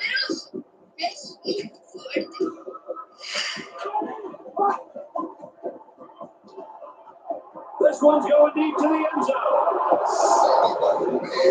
Piper Gerties as Kansas State looks to respond, but not around with the first quarter.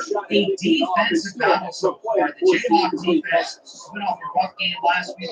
Really strong today. Kansas State only has 17 yards. They haven't gotten a first down yet. Our offense has been solid. We're coming off our best drive of the game, but only we're able to stop these 3. The 2nd down, Avery Johnson has a wide open man, but it's overthrown. That's a touchdown for Dante Cephas. The pass was offline. 3rd and 6 now. Johnson under pressure, evades the sack from Dylan Brooks and throws it away. Kansas State had a touchdown gift wrap for them on that drive. This throw by Avery Johnson.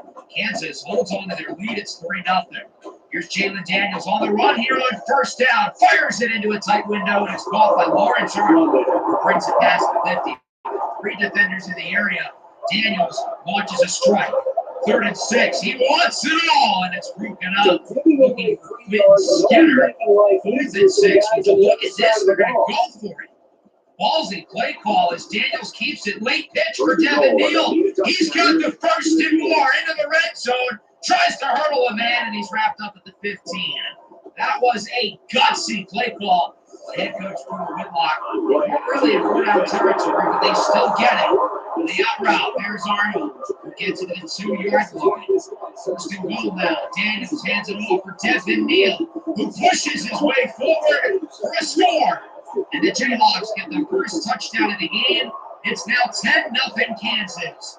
A gutsy 4th down conversion leads to an exclamation point from Devin Neal. And now the Kansas State Wildcats really got to respond down by multiple scores. It's been a rough showing for them offensively. 2nd and 3 here for Kansas State at around the 20-yard line. Johnson with a reverse. It's Dante Cephas. 1st down as he gets around 10 or 11. Kansas State using some trickery. They've got to be more creative with their play calls, such as that one. 2nd and inches, around halfway through the quarter. DJ Giddens up the middle with a 1st down. Powering his way forward to midfield. Kansas State now has it around the 41. Their offense is finally starting to show some signs of life. 2nd and 1. Johnson, it's a screen. He's got Giddens with blocks. DJ Giddens to the 31. Kansas State continues to play well. But now it's a 3rd down. 3rd and 1. Handoff for Giddens. He got the 1st down into the red zone. Past the 15 to the 14. Now 2nd and 7 here for Kansas State. They're inching closer and closer as they look to make a 1-2 game. Johnson on the slant connects with his tight end, and that will go to the 1. Garrett Oakley, redshirt sophomore. first and goal. Dylan Edwards, the transfer from Colorado, is in for a score. The Wildcats are making it a game. It's 10-7. Kansas State has not gotten anything on offense prior to that play, but finally they're able to connect for a touchdown, and it's 10-7.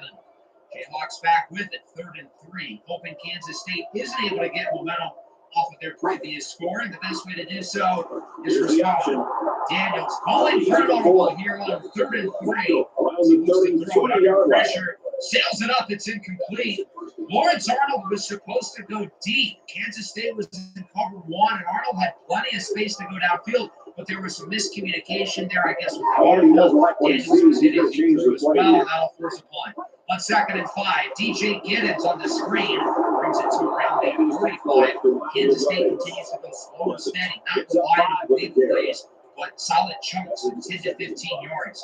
Johnson under pressure. It's caught by Oakley, but just shy of the yard to gain there from 31. And Kansas State appearing to kick a field goal. The Jayhawks full time. However, Kansas State's going to change their mind and go for it. Johnson has an open man. It's Garrett Oakley for the first down. So Kansas called the timeout, expecting them to kick, hoping to get the ball back. Kansas State pulls out the reverse card, making the Jayhawks burn a timeout, and they keep the drive going as it's Oakley again, his 6th reception of the first half. That brings Kansas State into the red zone here as this clock ticks away. On first down, into the end zone, it's caught for a touchdown. Kansas State takes the lead. Jaden Jackson, the redshirt senior, makes the play, and it's 14-10.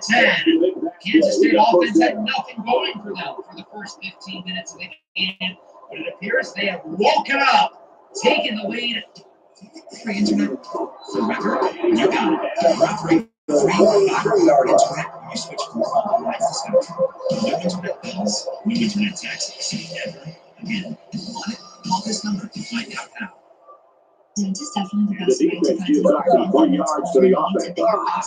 Penalties can ruin a team's chances to win if they commit too big. Things that were really important to me when shopping around for an apartment were to find one that had extra room for a home office, a guest bedroom, and one that had a ton of natural light. And I feel like this apartment really checks all those boxes. So as soon as you walk in, you see the home office and the guest bedroom, which is where I spend the majority of my time because I film all my videos in the full mirror. And you go to the hallway that leads you to the living room, kitchen, and master bedroom. And you need bedroom, of course. And then this is my room. I absolutely love how cozy and moody this mirror. And we have the master bathroom, which I'm so happy is double sinks. And you walk out and you're in the kitchen and the living room, which I think is my favorite area of the entire apartment. I've always dreamed of having floor-to-ceiling windows, and we seriously struck with this view. The natural light that this apartment gives is unreal. If you're looking to rent, definitely start your search in the Rent app. It makes it so easy to find an apartment that has everything. From the 11-yard line, it's 2nd down. They spread the field in the gun with 5 wide first half. receivers. To make matters worse for the Jayhawks, remember Kansas State starts the ball in the 2nd half. So it would be ideal if we can get something going here on this possession. Grimm brings it to around the 50. Kansas elects not to use one of their 2 timeouts, going to no huddle. Daniels on the run. He has some room and rushes for the first down, breaking the tackle. And Kansas will call a timeout. They're 2nd. So they've got to figure out how to possibly get in field goal range to get themselves the choice if they want to kick or go for the touchdown. With under 10 seconds, short throw here for Devin Neal. He cannot outrun the defender. They're going to call their last timeout with around 5 seconds until the clock. What do you do here? Do you try to get closer? Do you take a shot for the end zone? Ultimately, they're going to bring the field goal in and out. It's a 53-yarder for Owen Piper Gerties. It would be his longest of the year. And it's no good. I don't think it had the distance, and it was wide to the right. Kick is no good with a second to go. We don't really trust Owen Piper Gerties from this range, but given the lack of time here in the first half, we didn't really have much of the choice, especially considering we were out of timeouts. With that, going into halftime, it's 14-10 in favor of Kansas State. We were in control for most of this half, and we let it slip away towards the end. Kansas State didn't need many big plays on an offense, but again, consistent runs, consistent passes. That was the blueprint for the Wildcats who appear to have the momentum. And remember, they started the ball here in the 3rd quarter, so they've got a nice opportunity here to look to add to this lead. As for our offense, we've been okay. It's been up and down, inconsistent. We need the offense to be a little bit more steady. here in the second half. 2nd and 10 here to open things up for around the 13 for Kansas State. DJ Giddens to the left side. He's got room. Past the 30. He's wrapped up out of bounds by Kobe Bryant. Efficient day on the ground for DJ Giddens. 10 carries for 75 yards. 2nd and 5. Back to Giddens up the middle. 1st and more. As he takes a shot late. It looked like it was Marvin Grant with the hit. Not before Giddens gets 11.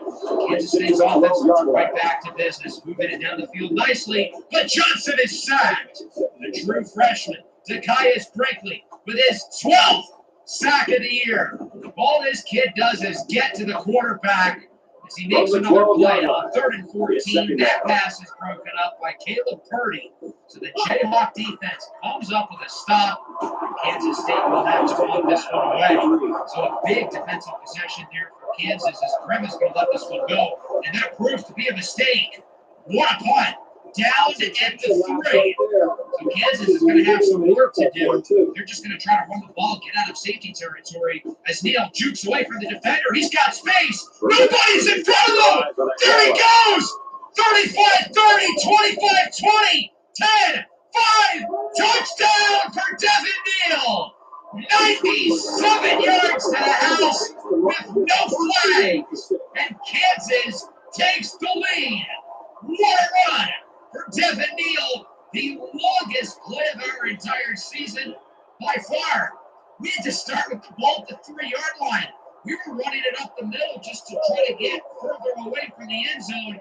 But with Devin Neal in the backfield, anytime he gets the ball, can turn into that. Kansas regains the lead with the 97-yard score for Devin Neal. 17-14. The Jayhawks with the momentum back early in the 3rd. 2nd and 6 here for Kansas State. Avery Johnson under pressure looks to avoid the sack, and he cannot. A number of defenders there in the backfield. The pressure led by Dylan Ludke, and then the linebacker Cordell Wheeler finishes it all. 3rd and 12. Johnson up the middle of the strike for 1st down. O.J. Burrow's nearly able to make a play on the ball, but he's unable to get to it quick enough as Chase Brown gets the conversion. 2nd and inches. Here's DJ Giddens up the middle of the 1st and more as he brings it to the 40 and is now over the century mark in yardage. Now around 3 to go here in the 3rd. 2nd and 5 here in Kansas State. Johnson looks to throw it up the middle. He connects with Chase Brown once again. That's a 1st down inside the 20. So Kansas State responding well off of the big run. So Devin Neal is able to get this lead back. 1st and goal. DJ Giddens up the middle. Plows through for a score. And the Wildcats are back on top. DJ Giddens with the touchdown. He strikes the pose as every Kansas State player has today. Why are they all doing Heisman quizzes when none of them have a chance for the award? I mean, at least DJ Giddens is good. The other guys who scored are backup caliber players. 21-17. Daniels on the run. Going to keep it himself. It's a block for Arnold. Still in bounds, and he gets it to the 45. Lawrence Arnold was wide open that whole time. Daniels saw all that extra pushing room he could get, especially for Arnold's following as a blocker. 2nd and 5 up the middle. Hauled in by Jared Casey inside the red zone. Kansas making quick work with this possession as they want this lead back. Devin Neal to the outside. Gets a gain of around 1 or 2, and that'll wrap up a busy 3rd quarter. Kansas barely has had the ball.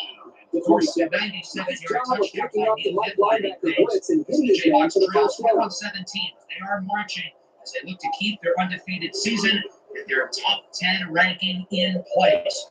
We'll see here in the red zone if they can regain the lead. As it is a 3rd and 9 to get things started up the middle. Devin Neal cannot hang on. Looks like someone was called for holding. Way too much jersey there. Pretty easy call for the official. So it's 1st down and an eternity.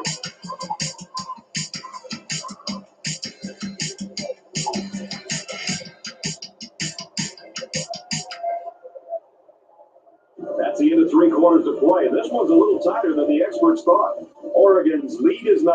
Remix your auto insurance with Intuit Credit Card. We can queue up a personalized offer based on your driving profile. Finding great coverage for less? Now that's your jam. Get auto insurance dedicated to you with Credit Card. He gets sacked on the play. Broken up incomplete. I think it's too far away from the first down mark. I consider going for it. So here comes the field goal team. 35-yarder for Piper Hurries is good. And Kansas State holds on to the lead, but the deficit is within one. As it is now 21-20. Here's DJ Giddens to the left side, losing yardage. Second down, wrapped up on the play by Dylan Wadke. Third down and 8 now. Johnson downfield is a wide open man. It's Brown who breaks a tackle.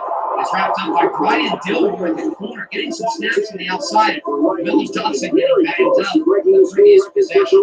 Second and 8, play action. Johnson under pressure, and he is sacked. It's J.B. Brown in the backfield for a sack. That'll make it a third down and 17 for Kansas State with pretty much everybody in motion. Johnson finds himself alone in the backfield. So it looks like a quick screen, and it's picked. Kobe Bryant with the interception. Nobody's in front of him. Showboating into the end zone for a pick six. And Kansas regains the lead here in the fourth. Kobe Bean Bryant with the interception, and he takes it for a house ball.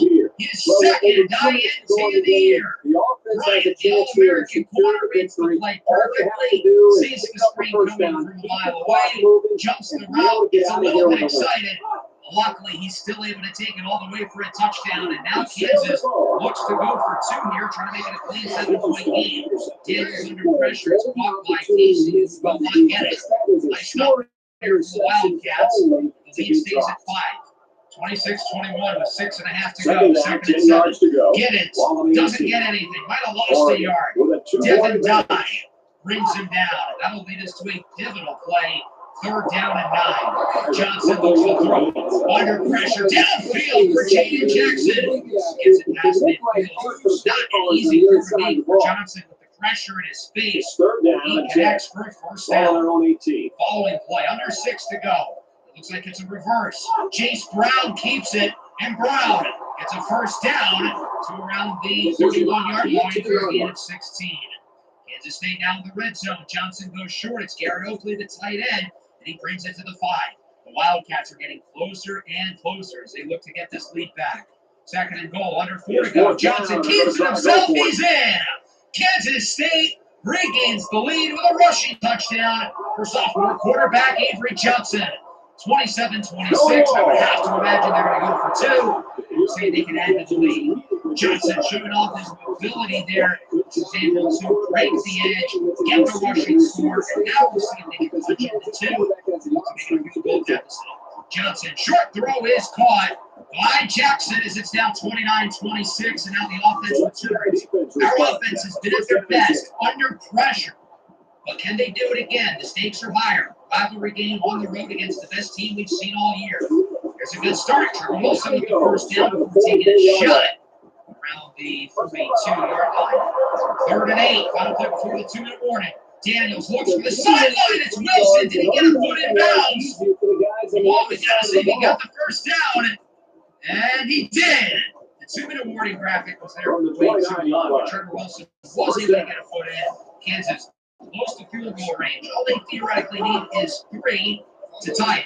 Second and 5. Devin Neal on the run. He gets around 4. That sets us up with a pivotal 3-1 because Kansas really isn't in field goal range yet. I don't know if they got it. Risky throw. It's caught for the first by Casey. He really was not open. That was not the correct read. Kansas is lucky that worked. As Luke Grimm on the very next play gets around 13, and now Kansas has it at the goal line. Third and goal. Handoff for Devin Neal, and he does not get it. Wildcats with the stop. They are not going to call a timeout. So Kansas is going to choose as much clock as possible, and then delivering out the field goal team. You can make the argument to go for it, but look, I trust their defense. Their defense has been a little bit spotty today. I think they can get a stop and bring this game into overtime. 32-0 in overtime so far this year. As the chip shot for Piper Hurries is good. 29-29. Kansas State has 35 seconds and 3 timeouts. The game-winning drive here is certainly doable. I don't think time's an issue. It's just a matter of getting a couple plays together. This Kansas defense has not allowed big plays throughout the duration of this game, which I think is a big reason why Coach Whitlock felt comfortable kicking the field goal. They're going to run the ball here on first down. Giddens gets around the 6 or 7. I don't get what they're doing. I would try for them to score rather than run the clock out and send it to overtime. On the play of the 4th, Johnson loses yards. He's wrapped up by Jason Gilliam. And with that, we're headed to OT once again for the 3rd time over the last 4 games. Our team must be addicted to overtime. And we're already 2-0. We came from behind in both of those games to tie it and ultimately won it in the overtime period. Against TCU back in week 5, we needed 1 overtime. Last week against Houston, we needed 2. We'll see what happens here on the road against Kansas State. Again, it's a little bit different. It's a road game, rivalry game, the best team we've seen all year. Tails never fails. We win the toss, and we're going to start on defense. It is worth noting that we lost the toss in our 2 overtime wins. Maybe that was the good luck charm. I don't know. We were going to make the analytically correct decision and let the Wildcats start with possession of the football. First play with the 25. Here's Avery Johnson up the middle. Fires for Dante Cephas. Again, OJ Burrows nearly could have made a play on that ball, but he just wasn't able to. First and 10 at the 10. Johnson goes short. Garrett Oakley with the touchdown. A quick 2-play drive for Kansas State. And with that, it's a 7-point game. I think there might be discussion about going for 2 here, but I think realistically, when you're the first team to score, just get the extra point. That's what the Wildcats do. And now our offense has their backs against the wall. This is where they've thrived all year. Let's see if we can get another touchdown and look to tie or win the game. On 3rd and 7, Daniels under pressure. He is sacked. Oh, no. And this game's going to come down to a 4th and long. It's Jordan Allen who leads the pressure. And it comes down to this. 4th and 15. The undefeated season is on the line here for the Jayhawks. Daniels looks to throw it, looks downfield, it is caught by Jared Casey inside the 5 to the 1. A gain of nearly 30 for Jared Casey, and the game stays alive. A huge play there for the offense, and Kansas will continue to breathe. First and goal, it's a pitch for Ingram, walks it in for a touchdown. And now the biggest question of the day, do you go for 2, try to end the game, or do you take the points? Again, I think the analytically correct decision is to go for 2. That's what I would normally preach here. But sometimes when you're in the position to make a call, you need some big components. And I would argue kicking the extra point here to send this game into double overtime is the right move. Because again, I have faith in our team to win this game. We've been a little bit inconsistent in the red zone. We're going to take the 1, and we're going to keep the game going. Keep in mind now, in the second overtime, if either team were to score a touchdown, we have to go for 2. Jalen Daniels on the run. That's a good start. He gets around 15. And Kansas brings it to the 10. Now it's a 3rd down, though. We'll see if they can punch it in, and if they don't, what they'll do on 4th down. Daniels has some running room, keeps it himself, and he is in for a touchdown. Jalen Daniels with the rushing score. And now the offense has no choice. They have to go for 2 to make it an 8-point game. We'll see if they can punch it in. They decided not to go for 2 in the first overtime, as it is a direct snap for Devin Neal, and he's in. A little trickery for the Kansas offense, and they lead it by 8. So with that, Kansas State cannot win the game here in double overtime. They need a touchdown and a 2 to tie it. On 2nd and inches, it's Dante Cephas. He gets a first down inside the 10. The Wildcats are getting closer and closer to this end zone. Remember, they've got to get the 2 as well. Johnson, short throw. Garrett Oakley walks it in. Garrett Oakley with his 2nd touchdown of the overtime period alone. 44-42. And now Kansas State has to punch it in to keep this game alive and send it into a 3rd overtime. Johnson keeps it himself. He is in! 44-44. We're going to overtime number 3. And for those of you who may forget the new college overtime rules, it's alternating 2-point conversions now. We'll start with Kansas State. their first try. It's a handoff for Giddens, and he does not get it. A huge tackle by Cornell Wheeler, and now Kansas can win it if they convert here on the 2-point try. Daniels looks to throw it, can't find anybody open, rolls to the right, tries to run, he does not get it.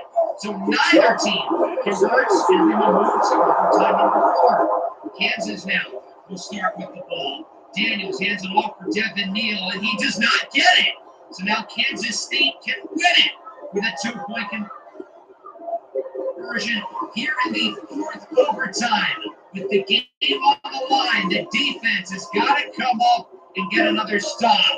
We'll see if the Wildcats can finish the upset. It is broken up, incomplete, and we are now headed to a 5th overtime. Neither team able to convert in overtime, so 3 or 4. We'll see it 3 times for sure.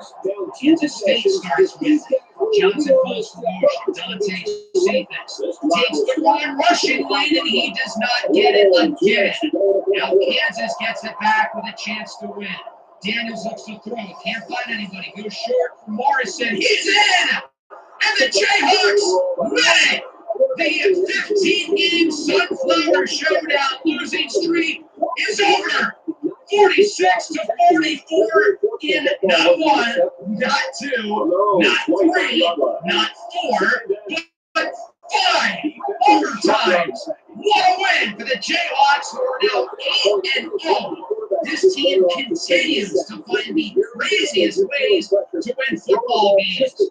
Every game with this team feels like a roller coaster. It feels like we shouldn't be winning any of these matchups. We're seriously a few plays away from being 4-4, but we just continue to find ways to win down the stretch. Good teams find ways to win good football games. Do we deserve to be 8-0? Probably not, if we're being realistic.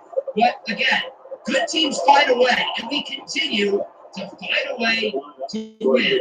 This time it took a little bit longer, going into 5 overtimes, a lot of 2-point conversions, a lot of missed 2-point conversions on both sides.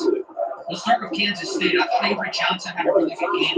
The interception was a killer, though. Not for that play, they would have won the game. But nonetheless, I thought he was really impressive. DJ Giddens from the ground had a big day himself. Then through the air, a number of guys impressed.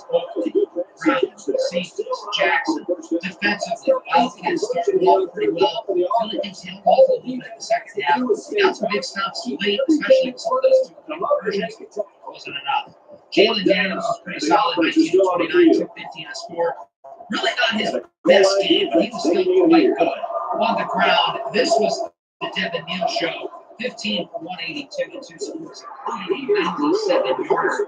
Daniels had some nice work on the ground as well. Did take a couple sacks through the air. Again, it was very balanced.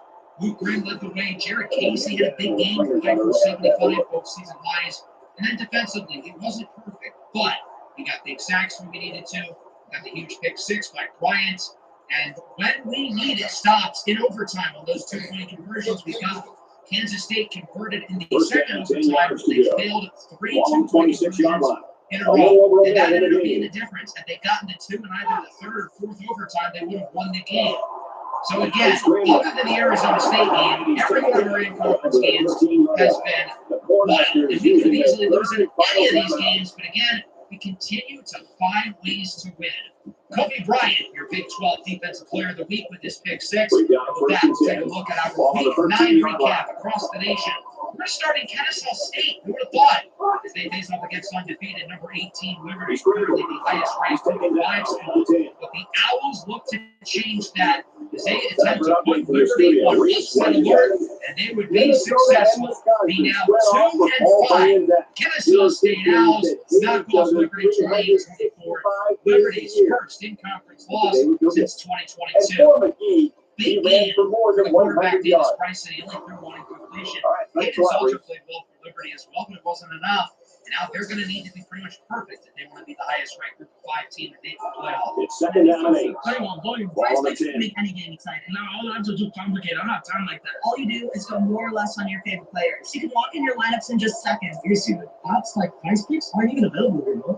Wrong again. Price Picks is available in most He states. takes It it is in. the #1 fantasy sports app out there. Download Price Picks. Wait, can you do my picks?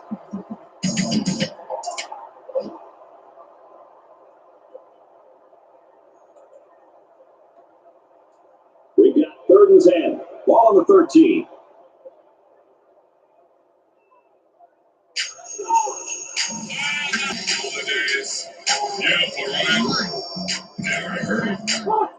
The quarterback gets the lead. That ball is She's back right to your pass. opponent. He gets paid what she says.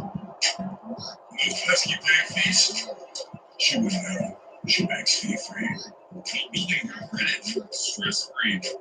Look at her go. So don't bet damn way. Thanks more this season. Do Johnny.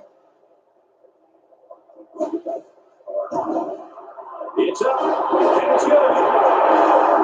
Has lost 2 games. They've got to win this one here against Boston College. The Eagles had other plans. Boston College with the win in a huge game from the tight end Morales as they hang on to win over the Louisville Cardinals. A close, high-scoring final.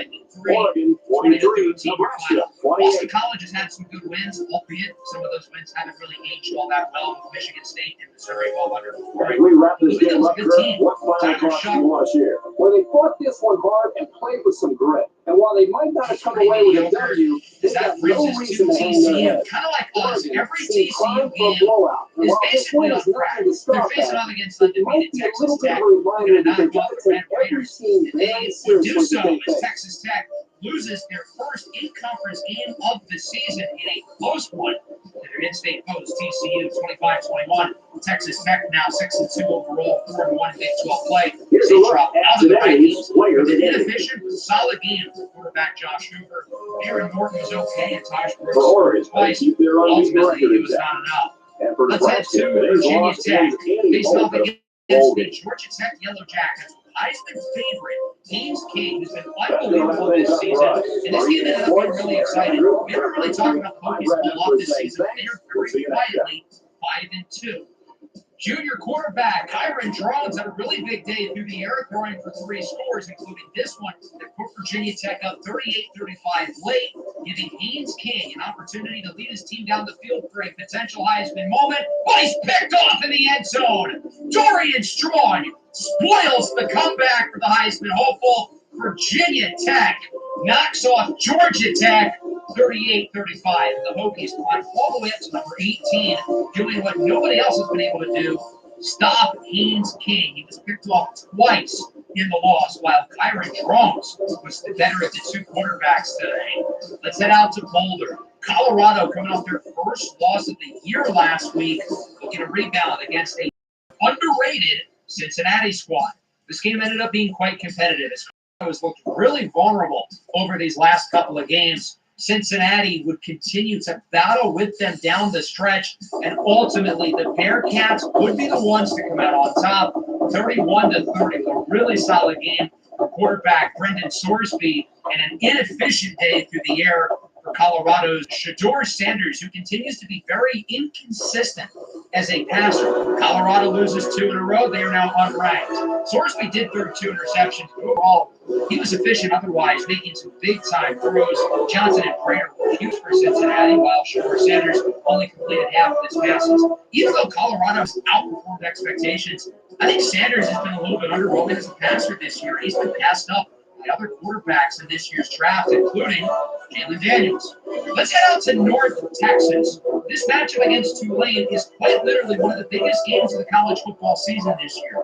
I know that seems crazy. A Group 5 matchup with Liberty losing earlier this week. You can make an argument that these are the 2 best Group 5 teams in America right now. Of course, Tulane, ranked, beat Kansas State and Oklahoma. North Texas, undefeated. Both of these teams have brilliant quarterbacks, and as you would expect, this ended up being a dogfight. But it was Ty Thompson who led the way for the Green Wave over North Texas, 28-22 is Tulane wins the battle of the green. I guess that's what I'm going to call it now. I was hoping to see more of Chandler Moore as a potential Heisman candidate. He wasn't bad per se, but I feel like if you're being considered for the Heisman, you've got to have some statement games in some statement wins, and this could have been it. Ty Thompson, on the other hand, was brilliant. 78% completion percentage, 3 touchdowns, making big throws all day. Let's take a look at one of the biggest matchups in the SEC this week. Number 3, Oklahoma, for 12 Ole Miss. Both teams have one loss. This ended up being a defensive battle with a 2-point lead for Oklahoma, 16-14. Ole Miss gets it last, though. We're going to drive down the field for an opportunity to potentially kick a game-winning field goal. And they're moving it nicely. They're getting a big drive here on quarterback Jackson Dart. And even though their offense has struggled throughout this game, they're getting closer and closer to field goal range. This run by the first down to center the kick and an opportunity now to win the game. With time expiring from 37, it's going to be close, and he got it!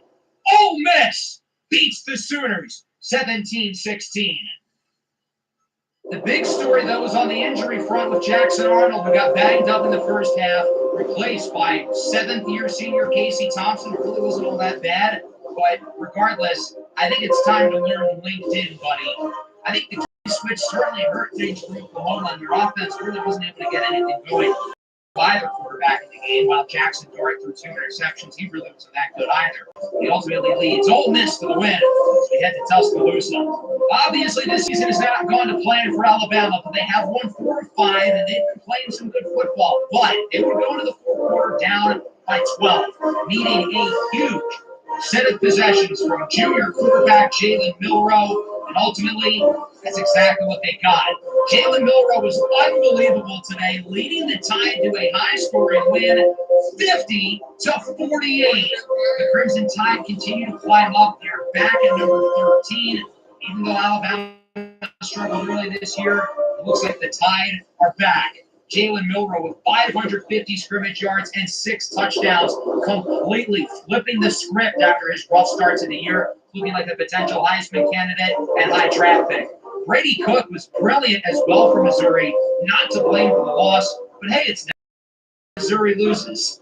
UCF facing up against BYU, a big matchup within the Big 12. Obviously, UCF one of the better teams within the conference, sitting at 6-1. This game ended up being quite competitive, with UCF really in control throughout most of it going into the fourth quarter. And BYU needed a big comeback to potentially make some noise. This touchdown possession would bring the Cougars within 2, but ultimately it would be too little too late. UCF hangs on to the win, 28-26, with a strong fourth quarter from quarterback Jerry Bohannon. We're going to play against BYU in a couple of weeks. The Cougars are certainly not bad, and they gave UCF their best fight.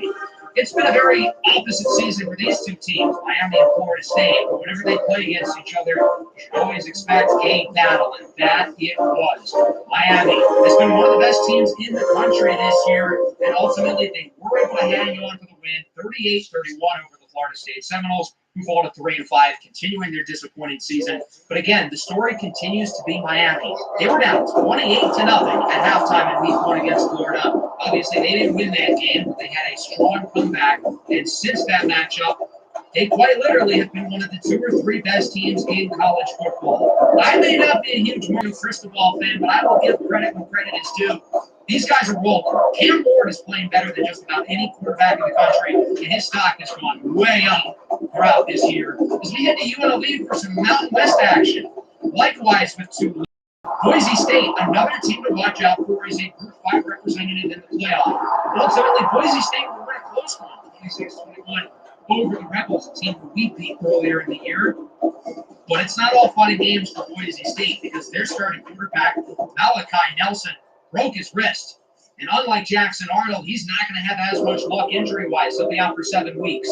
Maddox Madsen only threw out the bench, 2 of which were interceptions. And that's not to mention Ashton Jeanty, the star running back, is already hurt.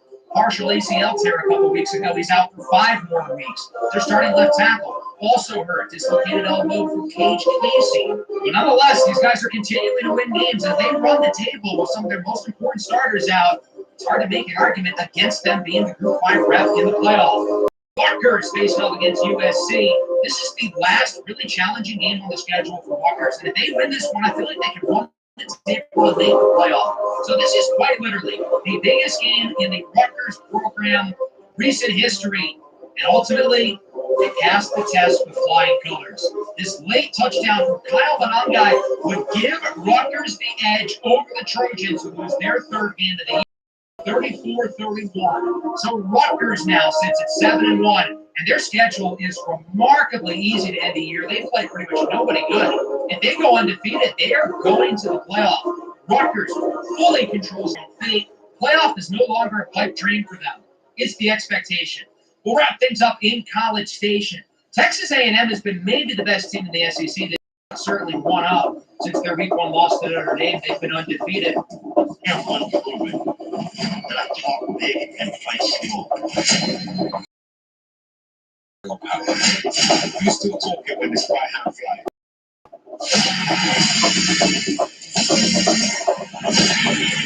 This is the fight that shuts everyone up. This is the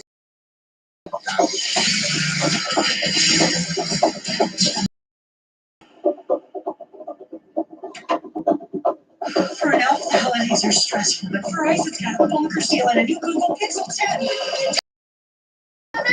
right now. Both teams wrapping up their just action and the ACC. You're in a blender. Keeping your finger on the pulse of everything that's going on everywhere else across the country. Right now, it's time for kickoff. And ESPN college football, Brett Nessler and Herbert Street are on the call. On the inside, Oklahoma Memorial Stadium is one of the most modern stadiums in the country, but it still has that old player's charm. Football from Norman is on the way. Finally, we kind of put everything The together in stadium this is game. alive already, and we're set for more NCAA football 13. We welcome you and have you along with us. Obviously, I feel like it's still way too late for this to really revive their Welcome to season. another game of NCAA football. We're brought to you by Spark, who reminds you that what you can measure, you can Still a good win improve. for them to try to at least get back to relevancy, even if playoffs are completely out of the picture. We had a lot of movement in the 20s this week, so teams like Iowa make big climbs up to number 16. Notre Dame gets over Navy, they sit at 21. Penn State is now ranked. Should they be? No, they are.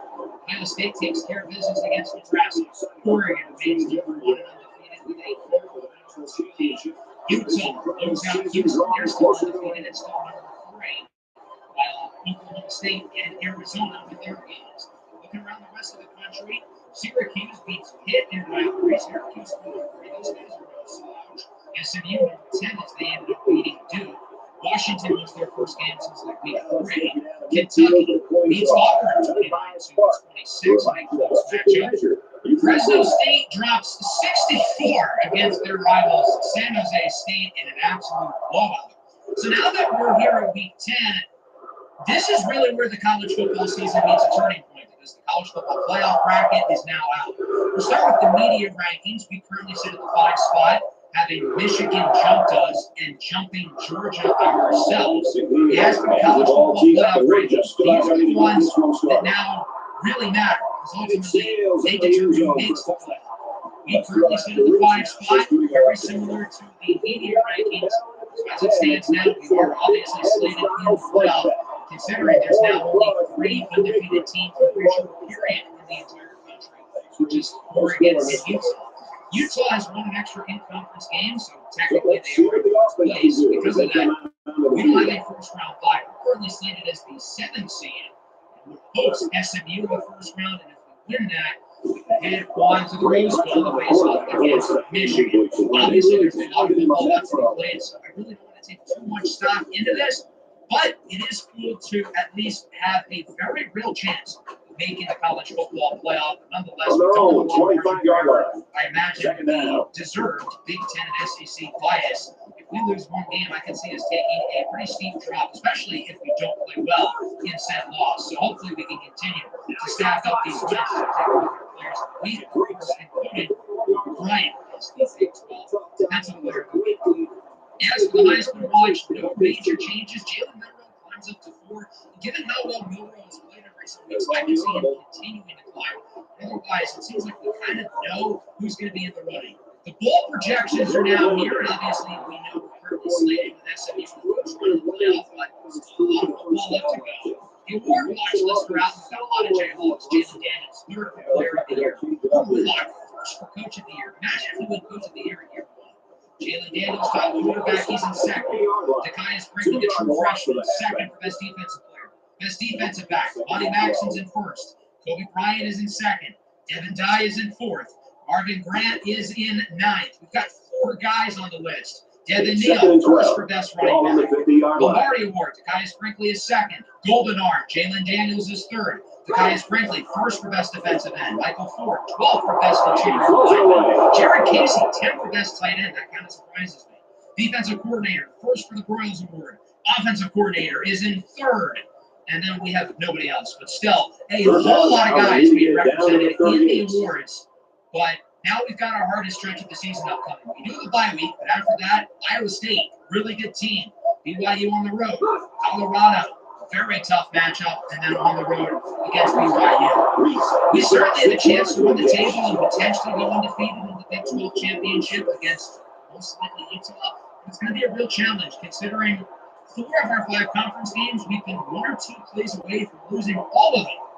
Is it only a matter of time until our maybe rookie stretch of wins ends, or will this team continue to find ways to miraculously win some football games? Next episode, we've got a 2-for-1, Week 10. Got some big matchups, particularly in the Big 10, Oregon and Michigan, Penn State and Ohio State. And then Week 11 as well, we've got some more big games on the slate, including our matchup against Iowa State. Keep everyone enjoying. Make sure to leave a like and subscribe to the channel if you are new. Peace out.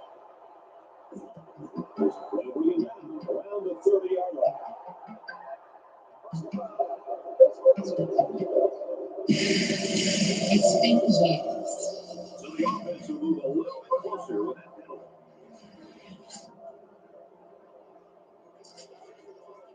But the events are still etched in my memory. From their own 45-yard line. First down.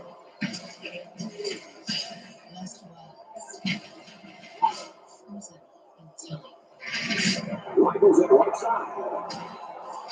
New discoveries. Waiting behind every door.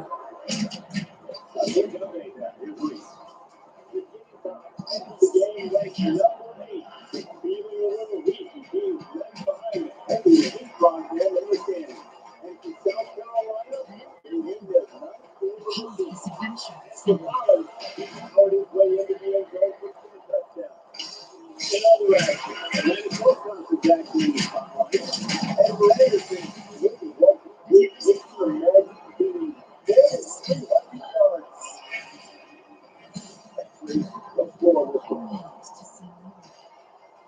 I need to go further.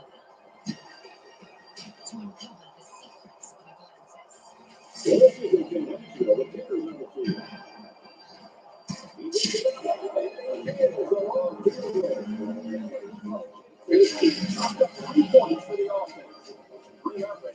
Are destined to be retold.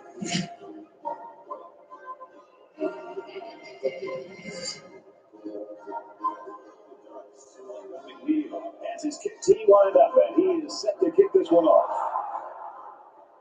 And they can forget about returning this one.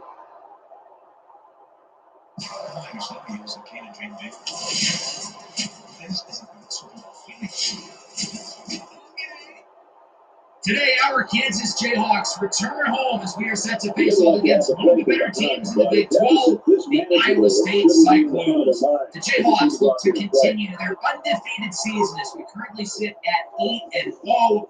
The game against Iowa State will be in Week 11, but first we've got our Week 10 bye week. That means we'll be going through 2 weeks worth of content in one episode. So buckle up because it should be a lot of fun. In the last episode, we played against Kansas State, our big rivals in the Sunflower Showdown, and the game ended up being quite exciting and quite long, going into 5 overtimes. Kansas gets it back with a chance to win. Daniels looks to throw, can't find anybody. Goes Morrison is in, and the Jayhawks win it. The 15 Sunflower Showdown losing streak is over. Honestly, I have no clue how this team is still undefeated. Because I like to say good teams find ways to win tough games, but there's got to be an element of luck involved at some point as well. Regardless, a huge win here against our arch rivals, Kansas State, a team who we do not like. Wildcats have beaten us in 15 consecutive matchups, and I'm happy we were finally able to end the streak. But today, we embark on our toughest stretch of the season yet. None of the 8 teams we've beaten are currently above 500. That's the change with teams like Iowa State and Colorado on the schedule here down the stretch. I've gotten some questions about the gameplay sliders that I've been using, and I'm happy to say that I have a pretty good set that I like, and I'm happy to show them to you guys. These are the sliders that I use for today's game against Iowa State. All-American difficulty, placement passing. So if you want to give them a try, I recommend. Let's take a look at where we are before we go through week 10. Of course, we know Jalen Daniels is in third for the Heisman Trophy. We've got a number of guys very high on the award ballots, which goes to show how good our team is right now. It's also worth noting that most of the players here, other than Takaias Brinkley and Devontae Maxson, are all seniors. And as much fun as this year has been with this roster, it's going to be a major challenge next year, given that a very large amount of our core will be gone. So we need to continue to set these young guys up for success while also continuing to win games and position ourselves for an opportunity to make the first ever 12-team college football playoff. As of now, we are currently the 7th seed in the inaugural playoff bracket, and if the season were to end today, we would host SMU in the first round, which I think would be a pretty fun game. So with that, we're not going to waste any time, and let's go through week 10 around the nation. Of course, we don't have a game this week, but it'll still be interesting to follow many of the other matchups. We'll start with Charlotte, who's been one of the better Group 5 schools this year. They only have one loss, facing up against a fellow one-loss team in Tulane, who's coming off a huge win last week against North Texas. This game ended up being quite competitive. 2 Group 5 teams fighting for a potential playoff spot. But it would be Tulane, who adds another statement win to the resume, 27-21, despite a quarter comeback from the Charlotte 49ers and a decent game for back round. Tulane has won every big game they've played in this year. They beat Kansas State, and we know how tough they are. They beat Oklahoma, who's in the top 10. Now back-to-back weeks with wins over North Texas and Charlotte, some of the best teams within the conference.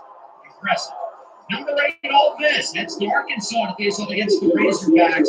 Ole Miss looked very vulnerable to start the year, but I give them credit. They've been playing some recent, just beat Oklahoma last week, but they fell flat. And ultimately, it's Arkansas with the upset. Whoop big! Over Ole Miss, 35-30 with 3 touchdowns for Taylor Green. A big win for an Arkansas squad who's had an underwhelming season. As for Ole Miss, they still only have 2 losses. I don't know if it's time for the sky necessarily to fall, but we might be getting close to that point because they play against Georgia next week. That's not going to be easy. SMU, number 10, adjusting well in the ACC, faces off against a 3-4 Pitt team. I wanted to see if this SMU squad would look for real against a significantly inferior opponent. And boy, did they. 34-0. Shutting out the Panthers, climbing to number 7. Eli Holstein with 3 interceptions, and this isn't some scrub either. Eli Holstein was on Alabama last year and had to transfer because he didn't have an easy pathway to the field. Preston Stone, meanwhile, with 3 touchdowns, leading SMU to the win. These guys are real. They look like a legit playoff contender. Speaking of ACC teams with high playoff hopes, Virginia Tech heads to the Carrier Dome. Facing against Syracuse. Kyron Jones and the Hokies won a big game last week to show the world that was not a fluke. Virginia Tech with a competitive win here against a solid Syracuse squad, 31-23. Pretty good game from Kyle McCord, but it was not enough for the Orange to get the win, as Kyron Jones puts his name high up on the Heisman list. He had a solid and efficient game through the air and a huge day on the ground with 105 yards and 2 touchdowns. Virginia Tech gets set for their biggest game of the year next week against Clemson. Texas Tech has had a great season within the Big 12, facing off against Iowa State, who we've got on the schedule next week. The Red Raiders have only lost 1 game so far in conference play, But don't tell that to the Cyclones. Rocco Beck, the sophomore quarterback, threw 4 touchdowns, leading Iowa State to a big victory over TCU. Iowa State's a really strong school. They're always competitive with Matt Campbell as the head coach. And now they get their biggest win of the year in line to face off against us in Lawrence, Kansas. The Cyclones take this one over Texas Tech with the final score of 41-24. Rocco Beck with 4 touchdowns. He did throw 2 interceptions, but otherwise was really good. Very efficient day for running back Abu Saleh III. Jaden Higgins had a huge game through the air. Aaron Morton and Taj Woods were both pretty good. And Josh Kelly, the senior receiver, has had legitimate first-round production this year. It was not enough for Texas Tech. They lose their second game of the year within the conference. Number 1, Oregon. Number 4, Michigan. One of the biggest games of the year up to this point. And this ended up being a defensive battle. Definitely Michigan's style of tempo. Oregon had to adjust. They couldn't really play their game of carrying the ball down the field. While it certainly was not great, the Ducks would find a way to win it ugly. 23-17, Oregon with another huge win. They are now 9-0, obviously remaining as the number 1 ranked team in the nation. Michigan only drops to number 8, which I think is fair. Their only losses this year are against the number 1 and the number 2 teams in the country. And now with 2 losses, Michigan is a lot less margin for error. Alex Orji really struggled in this one. The Oregon defense was absolutely tremendous. While Donovan Edwards had a good game on the ground, that wasn't enough to compensate for the rest of the offense's struggles. Dylan Gabriel, the Heisman hopeful, really did not play well. 55% completion percentage, sacked 6 times, and didn't throw for a score, although he did run for one. Evan Stewart continues his quiet streak. He still leads the nation in terms of receiving. He's been a little underwhelming over the last few weeks. You know who wasn't underwhelming? The defense. Jeffrey Boston, 2.5 sacks. Jordan Birch leads college football in sacks with 15. He looks like a top 10 pick in next year's draft as of now. Iowa facing off against Wisconsin. We haven't really talked about the Hawkeyes a whole lot this year, but they've quietly been playing really good football since their shutout loss against Ohio State. And that would continue into this game here against the Badgers. Despite an impressive fourth-quarter comeback from Wisconsin, Iowa would end up winning this game. They still only have 2 losses, moving up to number 13. I feel like Iowa kind of controls their own destiny. If they win out, they have a real shot of making the playoff. Cade McNamara throws for 2 scores, while Deshaun Williams runs for another. The Iowa offense has been respectable, while their defense struggled down the stretch. They did 4th quarter from Tyler Van Dyke. Wisconsin could not run the ball at all, and that's the name of the game for the Badgers. Their leading rusher at 8 yards. Florida and Georgia, one of the more fun rivalries in college football. The Gators, number 25, Georgia, number 6. Obviously, we know Georgia's the better team. You got to imagine Florida's going to play points. And that's exactly what happened in this game. And ultimately, the Bulldogs would avoid the upset. They beat Florida, and they actually jumped us in the rankings, moving up to number 4. 24-20 your final with 2 scores for Graham Wirtz. Wasn't enough to beat Florida, so what would have been probably their biggest win of the Billy Napier era. They really struggled on the ground. Montrell Johnson with under 2 yards per carry. As for Georgia, Carson Beck was a little bit inefficient, but still made some big throws, tossing 3 scores, including the one at the end to win it from tight end Oscar Young. I think maybe the most important game this week might be this matchup between Louisville and Clemson. We're both starting to fall behind a little bit in a loaded ACC. Clemson cannot afford to lose another game. They have no margin for error after that, while Louisville with 3 losses does have to be perfect the rest of the way if they want any shot to make the playoffs. And as you can imagine, this game ended up being really exciting. It went down to the wire, very high scoring. Both quarterbacks played really well. But it is Louisville who would win this one 45-37. Both teams are now unranked. Both teams now have 3 losses. And now Clemson has no margin for error the rest of the year. And that starts next week against a great Virginia Tech squad. Cade Klubnik was phenomenal, though. He threw for 5 scores and one of the big down the ground. But the defense let them down. Tyler Shuck with 3 touchdowns, completing 80% of his passes for the Cardinals. Louisville still has some work to do, but that's a big win. A team who quietly has been playing really well is Oklahoma State. They lost a couple of games earlier in the year, but it seems like they're back in business. The reason for that has been the performance of All-American running back Ollie Gordon, as he leads them to a 35-17 victory over Arizona State. And it's not so much the result of this game that matters all that much, because Oklahoma State was supposed to win this one big, and they did. But it's more so that the Cowboys are ranked number 10. Despite a pretty good game for Sam Leavis, a freshman, and getting the start over Taylor McDougal for Arizona State. But going back to Oklahoma State, they are now positioned to make the playoff, but they have 2 losses within the conference. That might not necessarily be a bad thing. They might not have to worry about a conference championship game, and if they win out, they are making the playoff. Allie Gordon was fantastic, 15 yards per carry. Gordon struggled early in the year. Over the last few weeks, he has been awesome. Arizona faces off against UCF. Tonight's only 1 loss this year. They're going to challenge us in Utah at the top of the Big 12. But ultimately, it would be Arizona who gets the upset in this one. Wildcats have been really inconsistent throughout the duration of this year. But they've had some flashy performances, such as this one today, in the win over UCF, 33-28, as the Knights fall to 23 in the rankings. Noah defeated threw for a lot of yards and a lot of touchdowns. He was picked off twice, but otherwise was pretty good. And as I tell you, McMillan had a huge game through the air. McMillan's been inconsistent on a game-to-game basis, but we've seen the flashes with him. And that's going to lead to him being a first-round pick most likely in this year's draft. KJ Jefferson, meanwhile, with a very disappointing performance for UCF. Let's head to the U. Miami faces off against a Duke team who really is not any good. This should be a blowout, but Duke ended up making this game really competitive with the Kings. Now Miami, who is going to hang on and win? But I have a little bit of concern for this team after this performance. And Miami is a squad who I've spoken very highly of over the last couple of weeks. I still feel like they are the team to beat in the ACC over SMU, Virginia Tech, and others. But this was a red flag. I mean, they only beat Duke by 7 at home. Blake Murphy, the Texas transfer, good game for the Blue Devils. Cam Ward, potential Heisman candidate, had a nice day for the Canes. But I've been saying Miami's going to play better football than everybody since the first week of the year. And now after this game, I may need to take back some of those spots. We're going to have to root to me again next week. Penn State has very quietly won 4 games in a row, but now it's time for the big game that they lose every year against Ohio State. Wait, hold on, I'm getting a phone call. Hello?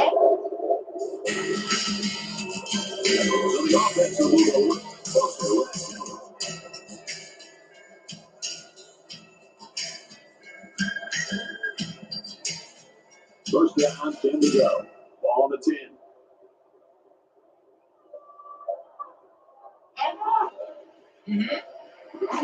Wow, you're kidding. Okay, thanks for letting me know. All right, the call was from the quarterback department. They're looking for the Penn State football program because they are back. They knocked out the Buckeyes 35-28. And crazy enough, they only moved up 2 spots in the rankings. I don't know why. Certainly a shaky performance from the Buckeyes, who dropped to number 15. They've lost their second game of the year. They've still, I think, put themselves in a position where if they win out, they'll make the playoffs. But they definitely have less margin for error than they did previously going into this game. Drew Allen played really well, throwing for 3 scores, rushing for another. And for the first time, maybe ever in his Penn State coaching career, Jay Franklin was won a big football game. How about that? Boise State's only loss this year was in Eugene against Oregon by a deficit of 4 points. This team has as good a resume as any Group 5 school to make the playoff. The problem is their starting quarterback, Malachi Nelson, is out for the rest of the regular season with an injury he suffered last week. It's now the Maddox Madsen show at quarterback, but he needed some help from running back James Dugar, who replaces the also injured Ashton Jeanty. Boise State will win this game over San Diego State, but only by 3 points. I'm a little concerned for the Broncos because while I think this team is good enough to be a Group 5 threat in the playoff, and their resume certainly speaks for itself, the injuries to their star quarterback and star running back leave some questions if this team is going to be able to carry on the rest of the year. They barely won today, and it's not going to be easy as the Mountain West is a really competitive league. Let's look at some of their scores around the rest of the country. Kentucky is back ranked as they beat the struggling Tennessee Volunteers in a blowout, 43-10. A&M takes care of business against South Carolina. USC defeats Washington. In Big 12 play, TCU continues to play to the level of their competition, barely beating Baylor. And Kansas State ends up beating Houston. As for some other sports, Texas State, one of the top teams in the Sun Belt, wins, while Liberty barely beats Jacksonville State. USF wins their third game of the year. I still have no clue how they defeated Alabama, but okay. Florida State drops to 3-6 after losing to UNC 27-14. Rough year for the Seminoles continued. App State 7-2. They look like a really strong team in the Sun Belt. While Toledo still only has one loss inside of the bag. Let's take a look at the rankings around the rest of the nation. We, of course, are still number 5, with Georgia leapfrogging us, and Michigan obviously falling below us as they lose their second games all of this season. So we're going to stay at where we are for right now, but there's a lot of movement otherwise, with Ohio State dropping to 15, Ole Miss to 19. Penn State only goes up 2, which is hilarious to me. Wake Forest and Kentucky are now both ranked. As for your players of the week, we've got Joey Aguilar, the quarterback for App State, and then the big fella, Dayon Walker for Kentucky. As for the Big 12, Avery Johnson wins the Offensive Player of the Week for Kansas State. And our quarterback, Jalen Daniels, drops to 5 in the Heisman race with Cam Ward and Kyron Strauss both jumping him. So something interesting about the Big 12 is that other than us in Houston, everybody else here has at least 2 losses. So even if we do lose the last 4 games, we'll still be at minimum the top 2 within the conference, which is obviously enough to put us in the Big 12 championship. In the CFP rankings, we move up from the 7th seed to the 6th seed, and we'll be slated to play against Rutgers in the first round. I think the committee got the top 12 right for the most part, but obviously these rankings don't really matter in the grand scheme of things, but it's still interesting to see. Before we move to the Iowa State game, I do want to talk about recruiting. And again, we've got 2 weeks worth of recruiting to go through. We'll start with week 10. We do with a new commit, 3-star defensive tackle, Afia Kiabo, from Roman Catholic High School in Philadelphia. I think Kiabo's probably going to take a couple years to find the field because he is a raw player, and I like our depth we have in the middle of the defensive line. But he is very highly ranked for a 3-star. The third highest ranked prospect we've gotten to commit to the program, the highest ranked commit from somewhere other than the state of Kansas. A number of other prospects are continuing to narrow down their list. Most notably, JUCO wide receiver Mario Maddox is down to 3, which means he should be set to commit pretty soon. We now have the 37th ranked class in the country, but I think that number is going to go up over the next couple of weeks, given the amount of players who are close to committing on our board. So let's take a look at where we are currently recruiting-wise. There are a number of players who are in some tight races for it, so that's what I want to go over today. We're going to go over the 2 JUCO prospects on our board currently, and the fun thing about these guys is that they're actually on the same team right now. Wide receiver Mario Maddox has played at Navarro College over the last 2 years. That's a JUCO in Central Texas, just south of the Dallas-Fort Worth area. Maddox is an interesting player because given the lack of returning talent we have in the receiving room, not only do I think he has a good chance to start for us next year, I think he could end up being our best receiver. Maddox is an interesting case because I think he kind of fits the bill as a slot receiver, but he can also stretch the field. His skill set really isn't that different to Luke Grimm, who's ended up being one of the most valuable players for our offense this year. Now, Maddox is a little bit undersized, only 5'8", around 200 pounds, but he's lightning fast. He's got great short area quickness. He's got solid hands, and as I mentioned, he's great at taking the top off of the defense and stretching the field. I wish we knew his short route running because I think that would be really telling for what his role is going to be. But I'm hoping it's pretty good so we can find him in the slot. The big question about Maddox is the character concerns. Maddox wasn't underlooked coming out of high school. He was actually a pretty solid prospect, but nobody wanted him due to reports that he was uncoachable. He was academically ineligible at times, and his peers and teachers and coaches generally didn't have good things to say about him. Now, the good thing with Maddox is that he's completely cleaned up his act over the last 2 years. Everyone we've talked to has nothing but good things to say about him. Teams are still clearly scared by his past, but I think he's a young man who's worthy of the second chance. The first time we saw Maddox play in person was when Navarro College headed up to the state of Kansas to face off against Hutchinson College. And in that game, I was impressed by Maddox's teammate, Ahmad Dunn, who was the right tackle for Navarro College. Dunham is a very different story than Maddox because he was not highly regarded coming out of high school. He had to go the JUCO route because he really didn't have any other choice. Over the last 2 years, he has played really, really well for Navarro College. We haven't scouted him yet, interestingly, so we might as well do that now. It doesn't look like he is a gem or a bust, so he's probably going to live up to the 3-star billing. But nonetheless, I think he has a chance to start for us on the offensive line next year, especially given that our current right tackle, Bryce Ingledew, is an upperclassman. With Dunham, you're getting a big kid, 6'4", 294 pounds. I think he's got solid play strength. And again, he looks like a man of much points at the JUCO level. But obviously, it's a big jump going from a much lower level of competition to not just Division I, but the Big 12. Nonetheless, I think Dunham's an interesting player who, again, gets to compete for the starting spot at right tackle and could be a starter for us over the next 2 seasons. Dunham has solid short area quickness and wins with finesse. And again, I'm hopeful he'll get the opportunity to compete for a starting job for us as soon as next year. Dunham is not the only guy who we haven't fully scouted yet, so we're going to do that now. We're going to start running back Kane to Keithan, who ends up being a bust. But we're so far into the battle, we're going to continue to go after him. I think his ratings really don't look that bad. Kicker Anthony Escalante is also a bust, but his ratings are better than any current special team we have, so we're going to continue to go after him. Safety Adrian Bourgeois does not end up being a false origin. He looks pretty solid. So I would say he's going to go up to his ranking. And then we are going to continue to utilize the rest of our coaches' live schedule.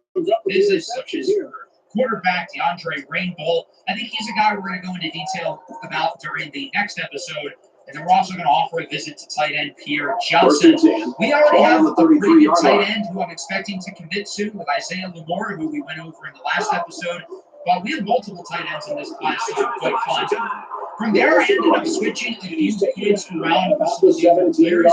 But for the most part, I really didn't have to make many tough decisions this week because, again, a lot of our highest guys have already committed. And I feel like this part of the year is the easiest of recruiting. The calm before the storm, if you will, which, of course, the storm being the transfer world.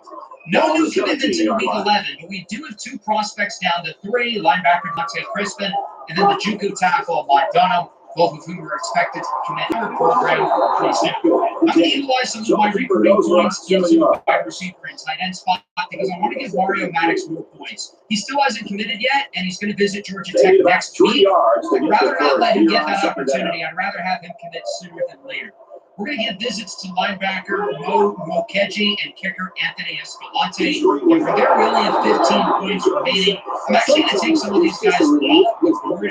I put them on because there wasn't a lot of interest from other schools. And some of these guys still really don't have much interest. But I realized I don't want to low block cheese these guys. I want to add to the challenge. So I'm going to take those guys off. This is how I'm going to use the rest of my points, most notably Mario Maddox now getting 65 recurring hours put into him. Because again, I want to have this commitment done now with Georgia Tech and Vanderbilt both just entering the race.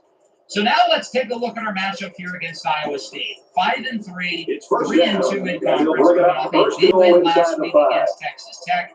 As I mentioned, there is room for error in the Big 12 because that close in Utah are the only teams with less than 2 losses. And obviously, both of those are undefeated. We're 2 of the 3 remaining undefeated teams in Oregon in all of college football. Now, if we do lose one game, we're going to have to be cautious because Oklahoma State, Texas Tech, UCF, Colorado, Cincinnati, even Iowa State, they're all chasing us. So us in Utah still have to play well and continue to perform.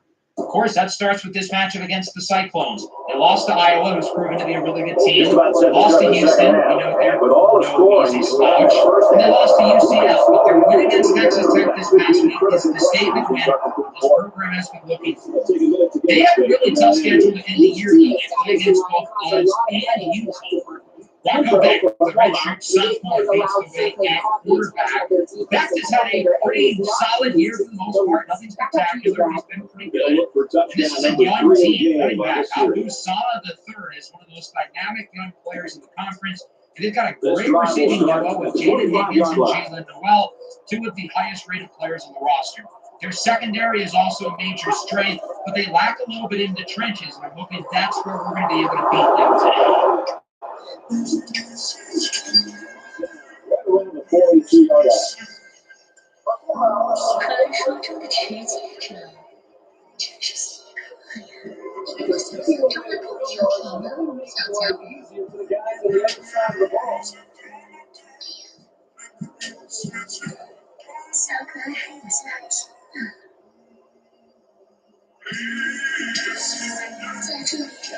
left through the air, and it's first and 10.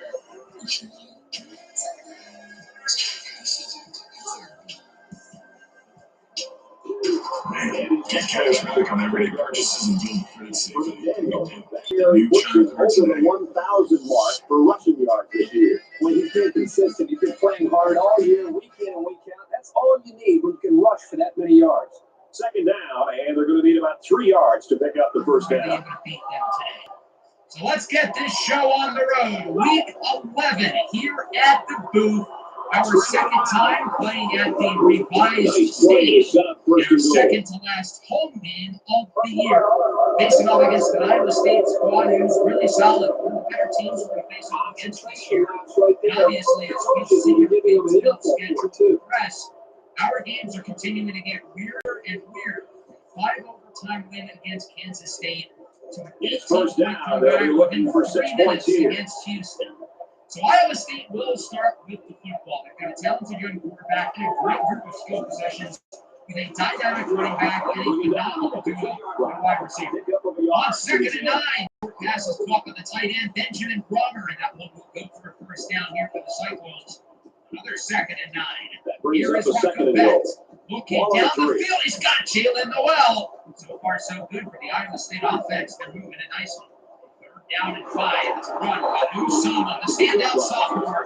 He only gets a yard, wrapped up by Dylan Brooks. From there, Iowa State will have to punt the ball, wanting to win the field position battle. So the Kansas defense starts this game off with a stop. And now we have to see the Jayhawk offense, who has scored at least 40 points in each of their last 3 games. Albeit 2 in overtime, but still, that's neither here nor there. On 3rd down, here's Lawrence Arnold up the middle, gets around 22. Playing the kids with the standout senior. That lead us to another 3rd down, this time 3rd and 10. Daniel steps up in the pocket, on the run. Looking downfield, Luke Graham wide open inside the 20 to around the 17. Why did nobody cover him? He had all that space leading to a gain of over 30 yards. 3rd and 3 now. Daniels under pressure. Evades the sack with room to run. Showboats for a score. And the Jayhawks strike first. They lead at 7-0. What a play and what a drive. Jalen Daniels showing off his impressive ability on the run as a dual threat quarterback. Because, well, we saw him making big throws out of structure and making big plays with his legs. On the touchdown, as you can see, Iowa State sends a blitz, but he breaks the tackle from the incoming defender, the safety Malik Burden.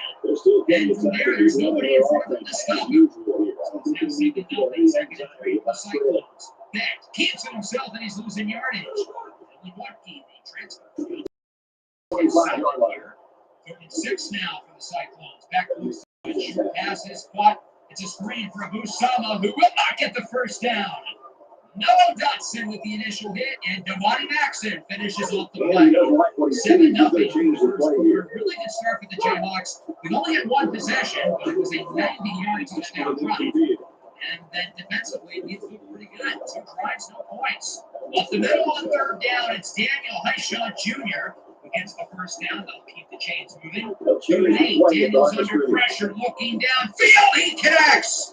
That pass is hauled in by the Grim Reaper, Luke Graham, for another first down.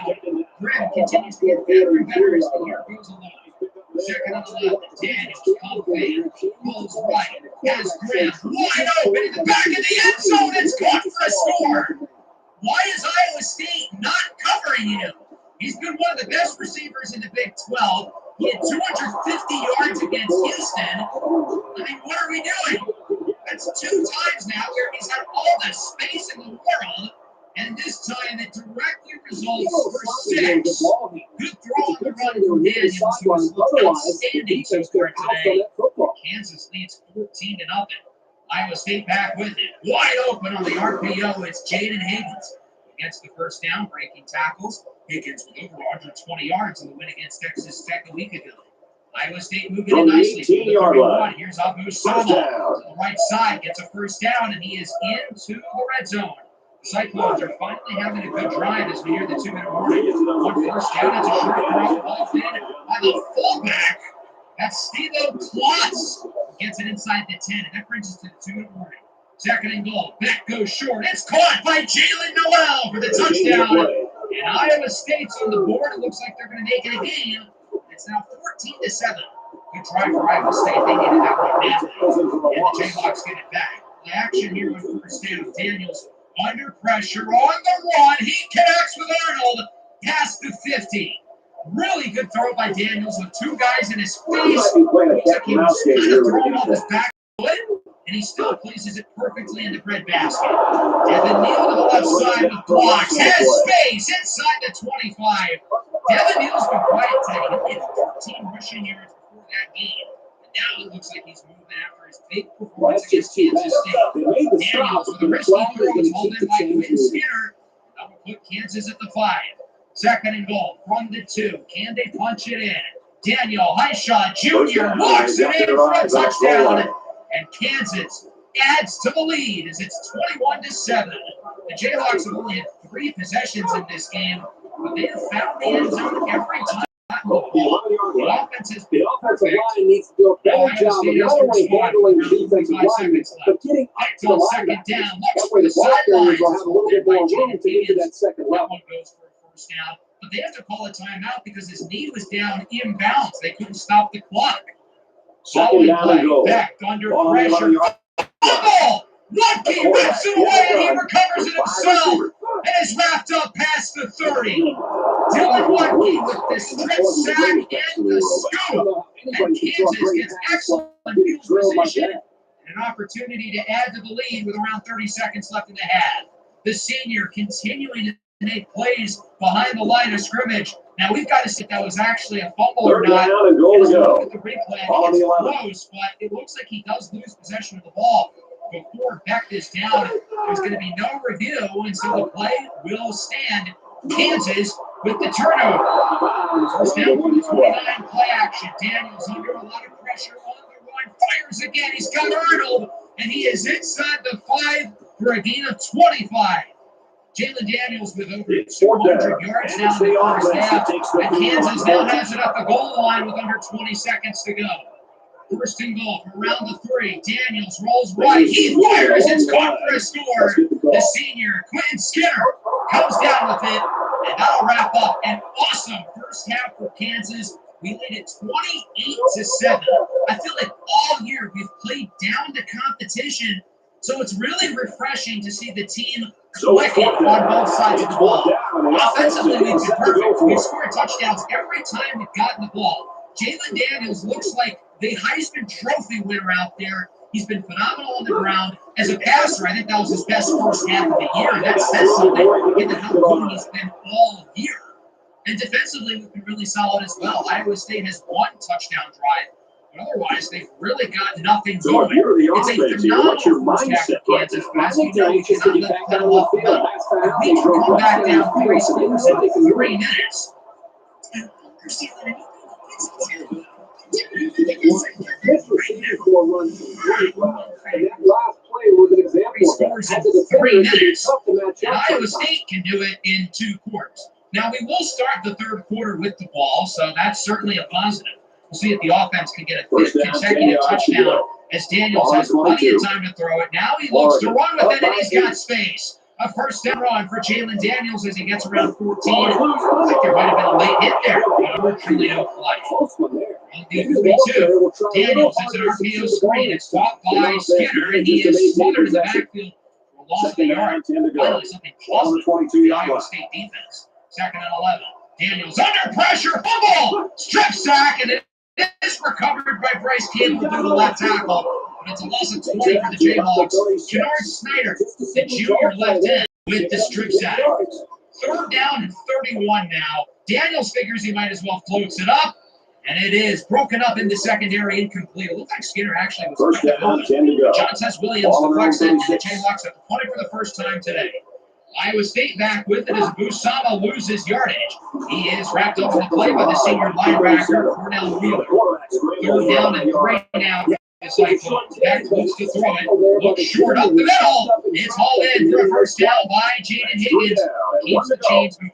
Third and 3 now for Iowa State, a little under halfway through the second It's a and wheel route. Abusama wide open inside the 10, breaks the tackle from Devin Dye, and is wrapped up inside the 5 by Wheeler. I feel like Sama's been really consistent on the ground. Not a ton of big plays, but that was the splash play they had been waiting for. First and goal. Carson Hansen is in for a touchdown. Iowa State's continuing to keep themselves in it as the lead is now down to 14. Good start to the third quarter for the Cyclones as they get stopped with defense and offense, and now we got to respond. Third and 4, what a throw by Daniels, threading the needle as he connects with Quinn Skinner for a gain of 23. That throw is put tightly into coverage, and Skinner still comes down to that. Third and 10, Daniels steps up in the pocket, breaks back, and runs for a first down. I mean, this guy is Houdini. Whatever we need out of him, he's going to continue to give us. Now from around the 31, the tight end, Jared Casey, is the motion man. Play action for him. Daniels, no time to throw, and he's sacked again. Kennard Snyder with his second sack of the quarter. That'll lead to a third down and 20 now for the offense, and they're certainly not in field goal range. It's going to be a screen here for Devin Neal, trying to get in range for the kicker. He gets around 13. The game is suggesting we punt the ball, but I actually think it's worth it to try the field goal. I like Piper Gerties has played quite well over the last few weeks. From 52, it's going to be close. It's no good. I think it had the accuracy, but it was just a little bit short, maybe off by a yard or two. Really not that bad of a kick in the grand scheme of things as he just missed it. But it will remain a 2-score lead with around 40 seconds left in the third. And the door is open for Iowa State as we go into the fourth. We still lead this game by multiple possessions, but if Iowa State gets something here on offense, you never know, they could put themselves back into the game as we look to maintain our top 5 ranking in the CFP poll. Third down and 6. First play of the fourth quarter here for Iowa State. Everybody in this stadium on their feet. Becht looks to throw it, launches into double coverage. It's picked. Marvelous Marvin Grant, the senior with his first interception of the year, and Kansas forces the turnover. I cannot stress this enough. What was Rockefbeck thinking? Even if Marvin Grant wasn't there, it still would have been deflected by Mello Dotson. He launches it into double coverage where the 2 DBs are going to have an opportunity to play with the ball before the receiver does. That was just an absolutely awful read. And Kansas gets it back. They haven't scored since the first half, but they're looking to change that here. But if they run, Devin Neal, who brings it inside the 40, the Jayhawks are moving it nicely. Following play. Here's Daniels. Rolls to the right, looking downfield. He connects with Graham. Graham taunts the defender as he goes in for his second touchdown of the afternoon. Luke Graham is him. 3-score lead now for the Jayhawks. The Grim Reaper looking to kill off Iowa State's chances, and he does so in style, taunting the defensive back who clearly did not look too happy with him, pushing him into the deck after getting into the end zone. That was cornerback Miles Purchase, number 5. Who may have just purchased himself a spot on the bench. Love to see it from Luke Grimm. Sneaky athlete, first guy in, last guy out, plays with a ton of grit. As that pass is caught just shy of the first down marker by Daniel Jackson. Iowa State's down by 21. They don't have a choice. They got to go for it. It's an RPO, and it's broken up. What a hit in the secondary from Mello Dotson. And Kansas gets it back as they look to potentially add to the lead. Devin Neal with first down, shoots away from the defender, and he gets it to the 30. Under 6 to go. Now it is a 3rd and 10 here for the Jayhawks. Daniels looks to be calling for an audible. Play action, looks to throw it. Under pressure, goes downfield. It's hauled in for a first down by Quinn Skinner, who's had probably his best game of the year as he gets around 20. First and goal down from the 1. The Jayhawks very close to punching it in, and it looks like they will. Devin Neal runs around defenders, in for a score, and Kansas adds to the lead, turning this game into an all-out blowout, 42-14. What an impressive performance by Kansas team, who has played everybody in this conference super close all year. And now all of a sudden facing up against one of the better teams on our schedule, and we are mopping the floor with them, and this touchdown from Devin Neal. Mopping the floor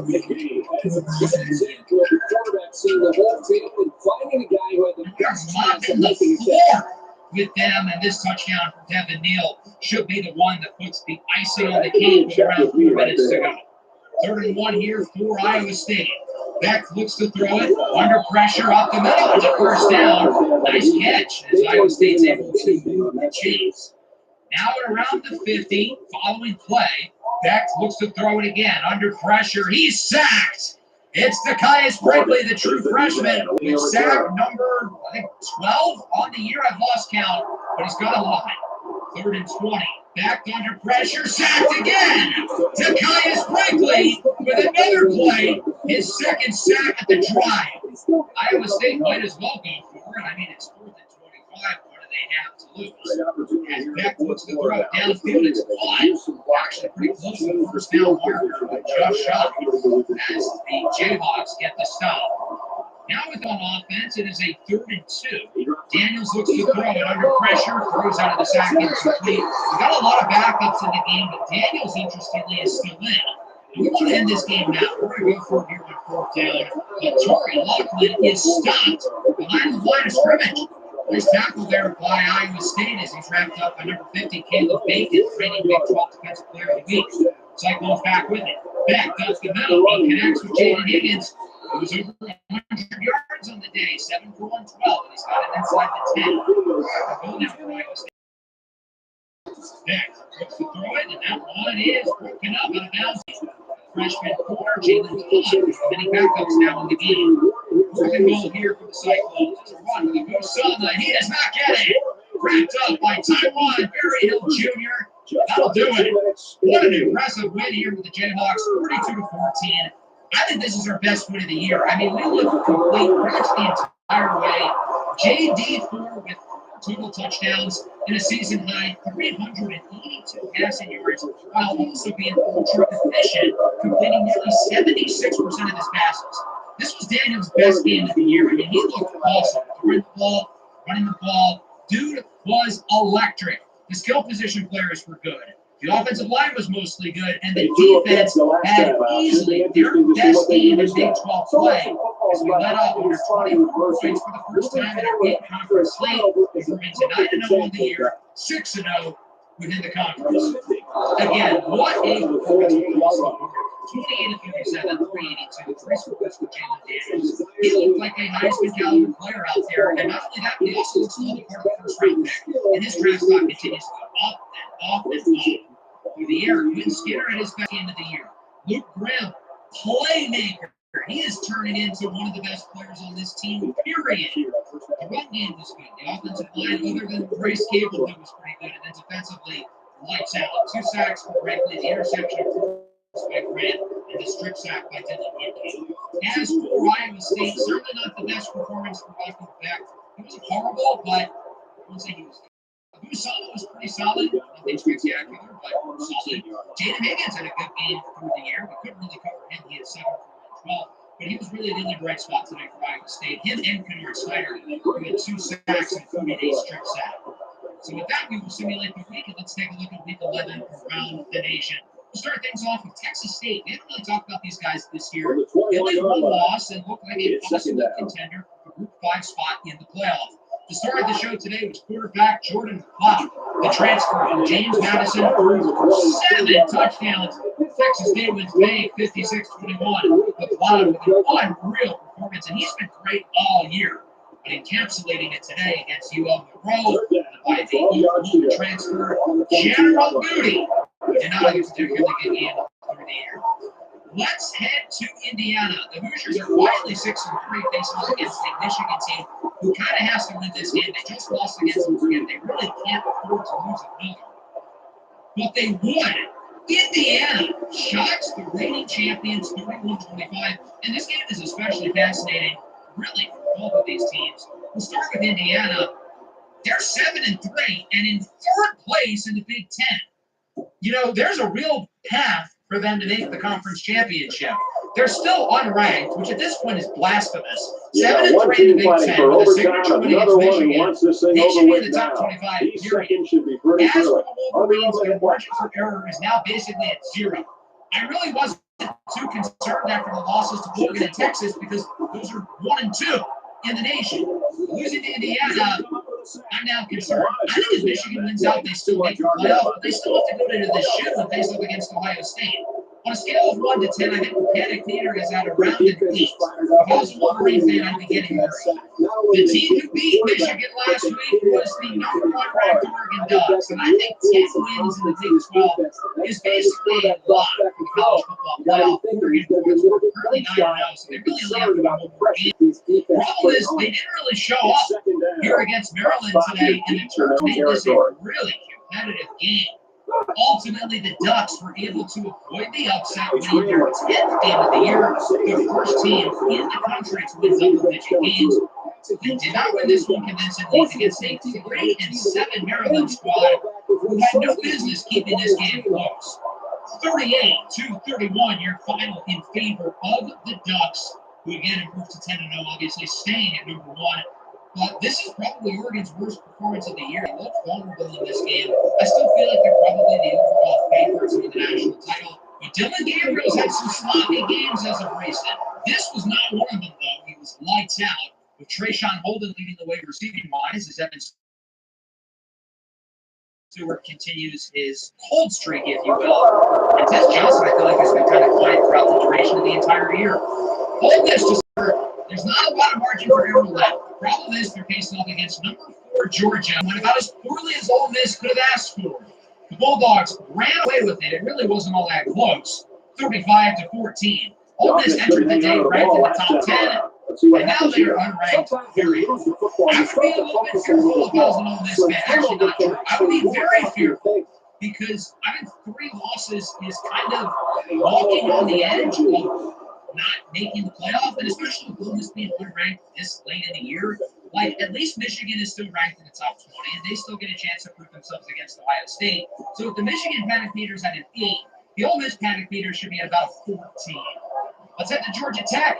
Haynes King is still the Heisman frontrunner, but he hasn't played all that well over the last couple of weeks. Now he gets an opportunity to beat up one of the best teams in the country, but that ultimately did not happen.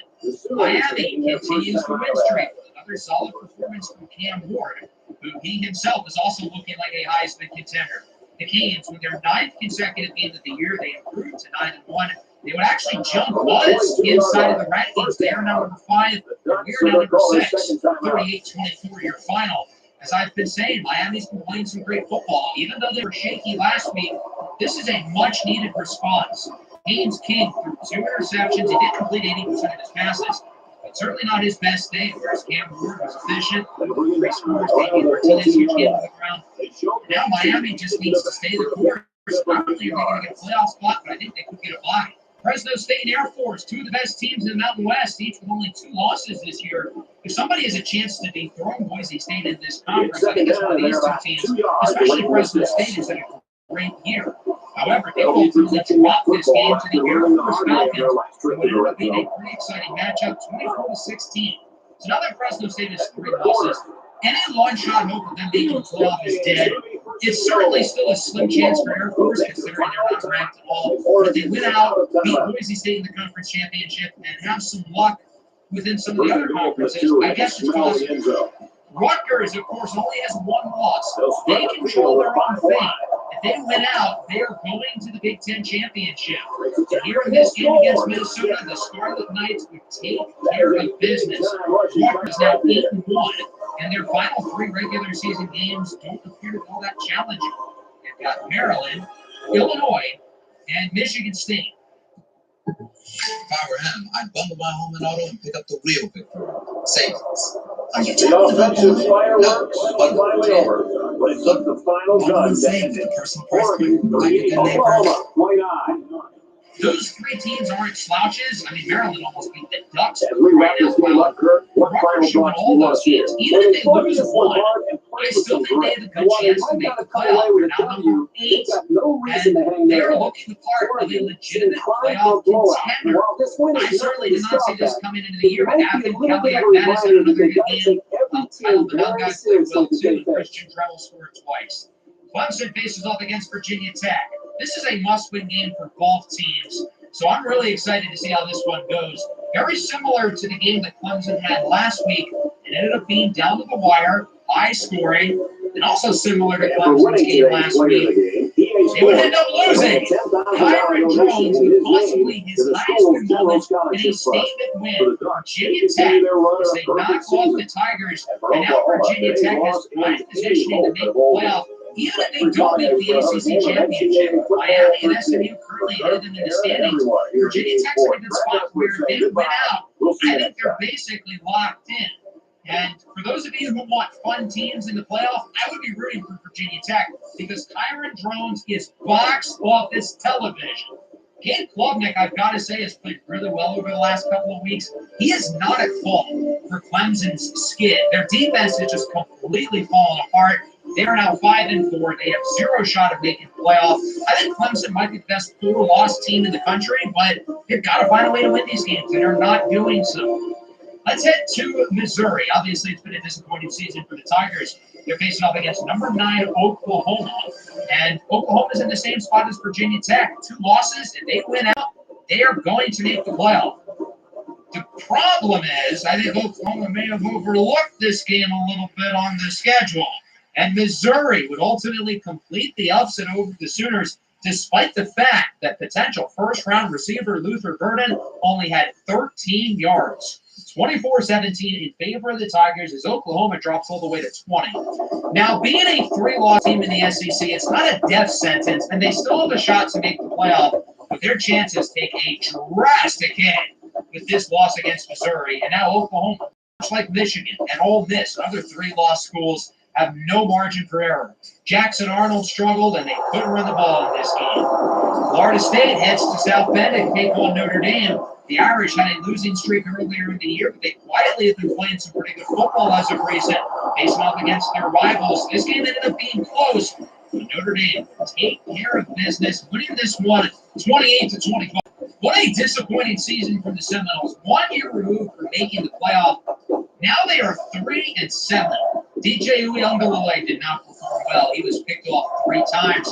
As for Notre Dame, I think if they win out, they've certainly got a shot to make the playoff. I don't think they're a lock, but they're ahead of a lot of these 3-loss teams like Michigan and Oklahoma.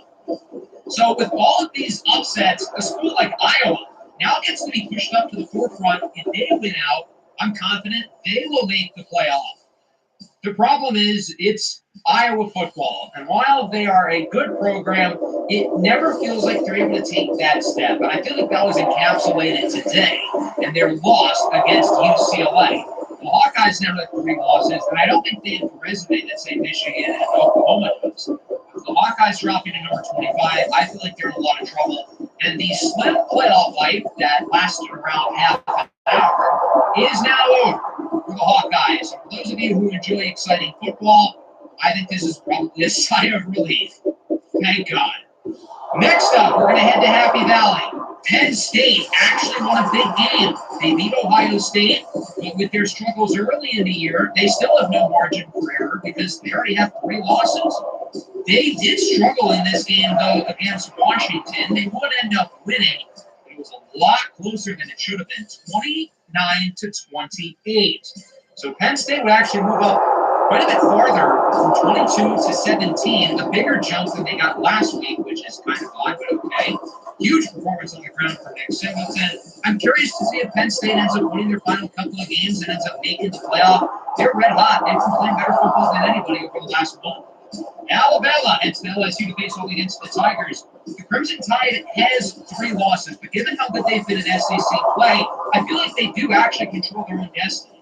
This game ended up being close. These 2 teams are, of course, rivals, but Jalen Milroe would continue his phenomenal stretch, leading Alabama to the win over LSU. And the more and more I watch Jalen Milroe throughout the year, the more and more I think he has a shot to be the first quarterback off the board. He has played fantastic over the last 2 months.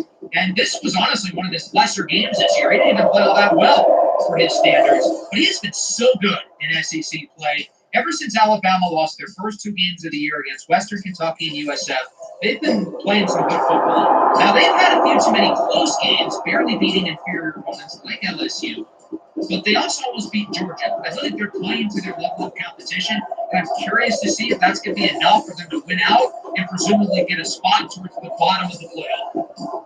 Regardless, I would not want to face off against Alabama in the first round because I think they are a major threat.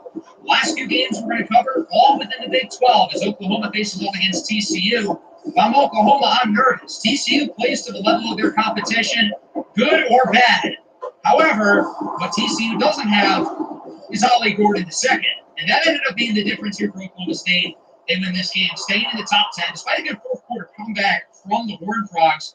But as I mentioned last week, with how well Ollie Gordon and this team is playing, if they win out, they're probably going to make the playoff. Now, I will say, if they lose, I think they're done. I can't see a three-loss team from the Big 12 getting in over three-loss schools from the Big 10 or the SEC. But with how well Oklahoma State's playing, I'd be pretty confident if I was a Cowboys fan. Colorado and Texas Tech, both of these teams have 2 losses within the conference, and their slim conference title hopes fine after a car accident until this happens. Most people don't realize that even accidents that seem minor can financially destroy you when the real costs hit weeks later. If you've been in a car accident recently, even one that seemed minor or where you were just a passenger, you need to hear this before it's too late. Here's what happens to most people. They walk away from what seems like a minor accident thinking everything is okay. Maybe a little soreness, maybe some minor damage to their car, but nothing serious. Then reality hits. The medical bills start rolling in. Your car needs more repairs than you thought. You're missing work because of lingering pain or appointments. Suddenly, what seemed like a small bump in the road becomes a financial nightmare. But here's what nobody tells you in those first few days after an accident. You're actually owed a huge check even if the accident seemed minor, or you were just a passenger and all you have to do is claim it. Most people never realize this because they're focused on just getting back to normal. They don't understand that even seemingly minor accidents can entitle you to significant compensation, not just for obvious damages, but for things you think about. But there is a catch. Your accident had to have happened in the past year to qualify for a program. If that's you, you're owed big. This program is designed to help accident victims claim major payouts without the hassle of dealing with insurance, going to court, or paying expensive upfront legal fees. You're looking for 10 more car accident victims who want to try the program for free and get paid maximum compensation in as fast as 30 days. Let me tell you about Jessica. Her accident seemed minor, so she almost didn't even report it. Just a small rear-end collision, a little neck stiffness, no big deal. She was dealing with ongoing pain, multiple doctor visits, and car problems she hadn't noticed initially. When Jessica discovered our program, she learned she was entitled to $100,000 for what she thought was just a minor bump. She received her compensation in 33 days. Here's the reality. Insurance companies are counting on you thinking your accident wasn't serious enough to pursue significant compensation. They want you to focus on the minor immediate damage while ignoring all the other ways the accident has impacted your life. This program cuts through all of that. They know exactly how to calculate the true cost of your accident, including medical expenses, lost wages, ongoing treatment, pain and suffering, and impacts you might not have even considered yet. Even if you think your accident was minor, even if you were just a passenger, even if you walked away feeling fine, you could be entitled to substantial compensation. To take advantage of this program before spots are gone, just answer a few quick questions about your accident. It takes about 20 seconds and could completely change your financial situation. The site will instantly tell you if you qualify and help you find out how much you could be owed for your accident. If you qualify, an accident specialist will handle everything for you. You don't have to fight with insurance companies about whether your accident was serious enough. You don't have to figure out complicated paperwork. They know exactly how to present your case to get you the compensation you deserve. Think about what it would mean to discover you're entitled to tens of thousands of dollars for an accident you thought wasn't worth pursuing. That money could cover all those unexpected costs and give you security you didn't even know you were missing. Don't make the mistake of assuming your accident wasn't serious enough to matter. The financial impact often doesn't show up until weeks or months later. But the compensation opportunities have deadlines. But you need to act fast. You're only taking 10 more cases, and that 1-year deadline is real. After that, you could lose the opportunity to claim what you're owed forever. Click the link, answer a few quick questions, and see what you're really entitled to. It might be the most valuable 20 seconds you spend all year. Do it now, before the spots are filled and your window closes.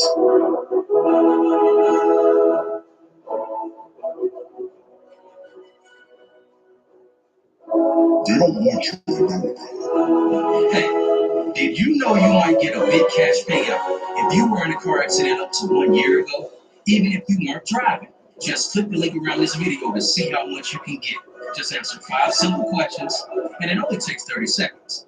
If you got hurt by a driver the last year, you might be owed money without even knowing. You could get a check just like this one, maybe even more. Click the link now to find out. Tens of thousands of people have received a 5-figure or even a 6-figure check without going to court, paying big legal fees, or dealing with insurance companies or greedy attorneys. Even if you were a pedestrian, rideshare user, cyclist, or motorcyclist, you can get the justice you deserve. Look at Mia, for example. She had no idea her case was worth anything, but after she came to car accident counsel, she got over $160,000 from an accident that happened a little less than a year ago. No matter what you thought before, you can get what you're owed, and can be shocked to see how much more can be than you expected. We can't change the past, but we can help you get a good cash settlement for missed work, hospital bills, and property damage. Here's what happens after you answer the 5 simple questions. In a few minutes, a top injury specialist will tell you if your accident qualifies for major compensation. After that, you just tell them about your case and wait for a check. You can get it in as little as 30 days. Your specialist will do everything to help you because they don't get paid unless you leave. To see if your accident qualifies for a major cash settlement, click the link below and answer 5 simple questions. Some people feel bad about holding someone accountable and don't want to cause trouble or look like they're scamming the system. Don't let that be you. You deserve compensation. It's your right. Click the link below, answer a few questions about your case, and if you qualify, a top accident specialist will contact you with a plan within minutes for free. Just imagine having an extra $10,000 or even $100,000 right now. Won't it feel good to pay off your bills, get a new car, and have a ton of extra cash to take a vacation or treat yourself by using the car accident cancel app? If the accident wasn't your fault, you shouldn't be punished. So if you're still wondering if this will work for you and you haven't gotten a settlement, this is for you. The accident can't be your fault, and it must have happened up to 1 year ago. So what do you have to lose? Click the link, answer 5 simple questions, and see what your case is worth. I hope this helps.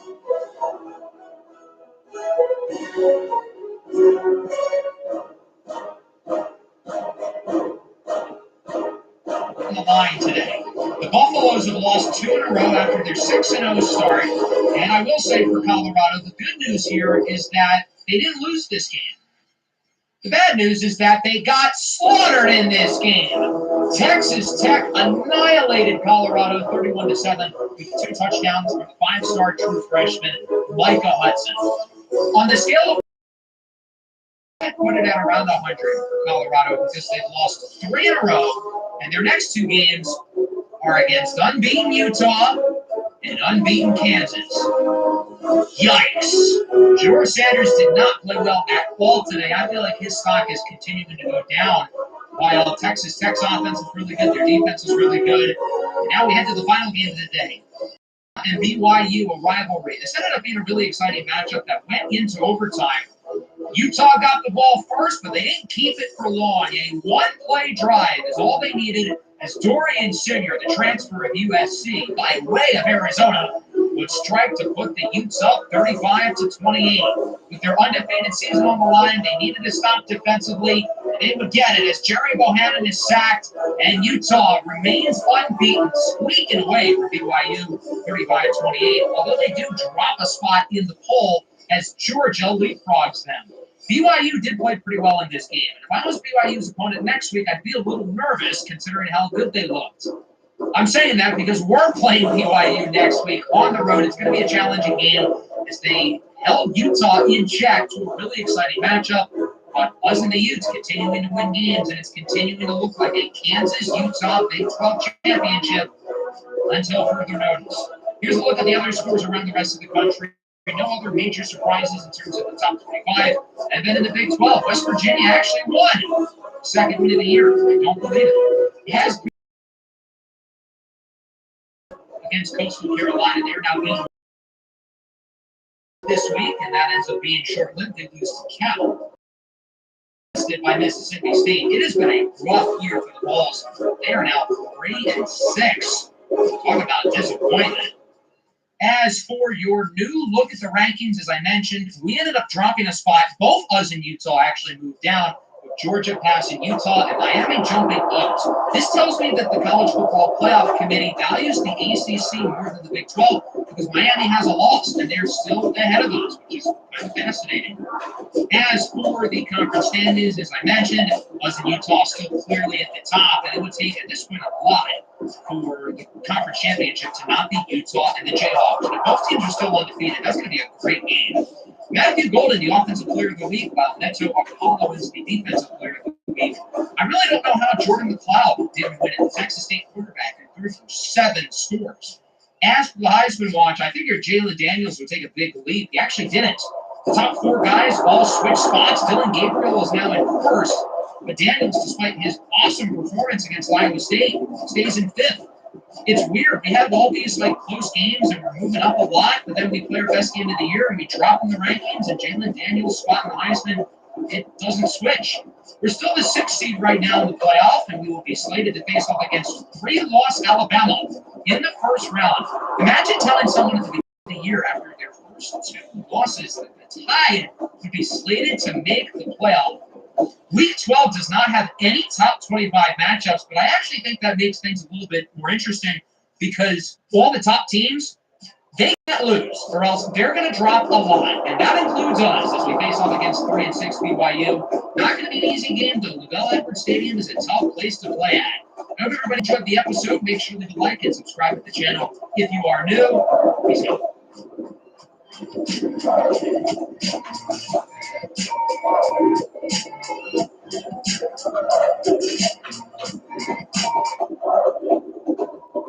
Let's do a visual tour of my new apartment while I tell you how I managed to select the rental of my dreams. My number 1 tip is to search using an app that's going to show you high quality results. For me, that was the Rent app. I had a long wish list for this month. I knew I wanted a dining room because I work from home and I love to host. Plus, I really wanted a full bathtub, a dog-friendly place, of course, and I'm in LA, so air conditioning was a must for me. The Rent app let me filter for all that, save that search, and then sent me new listings that would be a good match as they became available. That's how I found this gem. I contacted the property right there in the app, and the rest is history. Get the Rent app today and find the perfect rental for you.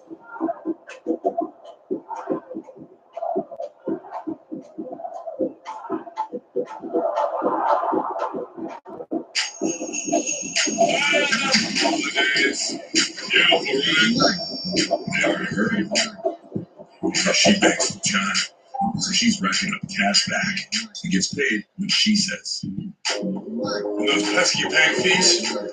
She wouldn't know. She banks fee-free. While building her credit stress-free. Look at her go. So don't bank the other way. Bank smarter this season through China.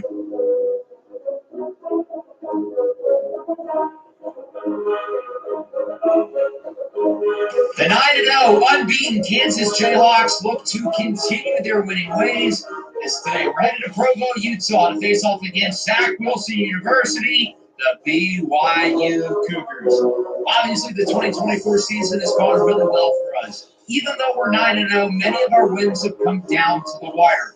That was not the case last week. Playing against a strong Iowa State team in what ended up being one of our less competitive games of the year. We absolutely demolished them 42-14, which is a surprise considering we've had much closer games against significantly inferior opponents. But this was a big win for us, really proving ourselves against one of the better teams within the conference. Jalen Daniels had a huge day through the air, a season-high 382 passing yards and 3 touchdowns and 75% completion percentage. Run game was pretty solid through the air. Luke Grimm has been red hot, legitimately one of the best wide receivers in the Big 12 right now. And then the defense, who's been up and down throughout Big 12 play, was fantastic, coming off back-to-back weeks of allowing 40-plus points, albeit both of those games went into multiple overtimes. But still, this was a really good showing defensively against a very solid Cyclone offense. Despite the win, we moved down. number 5 to number 6 being jumped by 9-1 Miami. Nonetheless, we are still, of course, projected to make the playoff, slated as the 6th team in. And if the season were to end today, we would play against Alabama in the first round. But obviously, one of us or Utah is bound to lose at some point, whether it's in the regular season or in potentially the conference championship if we both make it there. Jalen Daniels currently 5th for the Heisman watch, along with many other players very high within their respective award races. And then, of course, us in Utah, comfortably atop the Big 12 Conference. There's nobody with one loss here. It's us and then a noticeable gap. So even if we do lose one game the rest of the way, we are guaranteed to make the conference championship. And even if we drop 2 of 3, there's still a real shot that we get in. Nonetheless, I don't want it to get to that point. Let's keep winning. So somebody like Oklahoma State, Texas Tech, UCF, they can't catch up because those are 3 really solid teams. And I would think at least one of them runs to the table and goes undefeated the rest of the way. So before we talk about our matchup against BYU, we've got some recruiting stuff to go over. We've got a number of commits to the program this week, including JUCO wide receiver Mario Maddox, a player who I'm really excited about. He may not be the biggest, only 5'8", 200 pounds, but I think he's going to take over the Luke Grimm role in the slot as early as next year. Again, we're only going to have him for 2 years as a JUCO player, but I wouldn't be surprised if he's the best receiver on the roster next year. That's how highly I think of him, and also speaks to the lack of returning talent we have at wide receiver. Tight end Isaiah Lamore, a 4-star from Lee Summit High School in Lee Summit, Missouri. One of the best players on our recruiting board, period. A kid who has a real shot to compete and start for us day one as a true freshman, but even if not, I think this is our long-term starting tight end, assuming his development goes to plan. And then 3-star JUCO offensive tackle Ahmad Dunham, the JUCO teammate of wide receiver Mario Maddox. Ultimately, the 2 of them end up committing to the program in the same week, which is really cool. So 3 new players joining the program. None of these were surprises. Maddox was the only race that I was thinking was getting a little bit competitive with Georgia Tech, but I'm happy we got him to commit now before he could visit the Yellow Jackets, which was scheduled for this week. A number of players have narrowed down their lists to 3 schools. We're in first place for all of them, and we're going to go over a number of those players with a film review today. But first off, I do want to point out that our class ranking is going to be continuing to grow given the 3 new commits we have, along with obviously the talent who we already have committed to the program. We now have 3 4-stars and 8 3-stars, which puts us as the 27th ranked class in the country, and the 2nd in the conference, only behind Baylor, which is a little bit of a surprise considering they threw one of the worst teams in the Big 12 this year. The amount of players left on the board who are uncommitted is dropping significantly, and I think we're going to get 4 or 5 players to commit to us or somebody else before next week. We've already highlighted Devontae Crispin, but everybody else here we haven't gone over yet. So we've got a number of players to talk about today, most notably 3-star athlete DeAndre Rainbolt, who of course is a quarterback. Obviously, QB is a position of need for us. Jalen Daniels is gone at the end of the year. And like Isaiah Marshall, I think he's got a chance to compete for the starting job next year. He's only going to be a redshirt freshman. We're certainly going to explore the transfer portal. And obviously, we've gone after QB quite a bit. We lost the battle for George Shembo, but we did land Wyatt Poole. Assuming Rainbolt does commit to the program, it will be him and Poole joining the QB room. And as I compare the 2 of them, I think Poole's ratings are better across the board. Stronger arm, better accuracy. He's faster as well. Yet DeAndre Rainbolt is ranked significantly higher, and he's a gem. Something else I noticed was interesting. For the playing time grade, Clyde Poole's an A+, and Rainbolt is a D+. So that leads me to believe that Clyde Poole is, in fact, better than DeAndre Rainbolt in terms of overall rating right now. But considering Rainbolt is ranked considerably higher than his prospect, and again, is a gem, this leads me to believe that Rainbolt is going to have a very high development rate, and because of that, he's got a real shot to be our long-term quarterback of the future. If that's the case, I'm really intrigued by the skill set. The 3-star from McKinley High School in Baton Rouge, Louisiana, is regularly the best athlete on the field. He is dynamic with the football in his hands at 6'3", 215 pounds. He's got solid arm strength, not as strong as a cannon as Clyde Poole, but 88 throw power is nothing to scoff at. I think his accuracies are pretty good as well for a freshman. So combine that with the size, speed, and explosiveness he brings to the table, and I think we could be looking at a really good player. Even though he might be a little bit more raw than we would expect with his ranking, I think the long-term upside with him is really, really high. I'm excited about the likelihood of us landing him. There's a few other guys who are likely to commit somewhere within the next week or so, hopefully here, including running back Kane McKeithen from Dunbar High School in Fort Worth, Texas. McKeithen is a 3-star. He's more of a power back, somebody who can give you a lot of short yards, and the ratings here back it up. He doesn't necessarily have elite. Allstate, I saved hundreds. My old insurance company raised my rates, so I started looking around. Allstate made it really easy to switch, and I was able to get better coverage for a better price.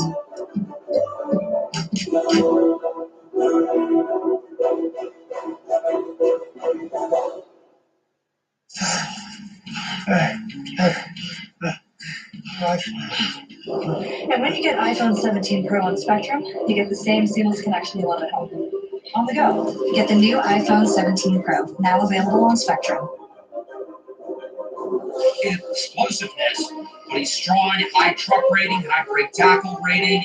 It's been a close battle with us and SMU, but with his recent visit to our campus, I think we've begun to run away with him, and I would be shocked if he does not commit to the program.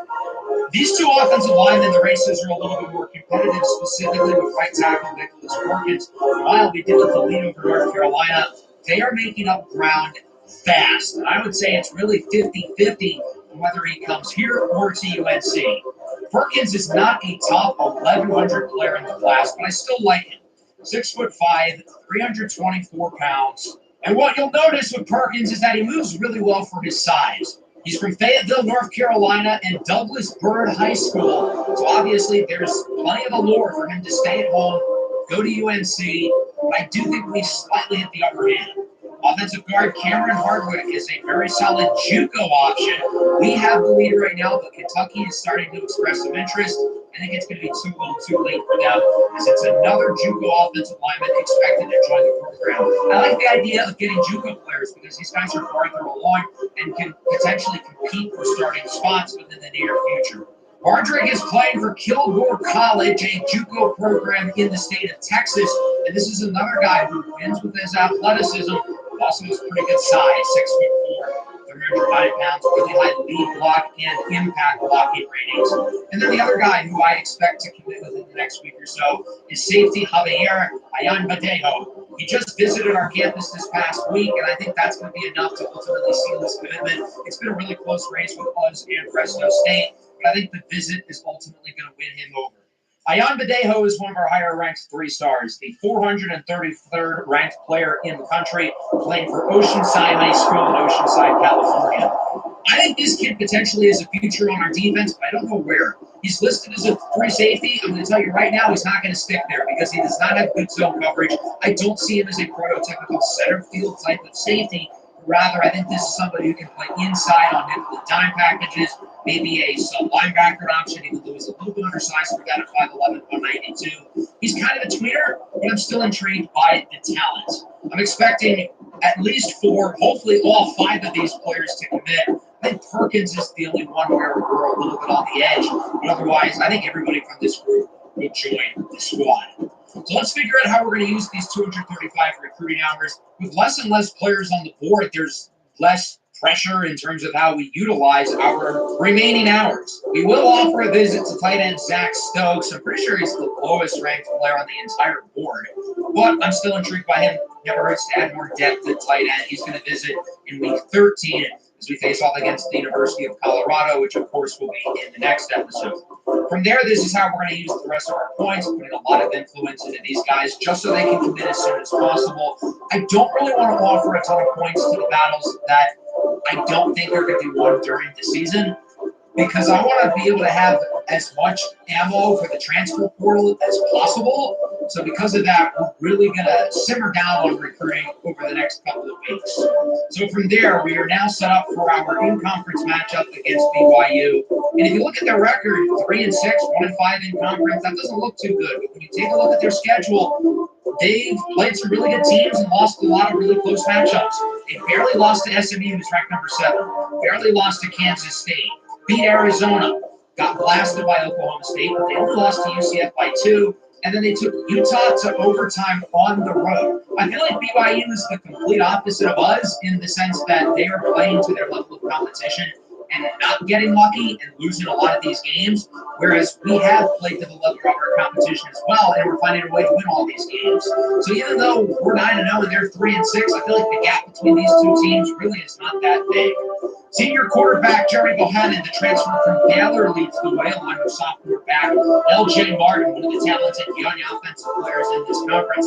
So again, even though these two teams' records are very far apart, BYU is in danger of not being bowl eligible if they lose this game, whereas we're one of 3 undefeated teams left in the country. But again, I really don't think the gap is all that big, given that realistically we should be closer to like 6-3 with all these close wins we've had. And BYU should probably be closer to like 6-3, given all these close losses against really good teams such as Utah and UCF and SMU on the road for the most part as well. Now they're at home, which certainly goes to their advantage. So BYU will start with the football. We'll take a look at Bohannon, who's been the starter at Baylor over the last couple of years before transferring within the conference to BYU. 3rd and 3, it's the sophomore running back LJ Martin, and he does not get the first down. O.J. Burrows leads the cavalry of defenders in the backfield. Kansas gets the stop, and they'll get the ball for the first time today as we look at Jalen Daniels, Devin Neal, and the squad. And they'll open things up here with a 2nd and 8 from close to the 40-yard line. Jalen Daniels under pressure. He is quickly sacked. I recently purchased the most popular glucose meter online and decided to test it with you. If you have diabetes or know anyone dealing with it, you understand how annoying finger pricking can be. The Glucovax chain. Jalen Daniels under pressure. He is quickly sacked.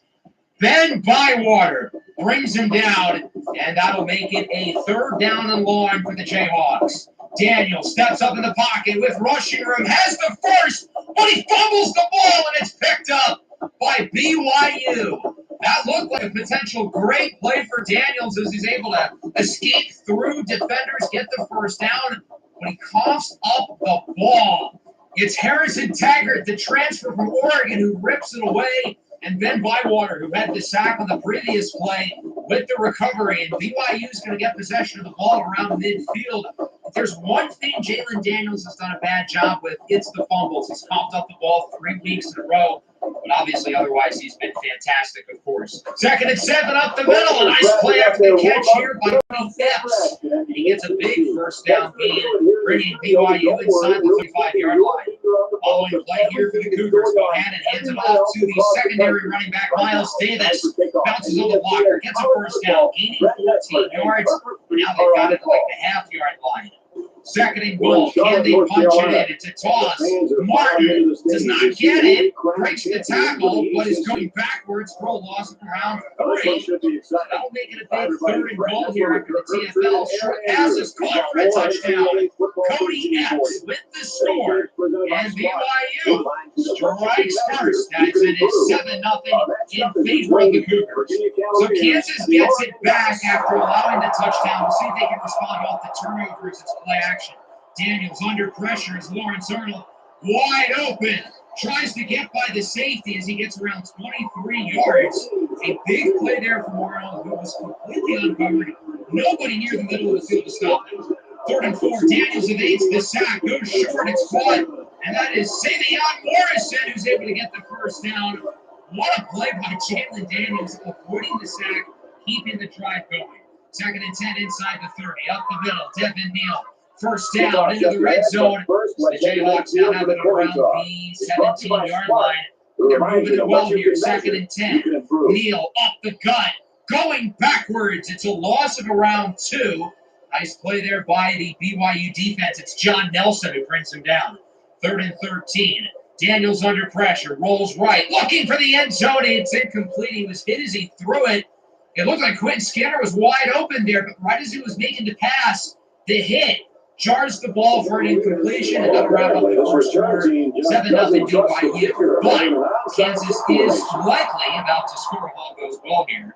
37-yard try for Owen Piper Gerties has been close to automatic since week 1. Doink off the crossbar! No good! And it remains 7-0. So Owen Piper Gerties misses in the red zone. He's been really good since the start of the year. That one is not able to make it through, and the Cougars hold on to their lead as they will get the ball back, potentially looking to make it a 2-score game. 2nd and 1 here from just outside the 30. And off for L.J. Martin, and he is smothered in the backfield by the true freshman, Damani Maxson. 3rd and 3, handoff up the middle. L.J. Martin spins away from the tackle and somehow gets the first down. I don't really know how they pulled that one off, but it works. Direct snap here for Martin on 2nd and 2. Huge gain for L.J. Martin. This is wrapped up near the 40 by Devin Dye. BYU's offense has been really solid today. Can they convert on 3rd and 9 up the middle? Not much here for Kubiak. He gets nothing. BYU's going to have to punt it away. So Kansas gets it back. The defense gets the stop.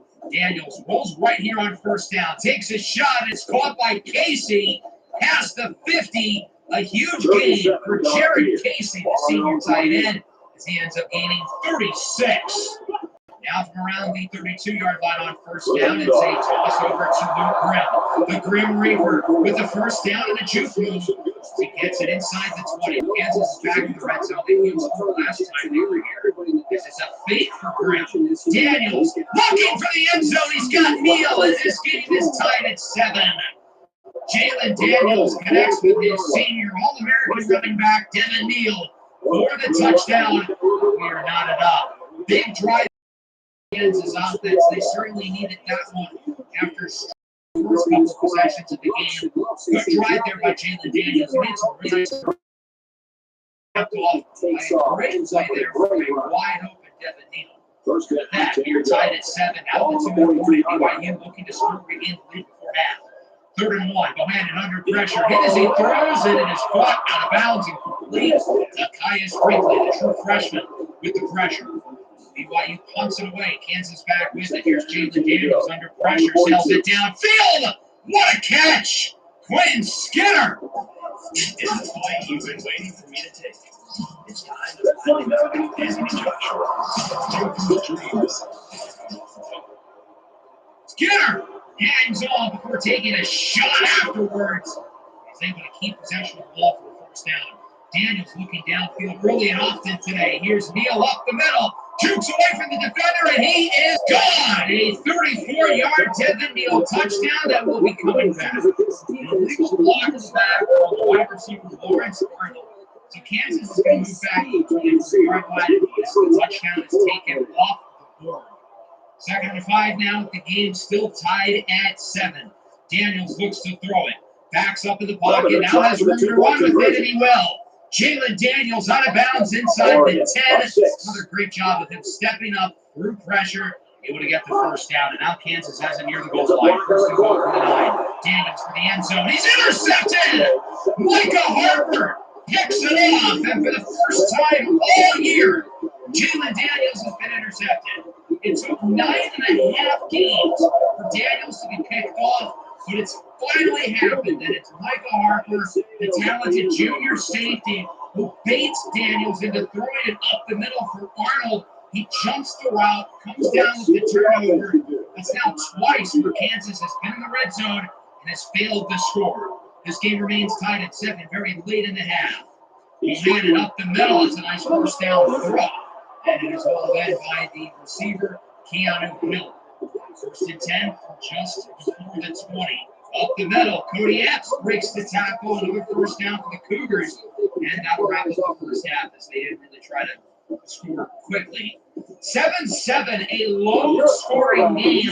Our offense has been considerably better than theirs, but a missed field goal and a red zone turnover have kept us at just 7 points so far.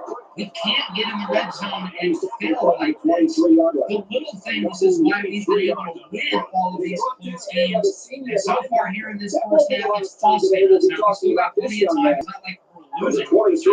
And we do start the second half with the ball. Other than the interception and the fumble, Jalen Daniels has been really good as a passer. We still need some more out of the run game. Devin Daniels has been kind of quiet, especially considering obviously the high standard he is held to. So that'll bring us to the third quarter, starting at the 25. Handoff here to the right side for Devin Neal, with the touchdown taken back earlier. He goes up the middle for a gain of around 11. Solid game there for the KU offense, and they'll move the chains. Play action for Neal. Daniels' first pass of the third quarter is hauled in by Graham. Down the field, the Grim Reaper. The 35 for him, 5 catches, 63 yards following play. Back to Graham. Gets by the defender into the red zone. As he brings it past the 20 to the 16. Kansas has failed twice in the red zone today. They can't let it happen again. Evan Neal tries to juke away from the defender, but he ultimately loses yards.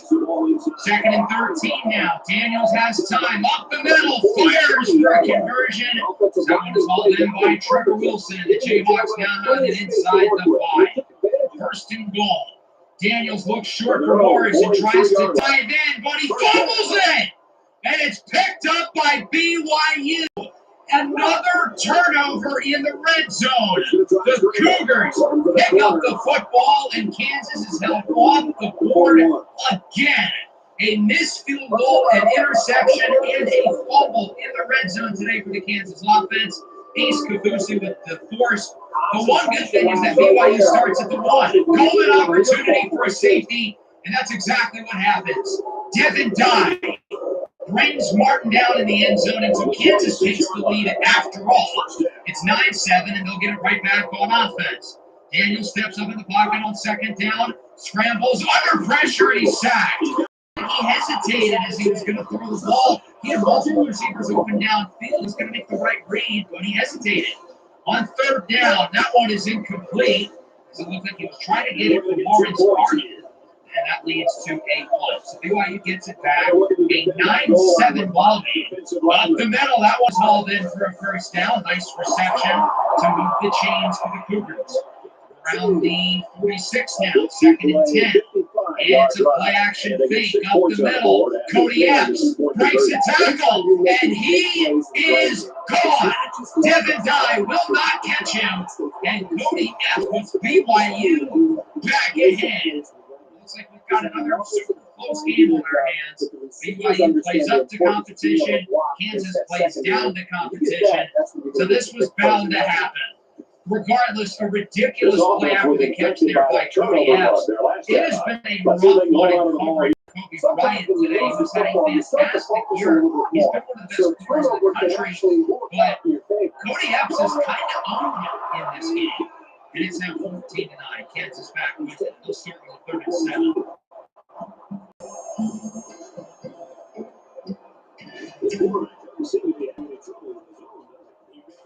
Looks to throw. It has an open man. It's Luke Graham for the first down past the 40. Good throw there by Daniels. He's starting to feel the pressure. Perfectly places that one on the money. It's an RPO screen for Lawrence Arnold. He gets the first down, jukes away from the defensive back, and gets a nice play after the catch to move the chains.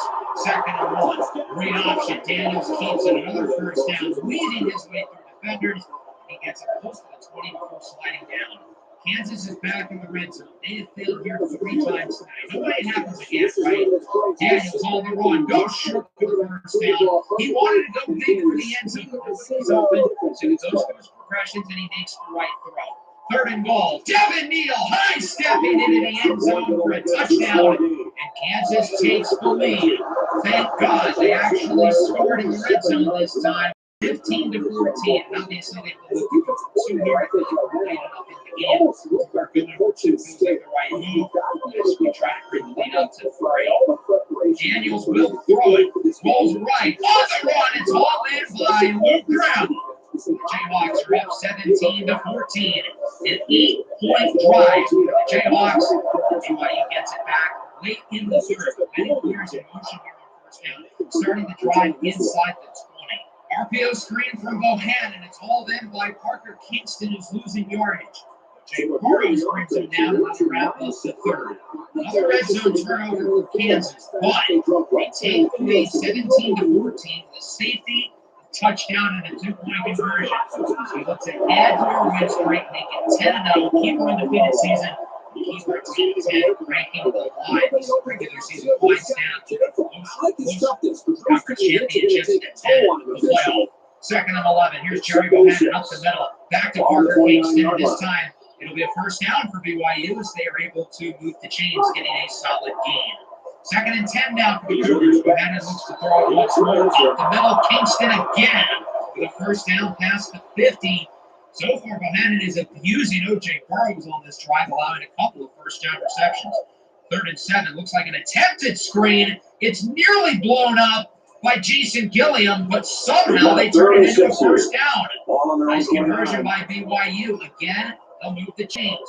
Play action on second down. Bohannon looking downfield. It's caught for a touchdown. And the Cougars are back ahead. Chase Roberts to score. And BYU is back ahead. 21-17. Looks like we're going to need another comeback. We've been in significantly stickier situations before. So this is nothing new to us, but still a really nice throw by Jerry Bohannon and a good play after the catch by Roberts to break the tackle, push his way into the end zone. And it's now 21-17. 7.5 to go. Second and 3. Devin Neal with a first and more. Big play after the catch. Stays out of bounds past the 45. Daniels now over 300 yards. Looking to run with it.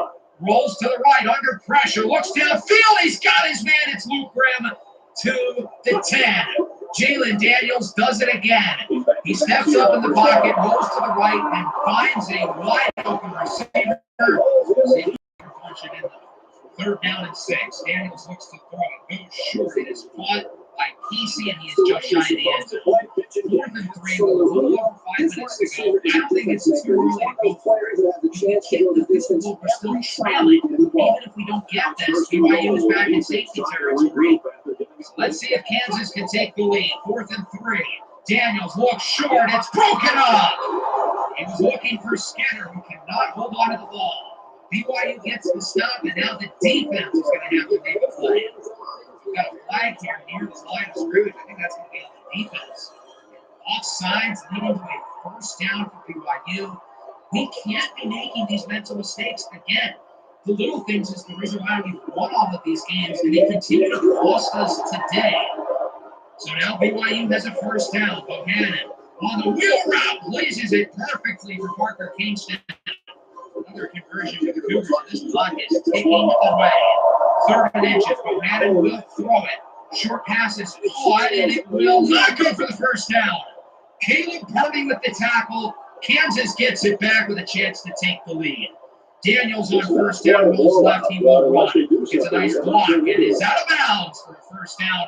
Good run there by JD6, moving the chains as that brings us near the 2-minute warning. It'll be 43-yard line on first down. Daniels under pressure.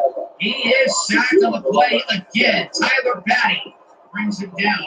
Speaking of bad, that's what the Kansas offensive line has been. They have struggled in this game. That brings us to the 2-minute warning.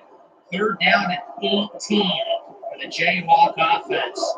Daniels, play action, not pulling anymore. He's got no time to throw it. Evades one sack, but can't get out of another. He loses 17 yards. It's Jack Kelly who brings him down.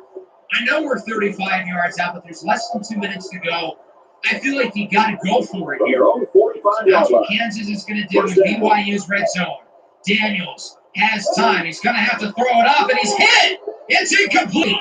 BYU gets to stop. Now, we do have all 3 timeouts, and part of the reason why I was comfortable going for it is because BYU is so close to the end zone. We should be ready to get the ball back. The question is, will it still be one score game? Martin on first down. He is close to the first down marker, gaining around 10. So now we're going to have to start burning these timeouts. 2nd and inches for BYU inside the 10-yard line. Second and inches. It's Davis, and he is going backwards. Kansas with the stop. And now that brings us to a third down and around 4. BYU gets a first down. This game is over. The undefeated season on the line here for the Jayhawks. Bohannon hands it off. Davis got it! And BYU converts on third down. Kansas uses their last timeout. This game is over. The Jayhawks lose for the first time this year. 21-17. BYU with the upset, and clock strikes midnight for the undefeated Cinderella. Kansas ran out of luck, and it finally costs them. And on the inverse, BYU, who's been incredibly unlucky the entire year, finally ends up with a big win in one of these close games. So the undefeated season will not happen here for Kansas, but luckily with the 12-team playoff, it's not to worry. If there was only 4 teams in it, our season would probably be over. But we still have a good chance to make it. Byron, while you're obsessing over shades of white, you forget what's happening behind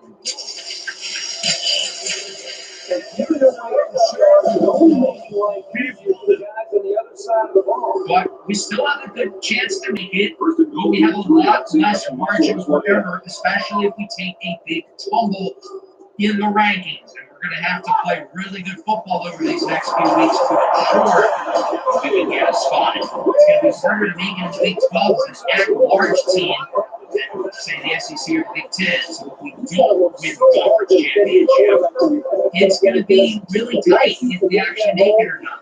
Jerry Bohannon was a really solid day. Had some impressive throws down the stretch.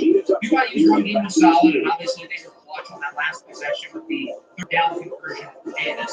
9 catches for Kingston, 99 yards and 2 touchdowns for Epps. I thought their offensive line was incredible. We said pretty much no pressure. While BYU in the front, they played well. First interception by Daniels. And they forced 3 turnovers. The big reason why we lost this game isn't so much that we played poorly. I think Jalen Daniels played well, the receivers played well. Even though we didn't have much pass rush, the defense was fine. They only allowed 21 points. The reason why we lost this game was because of the little things. 4 failed red zone trips and 3 turnovers. Those are usually 2 categories of the game where we're ahead of the other team. Consistently forcing more turnovers, not getting the ball away on offense, and consistently capitalizing in the red zone. That's the reason why we lost today. It's really that simple. BYU really didn't beat us. We beat ourselves. So an unfortunate loss as we drop to 9-1 to take on our first defeat of the season. Will this result be a sign of things to come around the rest of the country? Interestingly, there are new 25 matchups this week. Every ranked team is playing an unranked team. Beforehand, though, I do want to take a look at all the conferences just to kind of show you guys where all of the main leagues are at. Of course, in the Big 12, it still wasn't Utah as the front runners. Even with the loss, we're still in second place. We're still positioned to make the conference championship game if we win out. The ACC, it feels like a 3-horse race. Miami, Virginia Tech, and SMU all control their own fate. All of them are in the top 10 and slated to make the playoff right now. The number of 2-loss teams is going to surprise the team with the Oregon is a one-way position spot for the Big Ten championship, and right now they're slated to play against Rutgers. It's a pretty easy schedule. So if they win out, it'll be them. We've got a lot of 2-loss teams behind them, and even some 3-loss teams have still have a chance to get in that large spot. The SEC as well, Georgia, Alabama, A&M, Texas, all only have 1 loss within the conference. Right now, I do think these 4 teams control their own fate. If they win out, they're all going to the playoff. The problem is they're not all going to win out because Texas still plays A&M, and 2 of those teams still play the conference championship. As for Group 5, so late leads the American, I would look out for Texas. They're stingy. In Conference USA, it's a good thing with the edge, but they're still against these other 5 teams. Notre Dame feels like a sleeping giant. Had that 2-game losing streak, but they're playing well as it since. I think if they win out, they get in that large spot. Toledo leads the MAC. I don't think the MAC will have the playoff representative, though. I could see it being Boise State. They're undefeated in the Mountain West. The only loss was to a great Oregon team in a super close game. But they're without their starting quarterback and running back for much of the rest of the year. The Pac-2 is depressing, and then in the Sun Belt, App State and Texas State.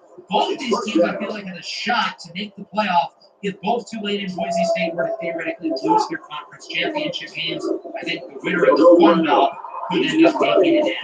So even though right now we're number 6, we're certainly going to drop. The question is how far. We're hopefully going to have some more upsets along the way because, again, there aren't any other top 25 matchups. All really good teams faced against not so good teams. So that means I feel like there's even more pressure to win these games because if you lose, you might take a big dip, such as us. So we'll start with number 1, 10-0, unbeaten Oregon, who advances to the Big Ten Championship officially with a win here against Wisconsin. And ultimately, they dominated in this game. Jordan James ran all over the Badger defense. Oregon is now 11-0. They win it 42-12. No matter what, Oregon is going to the Big Ten Championship. And of course, even if they lose out, they're going to the playoff. It's a guarantee. An 11-win Big Ten team. Even if they were to theoretically lose out, they're making the playoff. They are comfy. They control their own fate, of course, in the number 1 seed with a great game for Evan Stewart.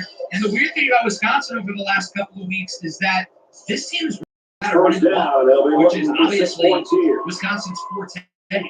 Run the rock. Their run game is not that good this year. So number 1, Oregon wins. We'll see if number 2, Texas, has the same luck. They're facing off against a Minnesota Arkansas team. The Oregon matchup, this game ended up being a lot closer. Longhorns would certainly they would win it 21-17 and hold on to their number 2 rank. And now with a record of 9-1. Now Texas does have a pretty challenging schedule here down the stretch, including the matchup with Texas A&M in a couple of weeks. But they're in a good spot. I feel like unless they completely lose out and just fall flat on their face, they should be a playoff team.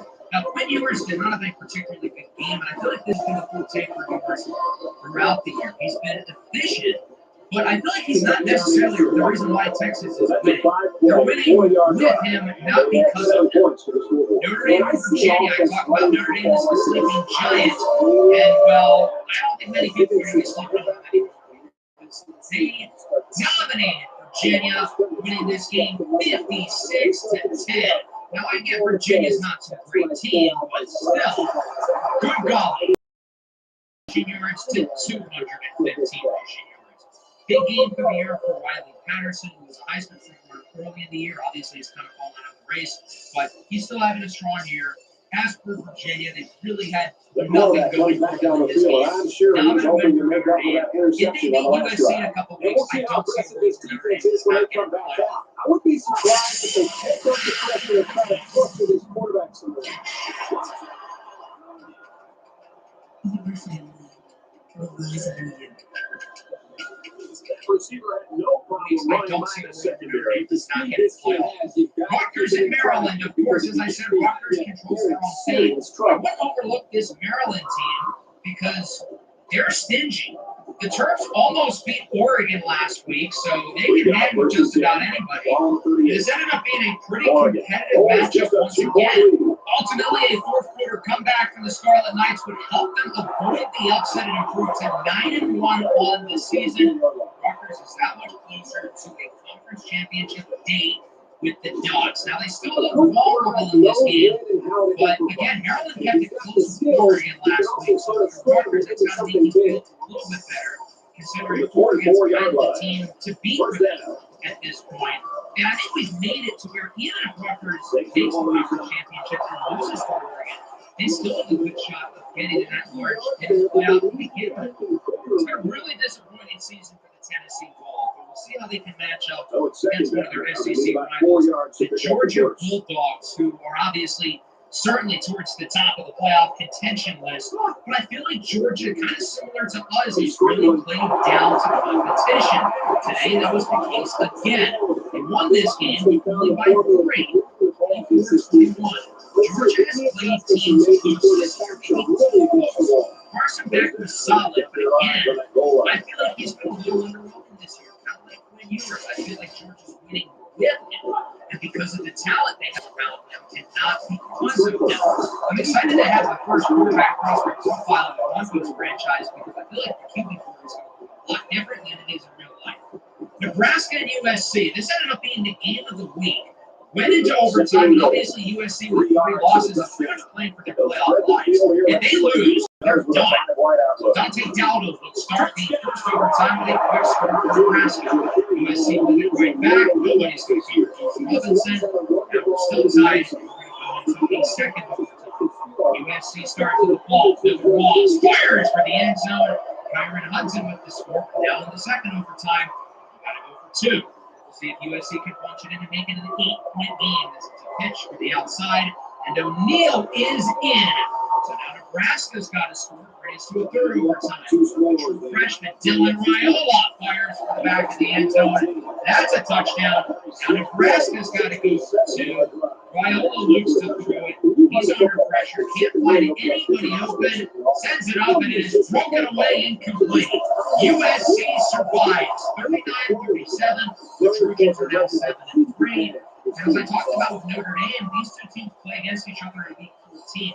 I really see that game as the winner makes it to the playoff as an at-large team and the loser is eliminated. Now, that would still require both of these teams to win in Week 13. But that feels like a winner-take-all matchup, and it certainly has hurt these two teams. Head to Colorado. It's been a tough stretch for the Buffaloes. They've lost 3 of their next 2 matchups are against Utah and then Kansas. So this game ended up going about as you would expect. Utah with the win as they take this one 26-10. Now with Oregon as the only undefeated teams left.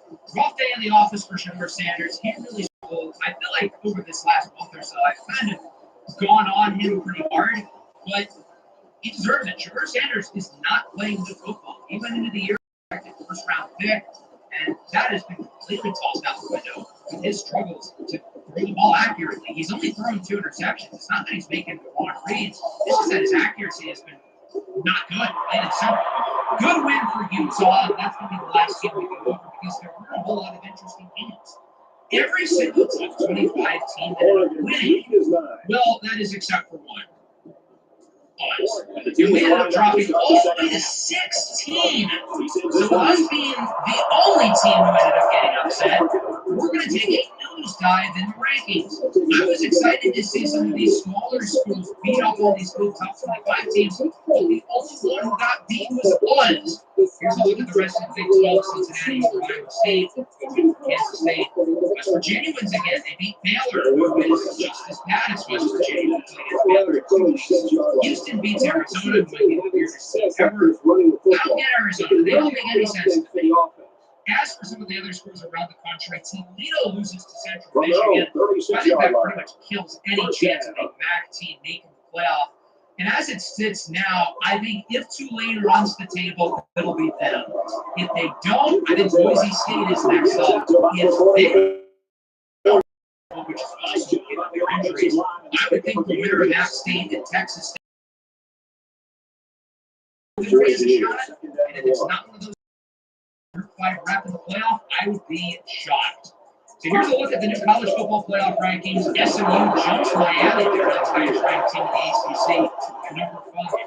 Alabama drops a couple spots. They did win their game. Can't say the same for us, though.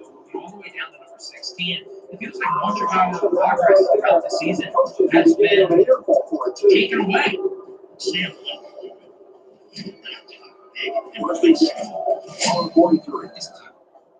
This ranking, and there are some 3 lost teams ahead of us, including USC and Alabama. As for your players of the week, Brandon Traeger and Mike Williams. As for grade 12, Chase Brown and Ben Bywater for BYU. As for the Heisman race, this ended up really interestingly. So there's a lot of movement here, and I disagree with most of it. I think Dylan Gabriel belongs on the list, but I don't think he should be in first. His numbers are really good, but I think part of the reason why he's been so successful is the system he's playing in. It's an easy working offense. He gets to play with Edmund Stewart, who I do think that's on this list. Will Howard in second is crazy because his numbers aren't that good. He hasn't elevated this Ohio State team. What has he done that Kyle McCord didn't do? In third, we have Tennessee Toya McMillan, who's a fantastic player. I think he's the best receiving prospect of the draft.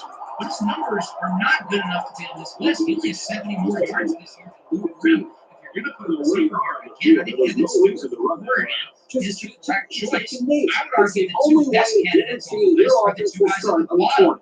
Jordan Birch has been the best defensive player in the country. I like seeing the defensive guys get love. And then Kyron Drones should not be fifth. I think he should be way higher than this. Kyron Drones does have elite numbers, and he has elevated West Virginia's young team. And there's a lot of really good quarterbacks who should be on the list who aren't. Haynes King has the numbers to be here, even though the team's success isn't really there. What about Cameron Ward? What about Jalen Nosey? What about Jalen Daniels, who dropped off the list even though I thought he had a good game against BYU? Of course, we are now out of the playoff picture, dropping to number 16. Now, obviously, if we make the conference championship and win that game, we'll still make the playoff. My question, though, is let's say we win out the rest of the regular season. We beat Colorado, we beat Baylor, but we lose to Utah and finish 11-2. I think that would be the weird scenario where we'd be right on the edge of making it. So instead, we're really slated to play the Yes, we're really about against Louisville. Louisville's a good team. Hopefully, we play in the playoffs instead of Yes, really. In week 13, got some interesting matchups, particularly in the SEC. Kentucky, Alabama, and Oklahoma all have 3 losses. They're all pretty much fighting for their playoff lives. They're also fascinated by Texas Tech and Oklahoma State because both of those teams have 2 losses in our conference, and those are the teams who are trying to catch us. As opposed, of course, we're playing against Colorado. I'm not really sure what to make of this game because on one hand, Buffalo's a really talented team. We've lost in a row. They've been playing some really bad football as of recent, but obviously we've got to focus on our loss against BYU. We have a number of players having signed with the programs. I'm excited to reveal who they are in the next episode. We'll wrap things up. If you guys enjoyed, make sure you like and subscribe to the channel. If you're new, he's on the so this should make it all work. Big extra point here in a throw by 2 scores. And he hits the PAT. Today is the final home game for arguably the most influential senior class in the history of Kansas football. We'll look to send the guys off right as we're facing off against maybe the most polarizing college team of the last decade plus. Coach Prime, Travis Hunter, Shedeur Sanders, and the Colorado Buffaloes, in which should be a fun one. So, of course, in the last episode, our undefeated season came to an end. We lost on the road to BYU 21-17. The Cougars were only 3-6 coming into this game, but I wasn't fooled by the record. Just as we have had many close and arguably lucky wins throughout the season, BYU's been the opposite. They've had a lot of unlucky close losses playing up to competition.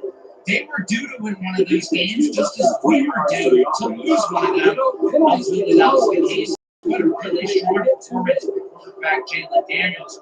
But the real reason we lost was the little things. We turned the ball over 3 times. Normally, we are ahead in the turnover differential. Today, that was not the case. In the red zone, we had 4 failed trips. If we had scored just in one of those other opportunities, we probably would have won the game. But our lack of red zone offense, our 3 turnovers, and our struggles in the line of scrimmage on both sides of the ball ultimately costed us the game. We were the only team in the entire top 25 to lose this week, being that it wasn't a very exciting slate of games. Because of that, we dropped all the way from number 6 to 16. Much of our progress through the entire season has been wiped away, and we are no longer slated to make the playoff. Now, we still obviously have a great chance to get in, specifically if we win the Big 12 championship. But now we have much less margin for error. And if we do lose another game this year, our chances of making the playoff are slim. And unless we win the conference championship, and if we lose that, if we even get there, the chances of making it are quite low. So before we set the stage for this matchup against let's talk recruiting. We had 4 players come into the program this past week, including linebacker Devontae Crispin, our highest ranked commit in the entire class, the number 1 player in the state of Kansas. He's an intriguing guy who I think is a little bit more of an edge rusher, an intriguing pass rusher who I believe is a little bit raw. Probably isn't a top 200 player in the class, but I'm still intrigued by his overall upside and what his role can be for our defense as early as next year. Quarterback DeAndre Rainbolt, the 3-star athlete and possibly the long-term quarterback of the future. We're intrigued by his upside, and I think, again, he'll have an opportunity to compete to be our quarterback over the next couple of years. Running back, Kane McKeithen, Fort Worth, Texas. It was a competitive race between us and SMU. His visit to campus a couple weeks ago and won against Iowa State. That ultimately pushed us over the edge. Three-star safety, Javier Vallejo, an intriguing defensive back who's quite versatile. I think he's going to have a long-term role for our defense. I don't know where it's going to be, but it's not going to be free safety. He's not great in zone coverage, but I think he could be an intriguing nickel corner or maybe find himself somewhere else. We've got a number of other recruiting battles that are starting to wind down. We're going to go over a few more players today in depth. Very well executed. But now that we've only got a couple weeks left to go in the regular season, most of the players on our recruiting board have found homes. And our class is now really shaping up to become quite well-rounded, with 7 players verbally committing to the program over the last 2 weeks. We now have 4 4-stars and a number of 3-stars, 15 total commits, second in the conference. But there are still a few players that I want to keep my eyes on for the field goal. This is that are going nothing to more than a continue chip for shot. the next couple of I think it weeks. makes this a one Last possession game episode, we with this highlighted right the here. 2 offensive linemen, Nicholas Perkins and Cameron Archer. Both of whom I expect to commit going next week. We've got around 10 other players left. We'll get a lot of guys on the offensive side of the ball today. And the next episode, we'll do defense and special teams. It starts with 3-star receiver Philip Polawale, Jefferson High School in Jefferson, Georgia. It's been a one-team race the entire season, but I'm still intrigued by his long-term upside. Compared to the other receivers on the board, he is ranked a little bit lower, but given the lack of talent we have in the receiving room, only 1 return for next year, we need all the bodies we can get competing for spots. 6'2", 205, solid lightweight speed guy who will get into the ball. I like the upside. We've got 2 tight ends here, obviously. We have a big tight end commitment from Isaiah Lamar a couple of weeks ago. But I'd still watch out for these 2. We'll start with Zach Stokes from Saraland High School in Saraland, Alabama. This program has produced multiple recent NFL draft picks, such as Bayless Jones and Cordell Fly. Stokes is one of the lowest ranked players on our entire board, but I like the athleticism, I like the size, and I think there could be something there with his skill set. It's been a competitive 2-team race between us and Wyoming for tight end Pierre Johnson from Creighton Preparatory School in Omaha, Nebraska. Johnson is the 2nd highest ranked of our 3 tight ends on the board. More of a blocking tight end, which I think is a good thing considering Isaiah Lamar is more of a traditional receiving tight end. I think he's going to be a good player to have on the field in 12 personnel sets. And then moving over to the offensive line, which projects to be a strength for our team long-term. But never hurts to have new players. That includes Tyon Samuels from McNeil High School in San Marcos, Texas. He's a fringe top 1,000 player in the class, and he's listed as a bust here. So I'm not expecting a high development rate, but it doesn't hurt to have bodies up front. Then Luis Roche, the center of St. Thomas Aquinas School in Southern Florida. St. Thomas Aquinas is a football powerhouse, and they've produced a lot of NFL players over recent years, such as both of the Bosa brothers, Dallas Turner, Asante Samuel Jr., and many more. Luis Roche likely to commit here. Hopes to be the next on the list, but it will be an uphill battle for him. We've got a few more players ready for visits, including the 2 offensive linemen, but there's not a week we can have these guys come in for a visit, considering we're out of slots. So this is how we're going to use our points, and you'll notice there are a couple of guys such as Wally who aren't getting any points. That's because I don't want them to commit before the end of the regular season. In case we need that spot on our recruiting board for somebody in the transfer portal, I want to hold on to that slot and then have Wally sign later in the offseason. So let's take a look at Colorado, who's had an interesting season. They started 6-0. They look like not only a contender for the Big 12, but a team who can make a run in the college football playoff. They beat good teams like UCF and Kansas State, and then they started their losing streak. They've dropped 4 in a row, including a pair of blowouts in back-to-back weeks.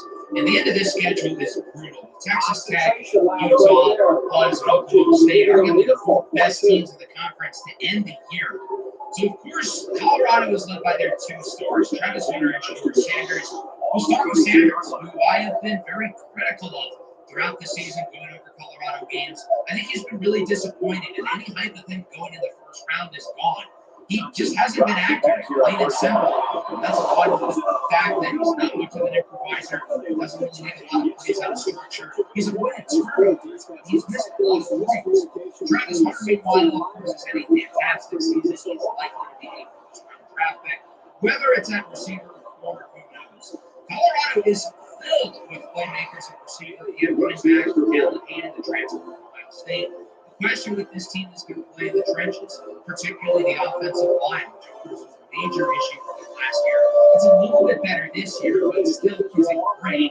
And their defense certainly has its fair share of faults, particularly in the back seven. But they've got some good players with Travis Hunter and Sanders leading the way in the secondary. So it should be a fun one here at Senior Day, the final home game of the year. The final home game for, again, maybe the greatest senior class in the history of Kansas football. So we want to get these guys out of here with a win and hopefully make it 6-0 at home. The offense will start at the 35-yard line. Oregon holds just a 2-point lead. 6-0 at home for the year. So Colorado opens up with the ball. Hand off up the middle for Dallin Hayden, and he is losing yards. DJ Withers brings him down, and that'll make it a 39 for the Buffaloes. Sanders looks to throw it as a clean pocket, looking downfield, and that one is hauled in for a first down by Will Shepard. Keeps the chains moving. Dynamic receivers in this Colorado team. Down 8 again. This one is hauled in for a first down by the All-American Travis Hunter. Hangs on for a tough reception. 2nd and 5. Sanders is dropped in the end zone. Mello Dotson had a pick right in his hands. Can't come down with it. That'll make it a 3rd down. Short throw caught for a first down. Gives out some 3 yards to the inside the 5. Here's Isaiah Augustave. Pushes his way in. Colorado marches down the field with an early touchdown. They lead 7-0. I think the over-under for this game might legitimately be 100 with these two dynamic offenses and these two questionable defenses. As we take our first look at the Kansas offense, I really wanted to do a cool gesture and have all the seniors start or get a rep or something. I probably would have done it had we beaten BYU last week, but we need all the plays we can get. We're focused on winning a national championship. We need our regular starters out there. 2nd and 10, it's a screen for Devin Neal, weaving his way through defenders, and he gets a first down. Neal had arguably his worst game of the year last week against BYU. But to clean things up today as he catches the short pass here on first down with room to the right side. And already Devin Neal impacting the passing game on this opening possession. 3rd down and 7. Jalen Daniels looks to throw it. Looking for Neal again. Close to the red zone. Obviously, this senior class is headlined by the dynamic backfield of Jalen Daniels and Devin Neal. So first down, Daniels looks to run with it. He's got space inside the 10. Fumbles it, and it is scooped up by Luke Grimm. Thank goodness that could have been bad news. So Kansas holds on to the ball from the 5. First and goal. Daniels on the run. Connects with the senior wideout, Lawrence Arnold, for the touchdown. And Kansas matches Colorado with a touchdown of their own. Jayhawks only scored 17 points last week. This wasn't an issue of moving the ball down the field because of their struggles in the red zone. And they nearly had another red zone turnover by Daniels. Luckily, they're able to avoid it, and this game is tied. Colorado back with it. True throw off of the Jonte Wester, who's had a fantastic season. Brings it to around midfield. I would argue he's been the 2nd best player in this offense outside of Hunter. First down play action, and that does not fool the true freshman, Dekias Brinkley, who is in the backfield with his 14th sack of the year, 2nd in all of the FBS, behind Oregon's Jordan Burch, having a Heisman-esque season defensively. Minute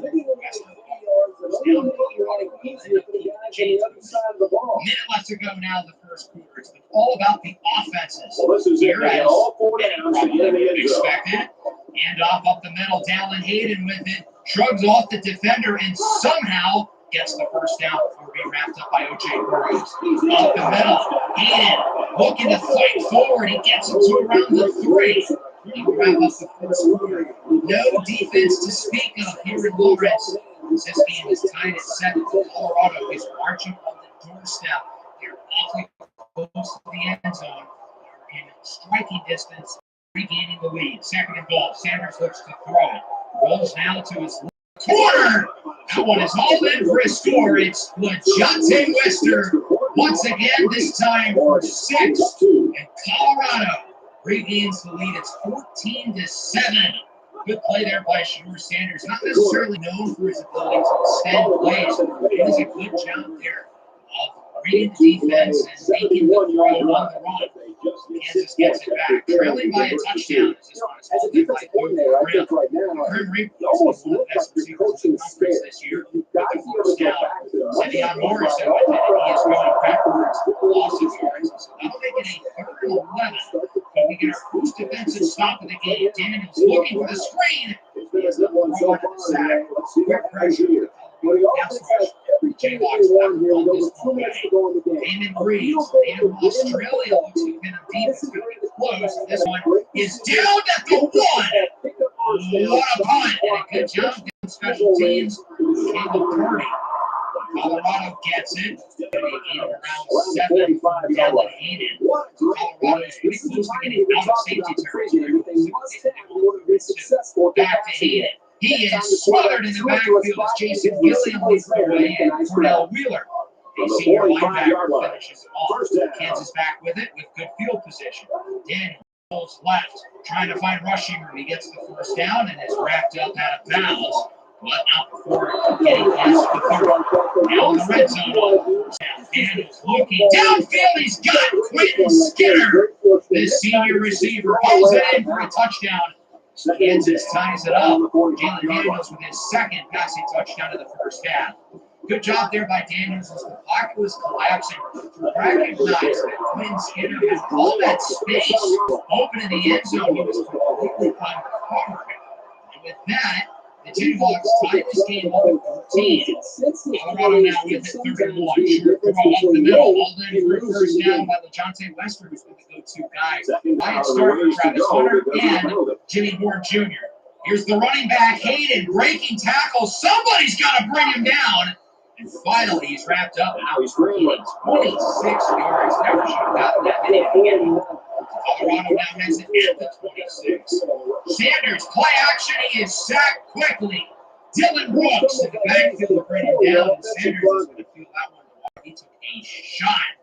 Seems like he kind of hesitated with the handoff, and Brooks was going to take advantage. Have you had pain or other complications after hernia mesh surgery and had a revision surgery or mesh removal? Advantage. Third watch, short throw caught for a first down. It's Travis Hunter.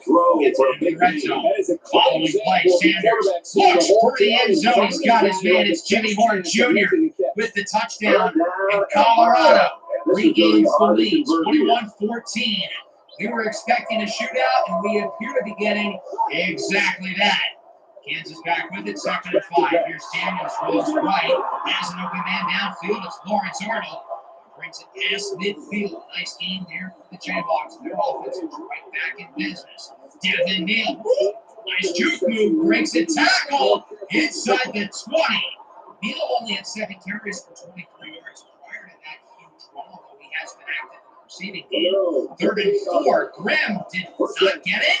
I feel like his knee very clearly was in the end zone. So they're going to review the play. And it turns out he was past the first down marker, but he wasn't in the end zone. I don't even know how you can tell where the first down marker is. But it was originally 4th and inches. Now it's a first down. So at least we get a new set of downs. I think that's a bigger deal than it being called a touchdown or not, because now we're going to get 4 tries to punch this sucker in. But realistically, we're only going to need 1.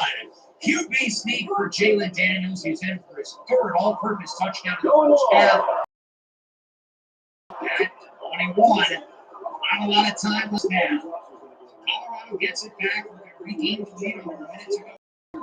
Sanders looking short, caught for a 1st and more. It's Will Shepard who gets it to the 43 as Colorado uses another timeout. That is their 2nd. 2nd and 10, 43 to go. Sanders under pressure, looking downfield. He's got Hunter! Jackpot! Touchdown, Colorado! But there's a flag. Luckily for the Buffaloes, it's not coming back. They hit a quarterback by Brinkley. Colorado will take the lead after all. That's Kobe Bryant in coverage who got burned. He decided to play for the ball, which objectively was probably the right decision. He knows he's not beating Hunter in a foot race, so he's either got to get the ball or let Hunter make the play. Kansas has it back. Daniels wants it all. He misfires for Graham, who was open. That could have been a touchdown for the Jayhawks. Daniels missed the throw. 3rd and 10. It's going to be a short screen here for Devin Neal. Neal with a 1st and more. Has a few blocks. Nobody's in front of him. Devin Neal. 15-10. 5. Touchdown. Devin Neal, you are Houdini. Pull a rabbit out of his hat like he's a magician. And we're tied at 28. What a play after the catch by Devin Neal. He takes that one 75 to the crib. And we are knotted up at 28 late in the second quarter. We just went for the screen there to just try to get something going on offense, maybe get the first down. Not expecting that. But when you have one of the most dynamic running backs in the country, sometimes you're going to have a few plays that go for home runs. This was a grand slam, and Kansas ties it at 28, just seconds left in the half. So with that, we are wrapped up here in the first half in Lawrence, 28-28. This game has been wild so far. You want offense? You're getting plenty of it. Shador Sanders, Jalen Daniels, and Devin Neal all putting on a show. This second half should be quite exciting. So grab your popcorn now, because it's going to be fun. I said going into this game, the over-under is 100. These two teams are on pace to shatter that mark. So we'll see if they're able to ultimately break it here as we go into the second half. Got to get something out of our defense. I didn't expect us to let up only 21 points again. But realistically, this game looks like it's going to be a track meet. Whichever defense is able to just get a couple of stops is probably the team who's going to win the game. Kansas will start off with the ball. 2nd and 3 for the 44, plus field position already. Downfield. That one is caught by Luke Graham. Gets nearly 30. The Grim Reaper once again looking to kill this Colorado defense. He puts Kansas into the red zone. 2nd and 9. Read option. Daniels smothered in the backfield for a loss of a couple as he is wrapped up on the play by the defensive lineman Quincy Wiggins. 3rd and 11. Daniels connects. He's got Casey, and they will give him the first down. So the Jayhawks are able to convert there. That was one of the chains. 3rd and goal. Neal is not in. Colorado gets to stop, and when you're that close, punch that sucker in. 4th and goal, maybe 6 inches away, and Jalen Daniels fights his way in for a touchdown. That is his 5th all-purpose touchdown of the game. 3 through the air, 2 on the ground, his 11th rushing touchdown of the year, and Kansas takes their first lead of the entire game. 35-28, Colorado back with it. Sanders has his man, it's Travis Hunter, who brings it to the 40. Buffalo's looking to get Hunter more involved after his big 57-yard touchdown at the end of the first half. Following play action, Sanders looks to throw it, looking downfield, it is caught! Oh my Lord, what a catch by the tight end, Sam Hart. Maxim was slow to catch up to him, but he still had him smothered in coverage. How did he catch that? On 2nd and goal, the Buffaloes walk it in. Dallin Hayden with the score. And Colorado is going to tie this game up at 35. So Kansas has it back. 52 left in the third, now mounted up at 35. The senior tight end, Jared Casey, in motion. This is play action. Daniels has a wide open man downfield. It's take a guess. Luke Grimm, who's been uncoverable these last few weeks. He gets 42 yards. Final play of the third, 2nd and 1. Daniels has a man open in the end zone. It's overthrown.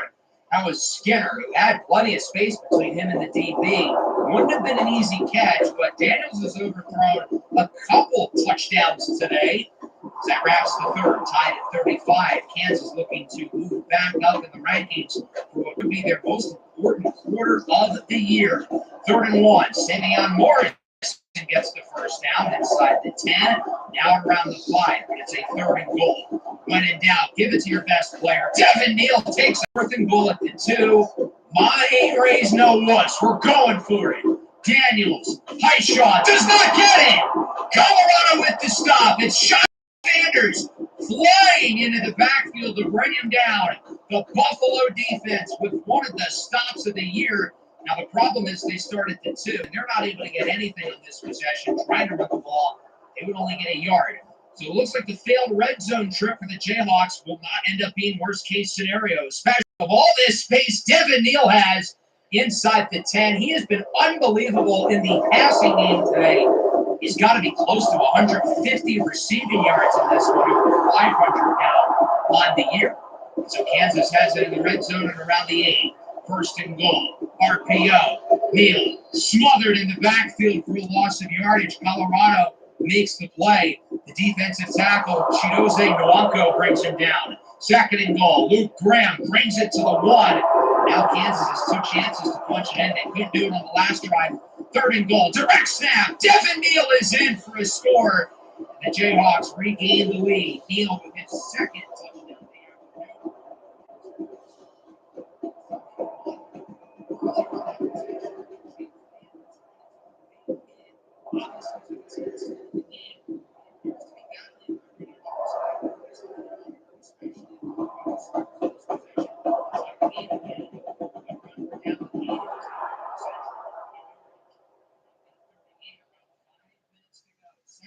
Lead for Kansas.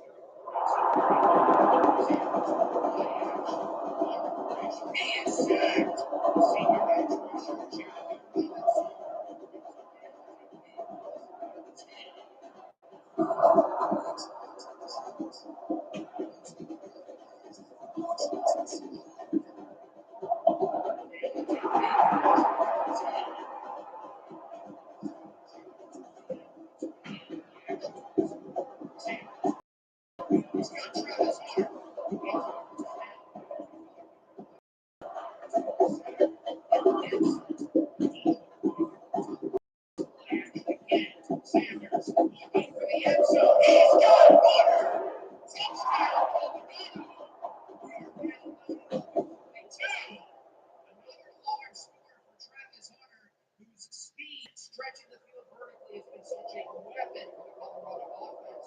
Our secondary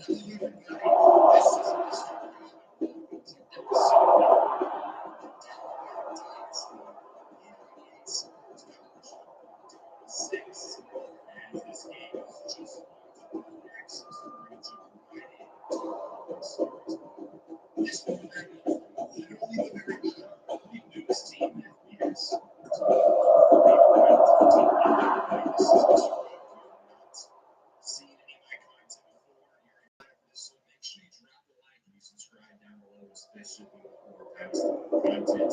This is a franchise/dynasty centric channel. It's a huge part. Let's get ready to jump into another year. I'm excited for this. Last year was the first year in 11 years that we're in. They do coach the game against the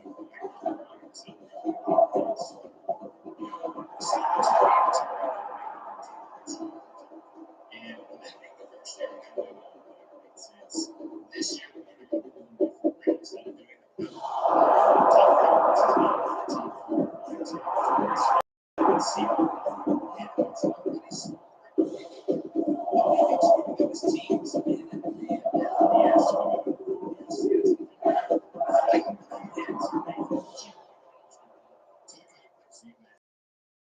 Let's not waste any more time. Let's get into this team and get into this dynasty. So it's time to jump into the dynasty here. They will analyze programs against 67, 69, 66 defenses, teams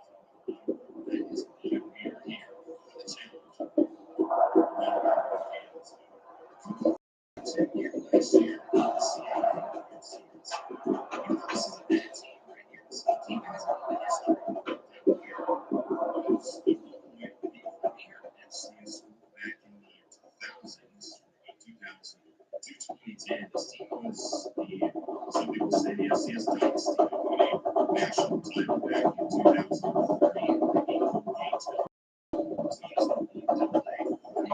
championship game. They went 2 more times in that decade, 2007, 2010, 2 championship. Producing players that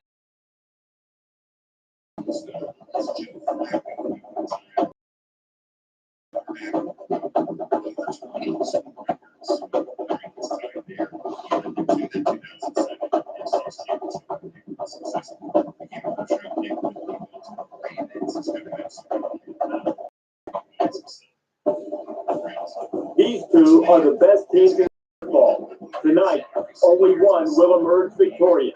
Only one can carry home the trophy. Only one can call themselves national champions. That's going to do it here in the studio, but don't worry, we'll be keeping your finger on the pulse of everything that's going on everywhere else across the country. Right now, it's time for kickoff, and ESPN College Football, Brad Nessler and Kirkland Street are on the call. This is it, folks. Tonight we crown the BCS national champions here in Arizona. This one should be a great one. Hi, everybody. I'm Brad Nessler with Kirk Street and Aaron Andrews. Nice to have you along with us. Tonight's primetime matchup is brought to you by Spark, who reminds you that what you can measure, you can improve. And it's a matchup between the Oregon Ducks and the Crimson Tide of Alabama.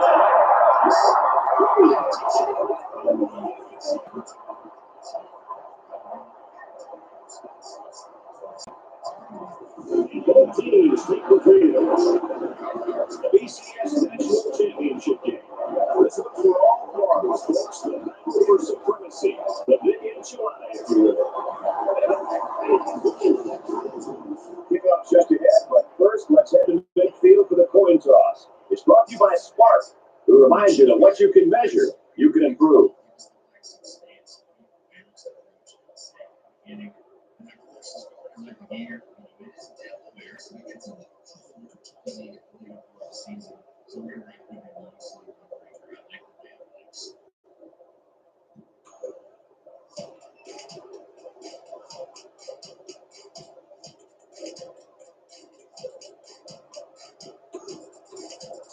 Number 86, McNeil has the ball set, and he looks ready to kick this one deep to open up the ball game. Here we go, folks. And they can forget about returning this one.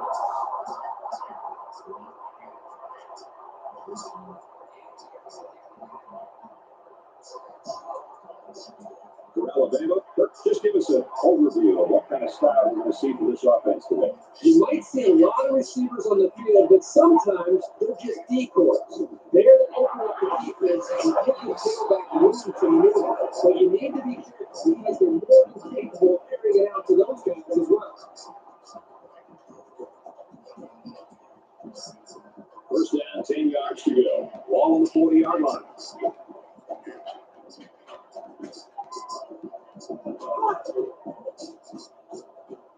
He's going to air the ball. Big catch there. For McCullough, he's just set a new high water mark for career passing yards here. Is he the best quarterback they've ever seen around here?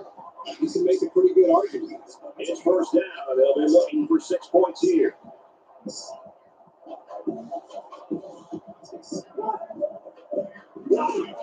he's around the 14-yard line. Ouch. Pretty big loss on the play. I think they might want to reassess the strategy here. Perhaps run a screen. Maybe hit the tight end or a short pattern. This team line is just a bit much to handle at this moment. It's second and goal. Ball on the 14-yard line. He tackles him hard at the 13-yard line. A 1-yard gain by the halfback. That makes it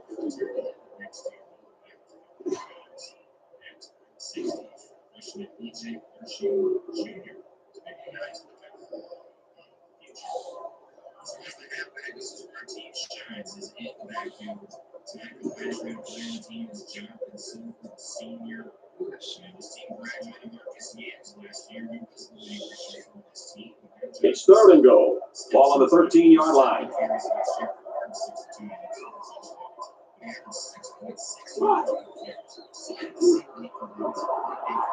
Strike to the to see the no-hitter.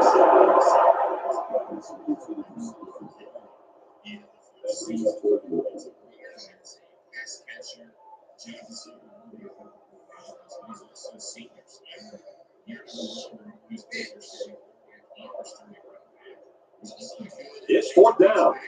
So the field goal unit is on the field. They'll try for 3 points. Alabama is looking to go 5-3. He gets it up. And Sanders for the